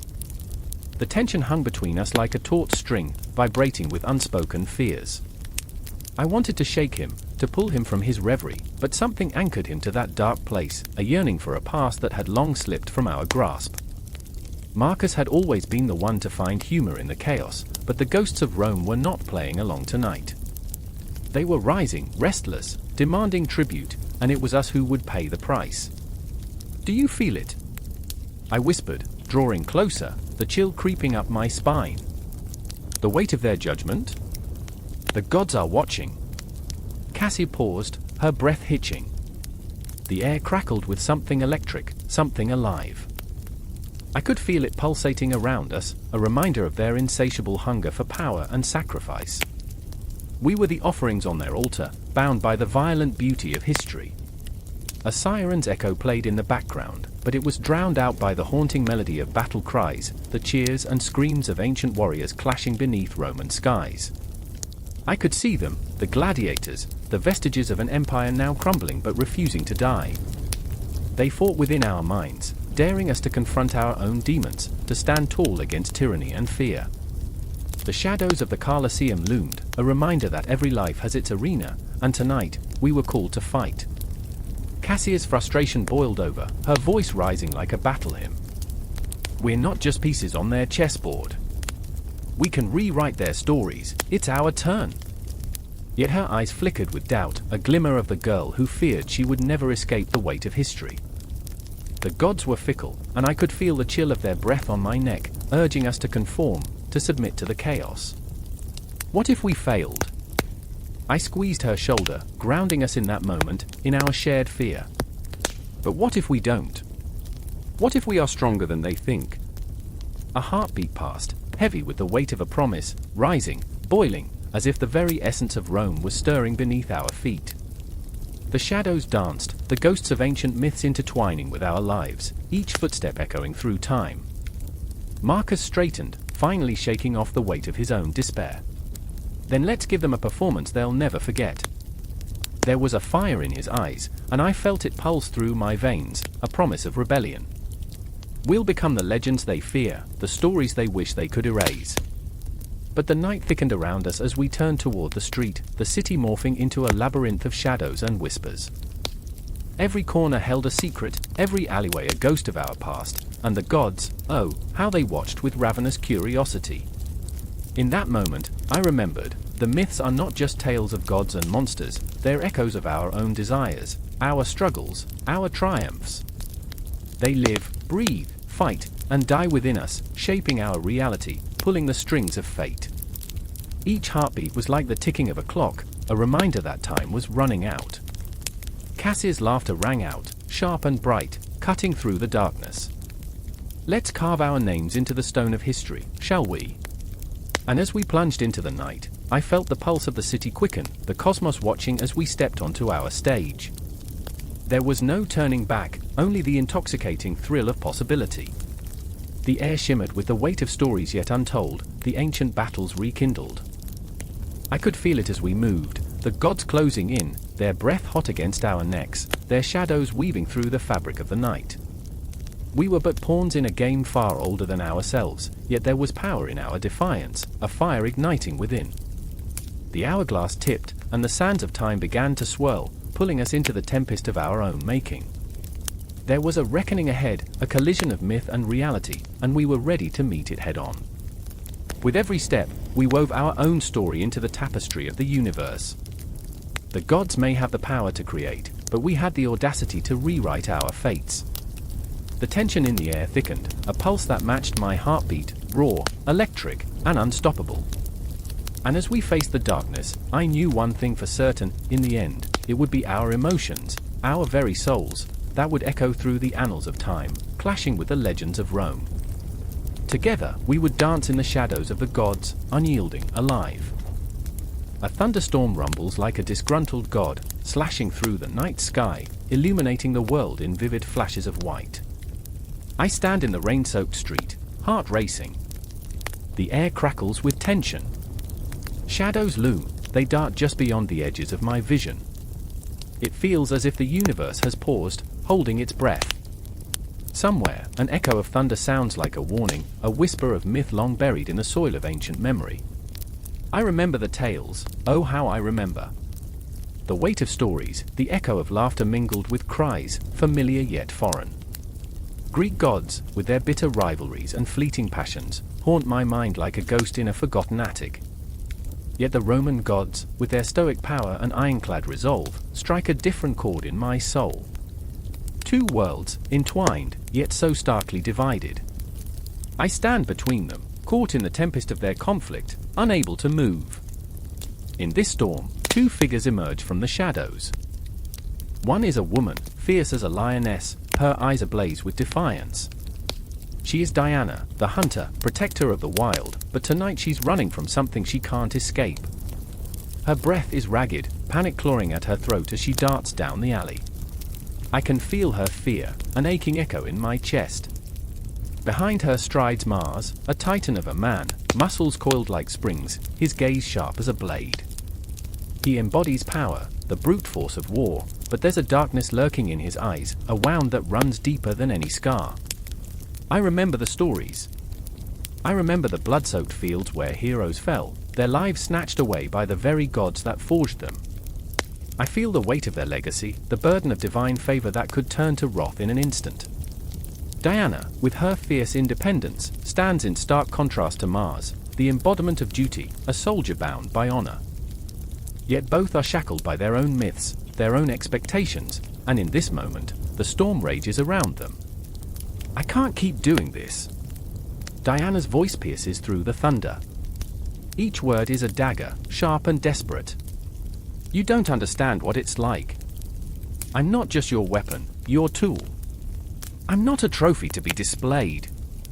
The truth hangs between them like a suspended note, vibrating with raw intensity. Mars, with his granite resolve, steps closer, fists clenched. You think this is about possession? About ownership? It's about survival.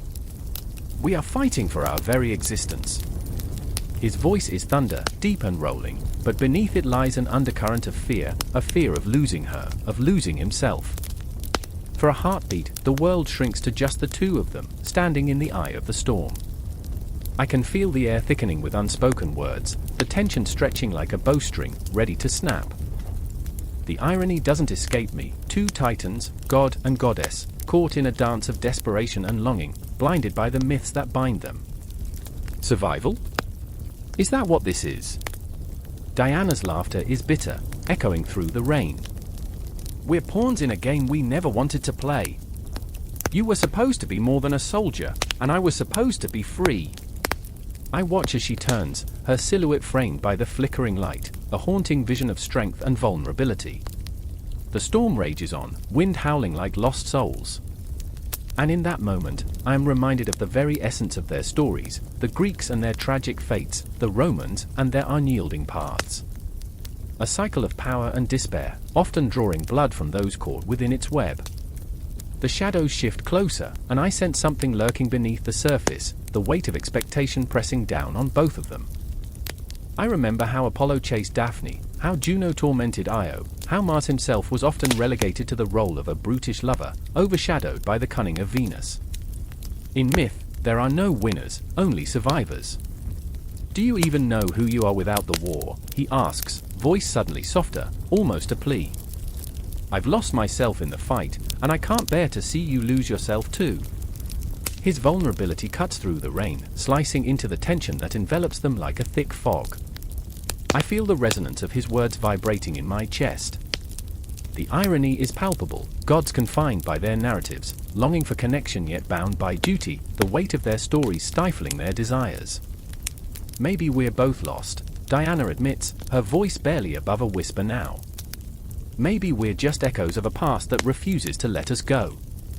I can feel the certainty of regret settle in the air, thick and suffocating. Their lives, woven into the tapestry of myth, are eternally haunted by their decisions, choices made in the flicker of a candle, the swing of a sword. The storm rages on, the sky darkened by their struggle, yet in that moment, there's a stillness, a brief pause where something might shift. The clock of fate ticks relentlessly, each second dragging them closer to an inevitable confrontation, not just with each other but with their own identities, their own truths. The rain, once a barrier, now feels like a cleansing breath, washing away the filth of expectation, leaving only the raw essence of who they are. And then I remember, this is not merely the clash of titans, it is a heartbreaking symphony of existence, a reflection of our own lives. We all wear masks, play roles dictated by the whims of society, our own desires drowned in the cacophony of life. We, too, are caught in the storm, searching for our place in a world that often feels indifferent to our struggles. As I stand amidst the chaos, I realize this moment is fraught with rage and sorrow, love and loss, intertwined like the fates themselves. The storm, a tempest of fate, crashes around them, but in this collision of worlds, there lies a promise, an echo of hope that maybe, just maybe, they can redefine their myths. As the rain pours down, creating a symphony of chaos, I know this isn't the end. It is, instead, a doorway, an opening to something greater, something that beckons with a siren's call. And though I stand on the precipice of their stories, feeling the weight of the universe pressing down, I understand that each heartbeat, each breath drawn in this storm, connects me to them, to the very essence of what it means to be alive, to struggle, to love. A cold wind whispers through the crumbling stone walls of a forgotten temple, where shadows dance like the remnants of lost souls. I stand there, enveloped by an eerie silence thick enough to choke on, the kind that makes your heart race and your skin prickle. An altar rises ahead, draped in the dusty shrouds of once sacred offerings, broken pottery, rusted coins, and wilted flowers that have long since abandoned their fragrance. Here, myths whisper, and the air crackles with tension, a premonition of the storm that rages within. Marcus, a soldier torn between duty and the gnawing ache of betrayal, grips his sword so tightly his knuckles turn white. He was promised glory in the name of Mars, yet all he feels is the weight of 1,000 lifetimes, each life a myth that haunts him like the specter of a lover lost. I remember the way his eyes glistened with fervor at the tales of Valor, but now they are dulled, shadows lurking beneath the surface. The myths of his homeland once painted him a hero, now they are chains, binding him to a fate he no longer believes in. "Do you hear that?" he whispers, the tremor in his voice betraying his bravado. The wind howls through the cracks, almost mocking him. There's a story woven into this place, something unspeakable lurking just out of reach. I remember stories told by firelight, of gods and monsters, of heroes turned to dust by their own hubris. Marcus stands on the precipice, straddling the line between ancient reverence and the crumbling reality of a world that has moved on. And then there's Livia, a priestess with a heart that beats wildly against the constraints of tradition, her fingers brushing the remnants of incense as if to coax the spirits back from the abyss. She carries the weight of her people's hopes on her slender shoulders. Each prayer she utters is a plea for redemption, for understanding that seems forever out of reach.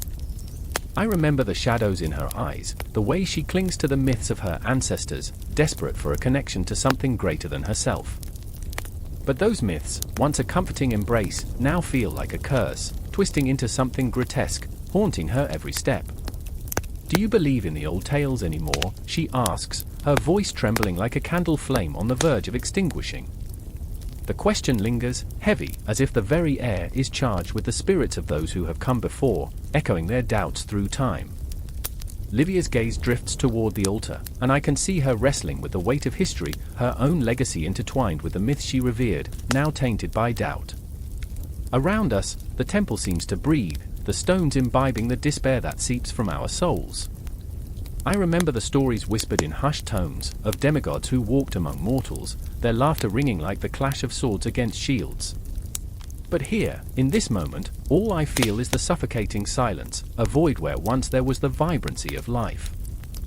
The myths that once inspired great deeds now crumble under the weight of their own contradictions, leaving nothing but echoes and shadows. Suddenly, the ground trembles. It's a low thrum that reverberates through the stones, a reminder of an ancient power awakening from its slumber. Marcus and Livia exchange a glance, a flicker of understanding passing between them, a shared realization that the myths they cling to cannot protect them from the wrath of the gods. And yet, they stand firm, their resolve like steel against the encroaching darkness. The storm outside roars, a cacophony of thunder and rain that drums against the temple's roof, each drop a reminder of lives lost, dreams shattered, and the relentless march of time. What if we are the myths they tell? Marcus mutters, his voice barely audible above the chaos. What if we become the stories that haunt the future, twisted and misunderstood? There's a chilling truth in his words, a terror that grips my heart. I remember the stories of men turned to stone, of women lost in the shadows of their own making. What if they too had once stood here, grappling with the same fears? Livia steps forward, her hands trembling as she reaches for a shard of pottery, its edges sharp and glistening. "Then let us carve our own tale," she declares, her voice rising above the tempest. "Let us bend the myths to our will, let them echo our truth rather than our despair." Her conviction cuts through the darkness, a flicker of hope igniting in the gloom. I remember the way her spirit burns brightly, illuminating the shadows that threaten to consume her. But the storm rages on, and with it, the weight of their choices looms overhead. I can see the flicker of doubt in Marcus's eyes, the hesitation that threatens to unravel the fragile thread of their resolve. "What if our truth is too heavy?" he asks, the fear creeping back into his voice. "What if we fail?" The air thickens with tension, a taut string ready to snap. I remember the tales of gods who grew weary of their creations, abandoning them to the void. In that moment, the temple feels alive, a witness to the human struggle against the myths that bind us, against the stories that shape our lives yet threaten to consume us. And then, just as I think all hope is lost, the tempest outside shifts. The storm, once a harbinger of chaos, now feels strangely cathartic, a cleansing rain that washes away the fears, the burden of history, and for a fleeting moment, the myths feel less like shackles and more like wings, beckoning them to rise above the past. I can't help but feel myself drawn into their turmoil, my heart racing as the boundaries between us blur. I remember the dreams that haunt me at night, the whispers of ancestors who implore me to heed their stories, to carry them into the light. And as I stand in that temple, surrounded by the ghosts of the past and the storm of the present, I realize the tales are not just words, they are alive, breathing, pulsating through time, waiting for someone to give them shape once more. In that moment, Marcus and Livia stand as one, united by the weight of their myths and the defiance of their hearts. I remember the warmth of their spirits igniting, a wildfire that cannot be contained. The storm rages, echoes of thunder rattling the stones, but they are no longer afraid. They are the myths, the legends, the whispers of the future yet to unfold. The air crackles with tension. A crowd gathers, breath held, hearts racing in unison, a living pulse of anxiety. A priest stands before the altar, gripped by the weight of tradition, the flicker of torches casting shadows that dance like restless spirits. Today, the goddess Vesta herself must be appeased. The hearth's flame whispers of an ancient power, a myth clinging tightly to the bones of this city. The heartbeat of Rome echoes in the heavy silence, a collective breath before the storm, and I feel it deep within, an impending confrontation between belief and reality. A man named Lucius kneels, sweat drenching his brow, hands trembling at his sides.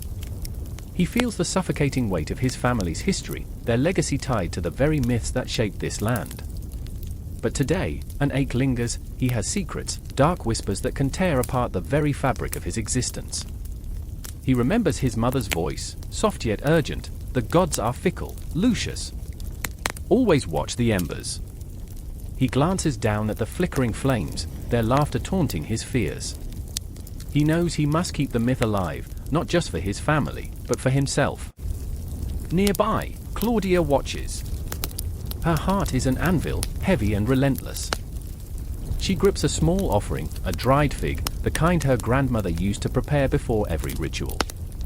She remembers the taste, sweet, familiar, yet bitter with nostalgia. She feels the weight of expectations pressing down, each glance from the townsfolk burning like a brand on her skin. This is not merely a ritual, it is a battle for her very soul. The myths demanded perfection, and in their eyes, she is nothing but a shadow, a woman unworthy of the goddess's blessing. You must shine like the sun, her father had said, voice booming like thunder during the storm. But all she felt was the chill of twilight, the darkness creeping in. As Lucius rises, a sudden crash echoes through the crowd. A statue, weathered and ancient, topples. Gasps ripple through the sea of faces. The ground quakes beneath them, and for a moment, time distorts, the past and present collide. Claudia's heart races. This is a bad omen, she thinks, panic clawing at her throat. The myths are shifting, mutating into a grotesque reminder that the gods are watching, and they demand blood. In the chaos, Lucius finds himself drawn to Claudia, their eyes locking in that charged moment, like two stars colliding in the infinite night. He can see her fear mirrored in his own, and there's an unspoken understanding between them. They are both prisoners of this relentless cycle, bound by the chains of their forebears. What if I told you, he whispers, words barely more than a breath, that I am tired of the myths? What if I want to create my own? Her breath catches, the weight of the possibility hanging like a noose between them. But the crowd swells, and the priest raises his arms, demanding silence. The ritual must continue, the myths must be honored.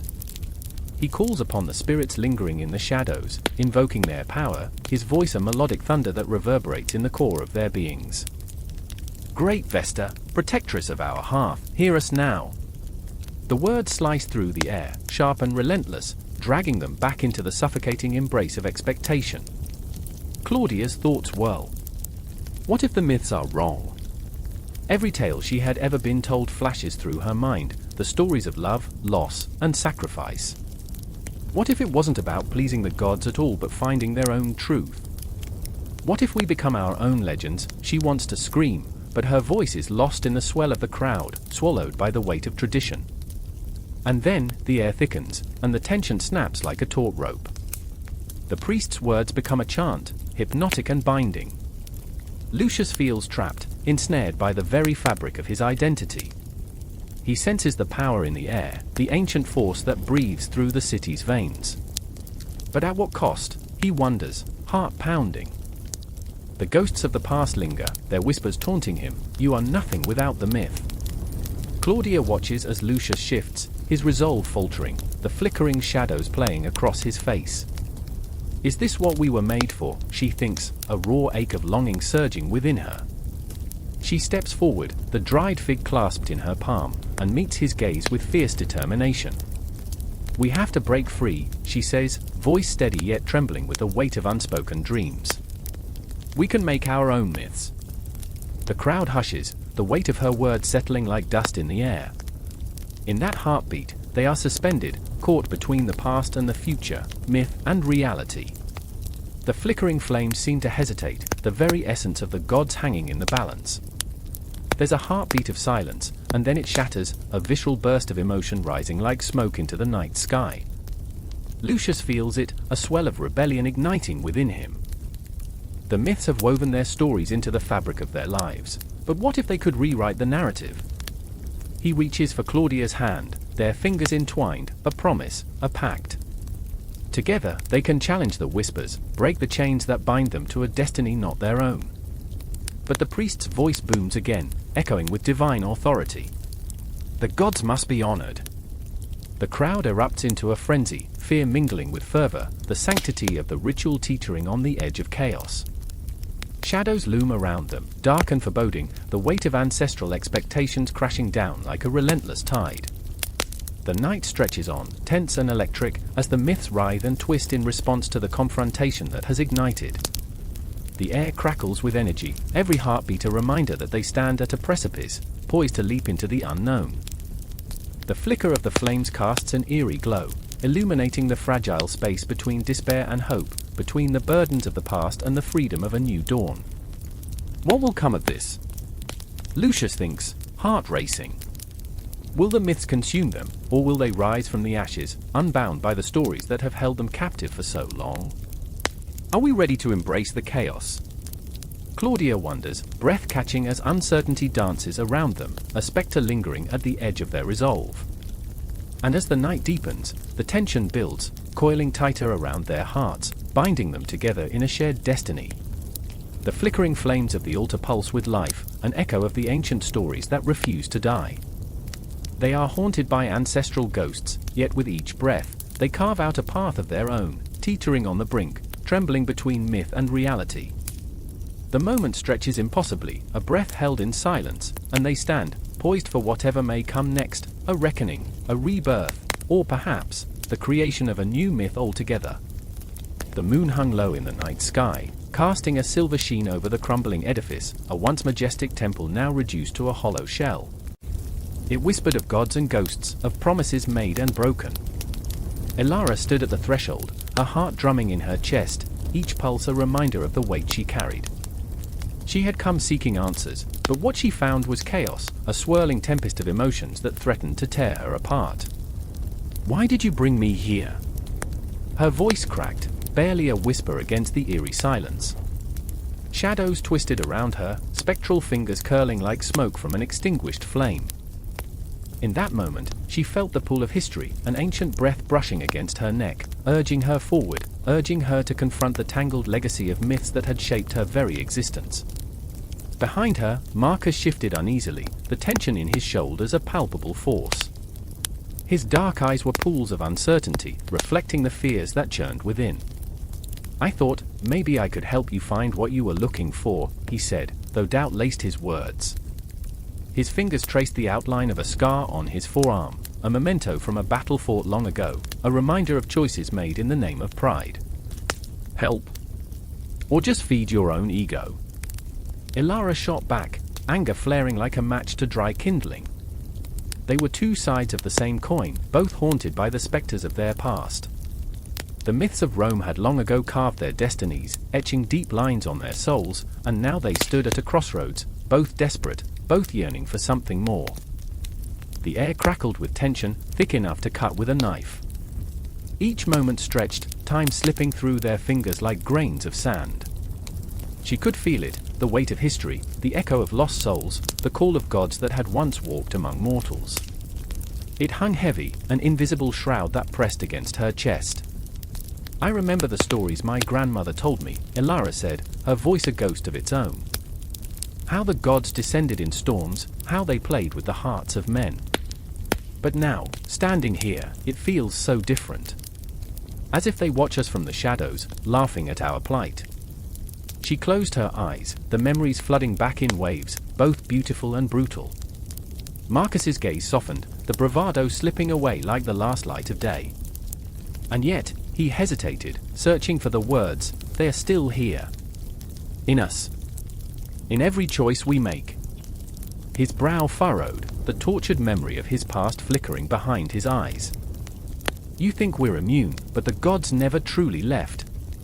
They've woven themselves into our lives, our fears, our desires. We are their stories now.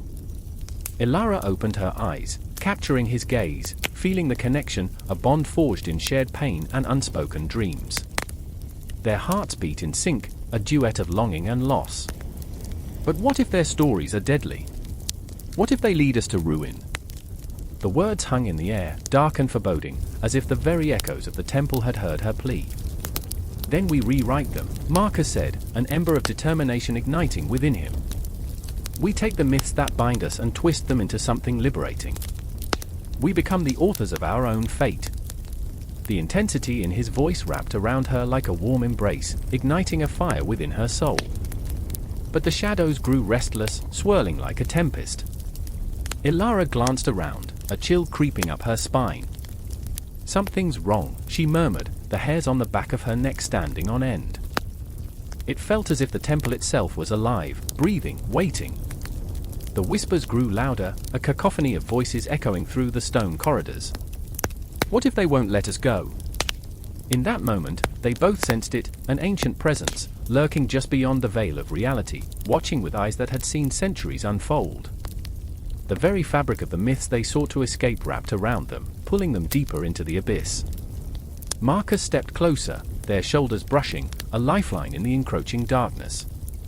I won't let them take you, he vowed, the raw intensity of his promise resonating between them, a fragile determination in the face of overwhelming despair. We're more than their pawns. We're alive. We can fight back. Ilara's breath hitched, a mixture of fear and hope swirling within her. But what does that mean? Do we confront the gods, challenge them? They don't play fair. Her heart raced, each thud a reminder of her humanity, of the frail boundaries that separated mortals from the divine. Maybe it's not about confrontation, he replied, his voice a whisper against the howling winds. Maybe it's about understanding. About acknowledging the power they hold and finding a way to coexist. His gaze bore into hers, a storm of emotion brewing beneath the surface. You don't have to fight this alone. Let's face whatever comes together. As the shadows writhed and twisted, Ilara felt a surge of courage. The myths had shaped them, yes, but they would not dictate their fate. Then let's rewrite our story, she said, her voice steady now, emboldened by the connection between them. Let's harness the power of the past and forge a new path, one that's ours.